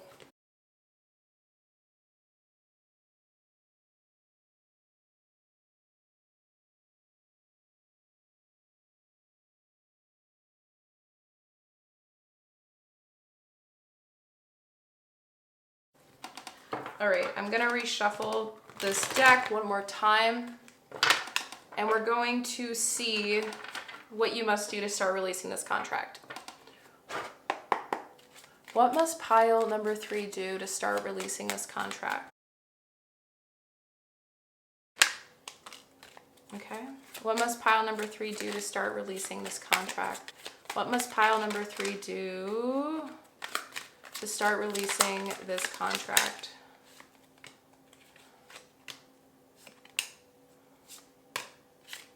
Okay, don't know what cards I got, but, okay, screw it, I'm just gonna do it like this, yep. This one does want to be a significator though. Give me a second, guys. Back of the deck energy is your current state right now. It's upside down, we're gonna turn it this way because that's how it wants to be. We have the 9 of Wands. Yeah, see, like, you're ready. Like, I know you're wounded, you've gone through a lot at this point of the journey, but I can see that you still want to fight for it. Like, this is very important to you. So, like, you know what? Kudos to you, pile number 3. Like, if you are still here listening to this reading, remember there's a reason for that pull that you feel in your gut. Sorry if everything's crooked. I'm so sorry. Okay. So this wants to be the significator card. Oh my God, no, it's folded. I don't even know how it got like that. I don't do that to my cards. Damn. Okay. We have the King. I think we have the King of Wands because it was in reverse. I don't know what happened to my card. That's actually really upsetting. Poor thing. King of Wands. What must you do to start releasing this? Believe in yourself.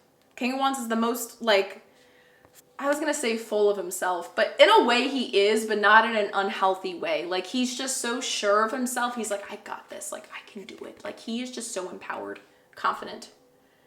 Like, he can handle it. He can handle anything that he has to take care of to go get the job done, basically, is what I'm saying. Okay. And he knows that it requires flexibility every once in a while. Okay, so how many cards do we have? We have 1, 2, 3, 4. I'm not looking at them. 5, 6, 7, 8, 9. This one wants to come out. I want to place it next to the King of Wands here. We have, oh, there she is. Look, that's funny. We got the Queen of Pentacles again, but look where she is facing, guys. Self-worth, I told you, that's the Queen of self-worth. And she wants to be right next to the King of Wands. Damn, you guys are a powerhouse, or you're just ready to become one. This is like marrying your masculine and your feminine energies, the sun and moon, the yin and yang. I literally just told you about that, guys. Come on, the synchronicities are absolutely astonishing. Okay, first card we have here is Temperance, I think. Yes. Integrating. I literally just, the fact that there is a silver and a gold cup, guys, I can't be more like straight up. It just keeps coming through the same thing. And I don't want to get this incorrect. I don't know what the symbol is, but I think this is Venus. I could be so incorrect.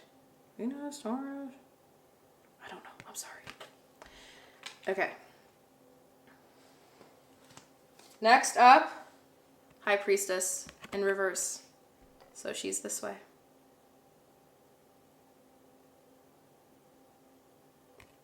Like these opposites. You not notice like the pattern that we've been having so far? Black and white, king and queen. Gold and silver.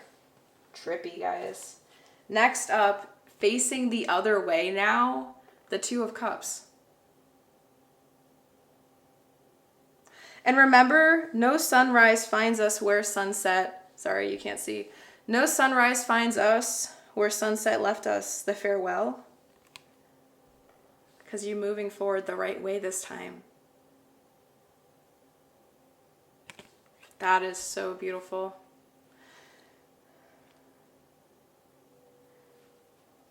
Next up, 10 of Pentacles, facing this way. To get to your goals. Yep, like I said. Jupiter in Capricorn is like all over this freaking card, guys. In the best way though, without control to get there. Or having the right structure. Controlling, okay. Control is important in certain aspects when it comes to like remembering that you are the one in control of your destiny. Like that's a fact, okay? But recognizing that you're also a miracle at the same damn time while carrying that fact within you is the key here. Does that make sense? Like being able to embody both of those ideologies and marrying them together to make sure that you maintain the energy of being the miracle that you are. But the only way to keep that light vibrant is by taking care of the body and the car that you drive, which is the body, the vessel, and making sure that you listen to it, what it's asking for during this entire journey. That's what matters here, because then how are you going to get there and still thrive at that state? Like you can get there, let's say you have all the things you want, the abundance or whatever you're trying to manifest, but what if you're exhausted? What if you're drained? What if you're like literally like crawling with your freaking fingers to get there and then you can't even enjoy it? So while you're there, doesn't even feel worth it. That's what sorry, I'm like hearing a cat. Okay, maybe I don't know, maybe cats are important for you. I have a cat, but I know that wasn't my cat. Okay, sorry. And I live in a house, so I am in the basement though. The basements where I live are like a second floor though, which is kind of trippy. Or a lower level floor, but I think there might be a cat outside. Sorry, that really threw me off guard. It was like a screech out of nowhere in the middle of me saying that, so I think that might just be confirmation of what I'm saying is truth. Let us continue though.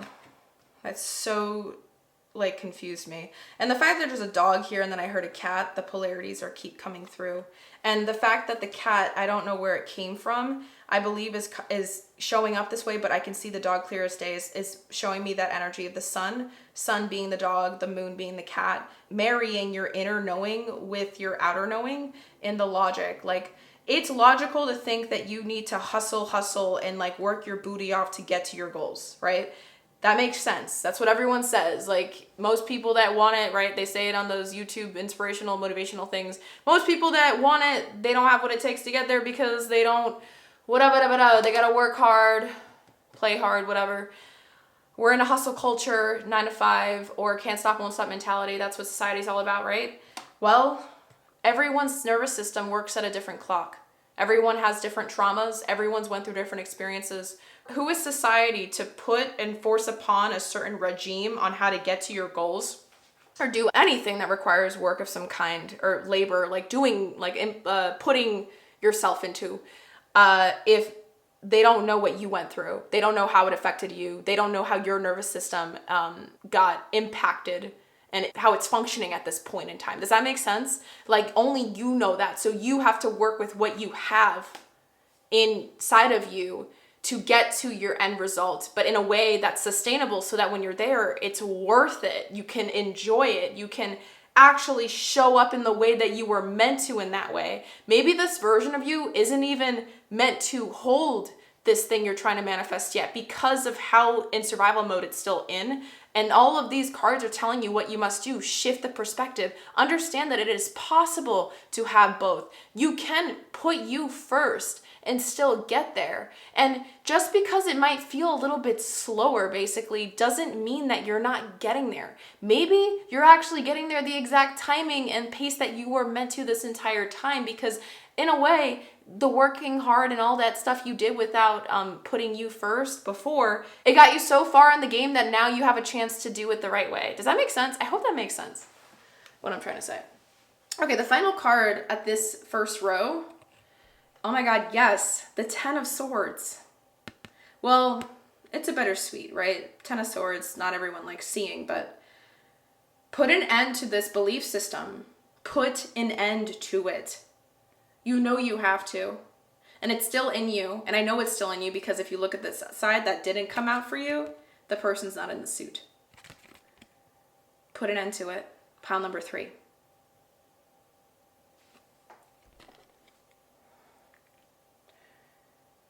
Okay, I do feel called to pull out a card from my self-compassion deck before we look at the rest of these cards. We have 3 cards left.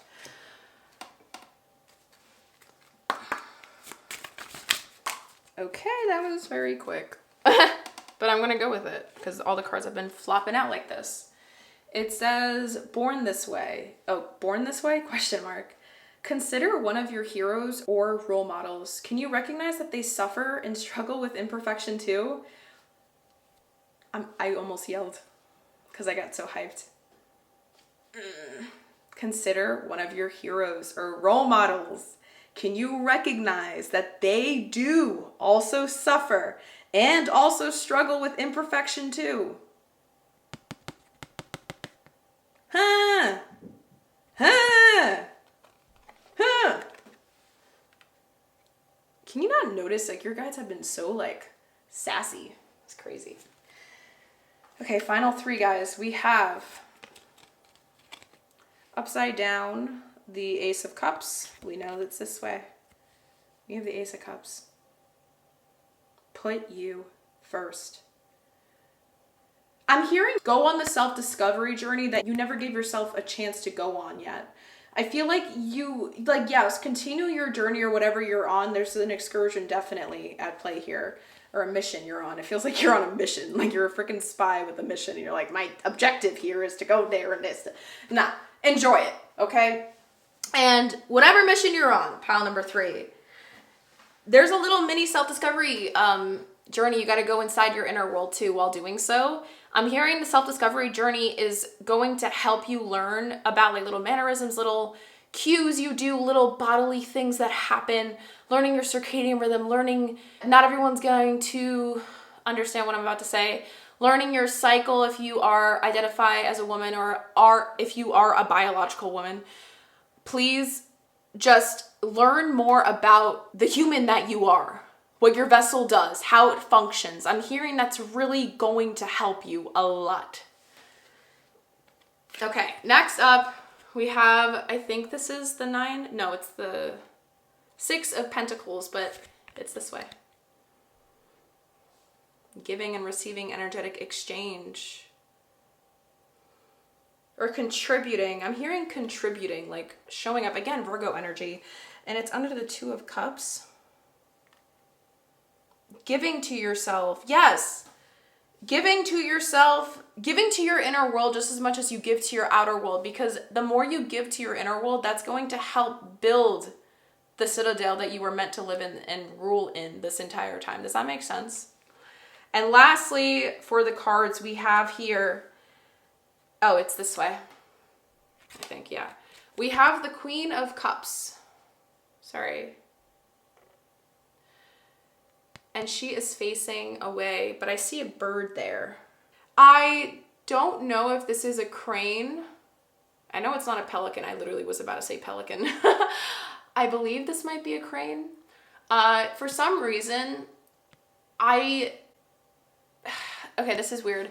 I'm getting a channeled message that I'm not meant to really explain this card, but the only reason why it came out was for you to look up the meaning of a crane or whatever you think this bird is. Whatever this bird is to you, look up its meaning. Like, understand the spiritual medicine that it's here to provide you with, the message, the animal medicine, the animal guide, it feels like there's a message to do with the bird that's engraved in her throne chair.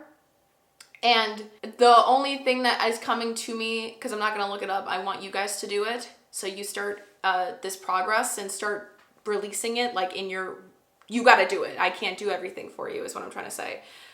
Because I know you can, I know you want to, but it's time. You got to stop procrastinating. I'm trying to help you initiate it. I want to say balance. Like that's the only word that's coming through in my head for some reason when I look at this card.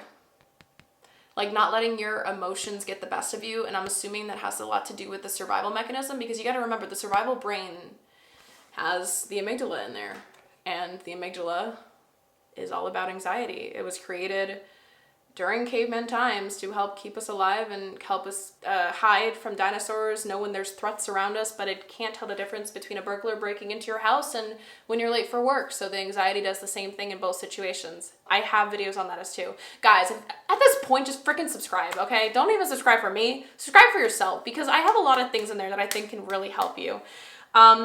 With that, let us get some final messages from Source, because I really think this was extremely self-explanatory.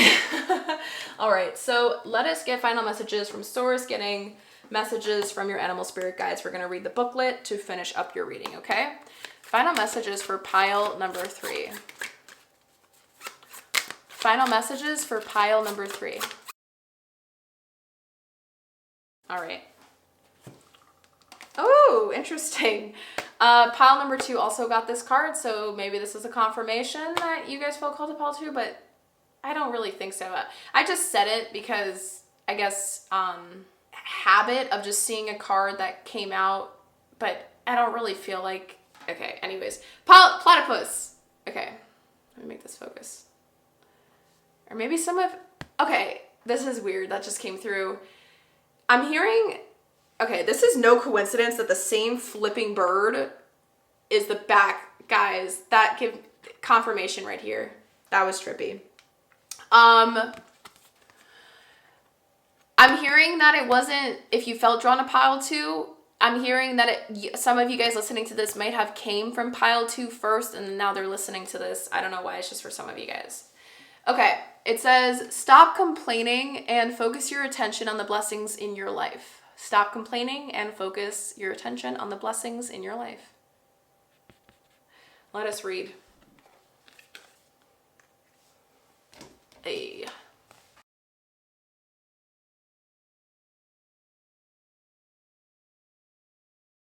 Complaining about this or that is a way to blow off steam, which can be healthy to a degree, but ultimately it isn't very helpful for you or anyone around you. Lift yourself up no matter what your present life circumstances are. Face the day head on and notice which thoughts you tend to put most of your attention on. Whatever the nature of those thoughts, the consequences manifest not only in your feelings, but eventually in the world around you. Exactly. Power flows wherever your attention goes. Power is life force or spirit. When your attention is focused on negative thoughts, negative experiences result. So whenever you notice yourself repeatedly attending to negative thoughts, practice shifting your attention to thoughts of gratitude. Consider the blessings in your life. What are the things that make you happy? You may find a discrepancy between what makes you happy and what you're doing in your life right now. Whoa. If that's the case, choose to alter one or the other. Either change your life and start doing what makes you happy, or change your thinking to enjoy whatever is happening in the moment. It's up to you. That keeps coming through. It's up to you. You choose. You do it. We're not going to make you do it. We're not going to make it happen for you. You do it. Association, sensitivity, grounded, clairsentience, inquisitiveness, uniqueness, adaptability, flexibility, shyness, grooming, stability, inner sight, sense of humor. And that came through heavily, yeah. Holy the Jesus moly. Guys, this was like a nice way to end this video for me and this whole reading topic to be exact, because this was so lighthearted. Like lighthearted, not like discrediting everything we just dived into. It's not heavy. I know it is, but more so like I could just relate to you guys like so flipping heavily. I was literally just in this state like 2 or 3 months ago. So the fact that I just did a reading for a pile that's going through it right now, it like validates what I went through, that I'm not crazy, that I wasn't the only one going through it, and also shows you a mirror of what could be if you start doing this now. So you better go make it happen. Pile number 3. Okay, please give this reading a like if it resonated. Every like you do does help my channel grow. It does help my mission to help make this world a better place. As healed people do help heal this world, we need more healed people. And the only way to do that is if we help people want to heal, right? The only way we can do that is if we find them and we call on to them.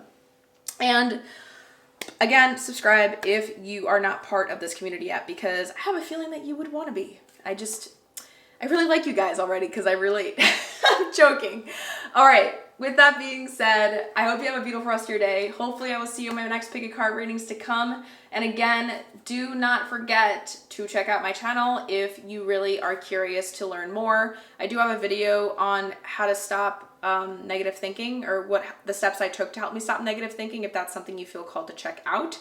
I do share everything that I did to help myself get out of this state. So highly recommend you go check it out. But if not, none of that resonates, again, have a beautiful rest of your day. Thank you for showing up for yourself. Bye.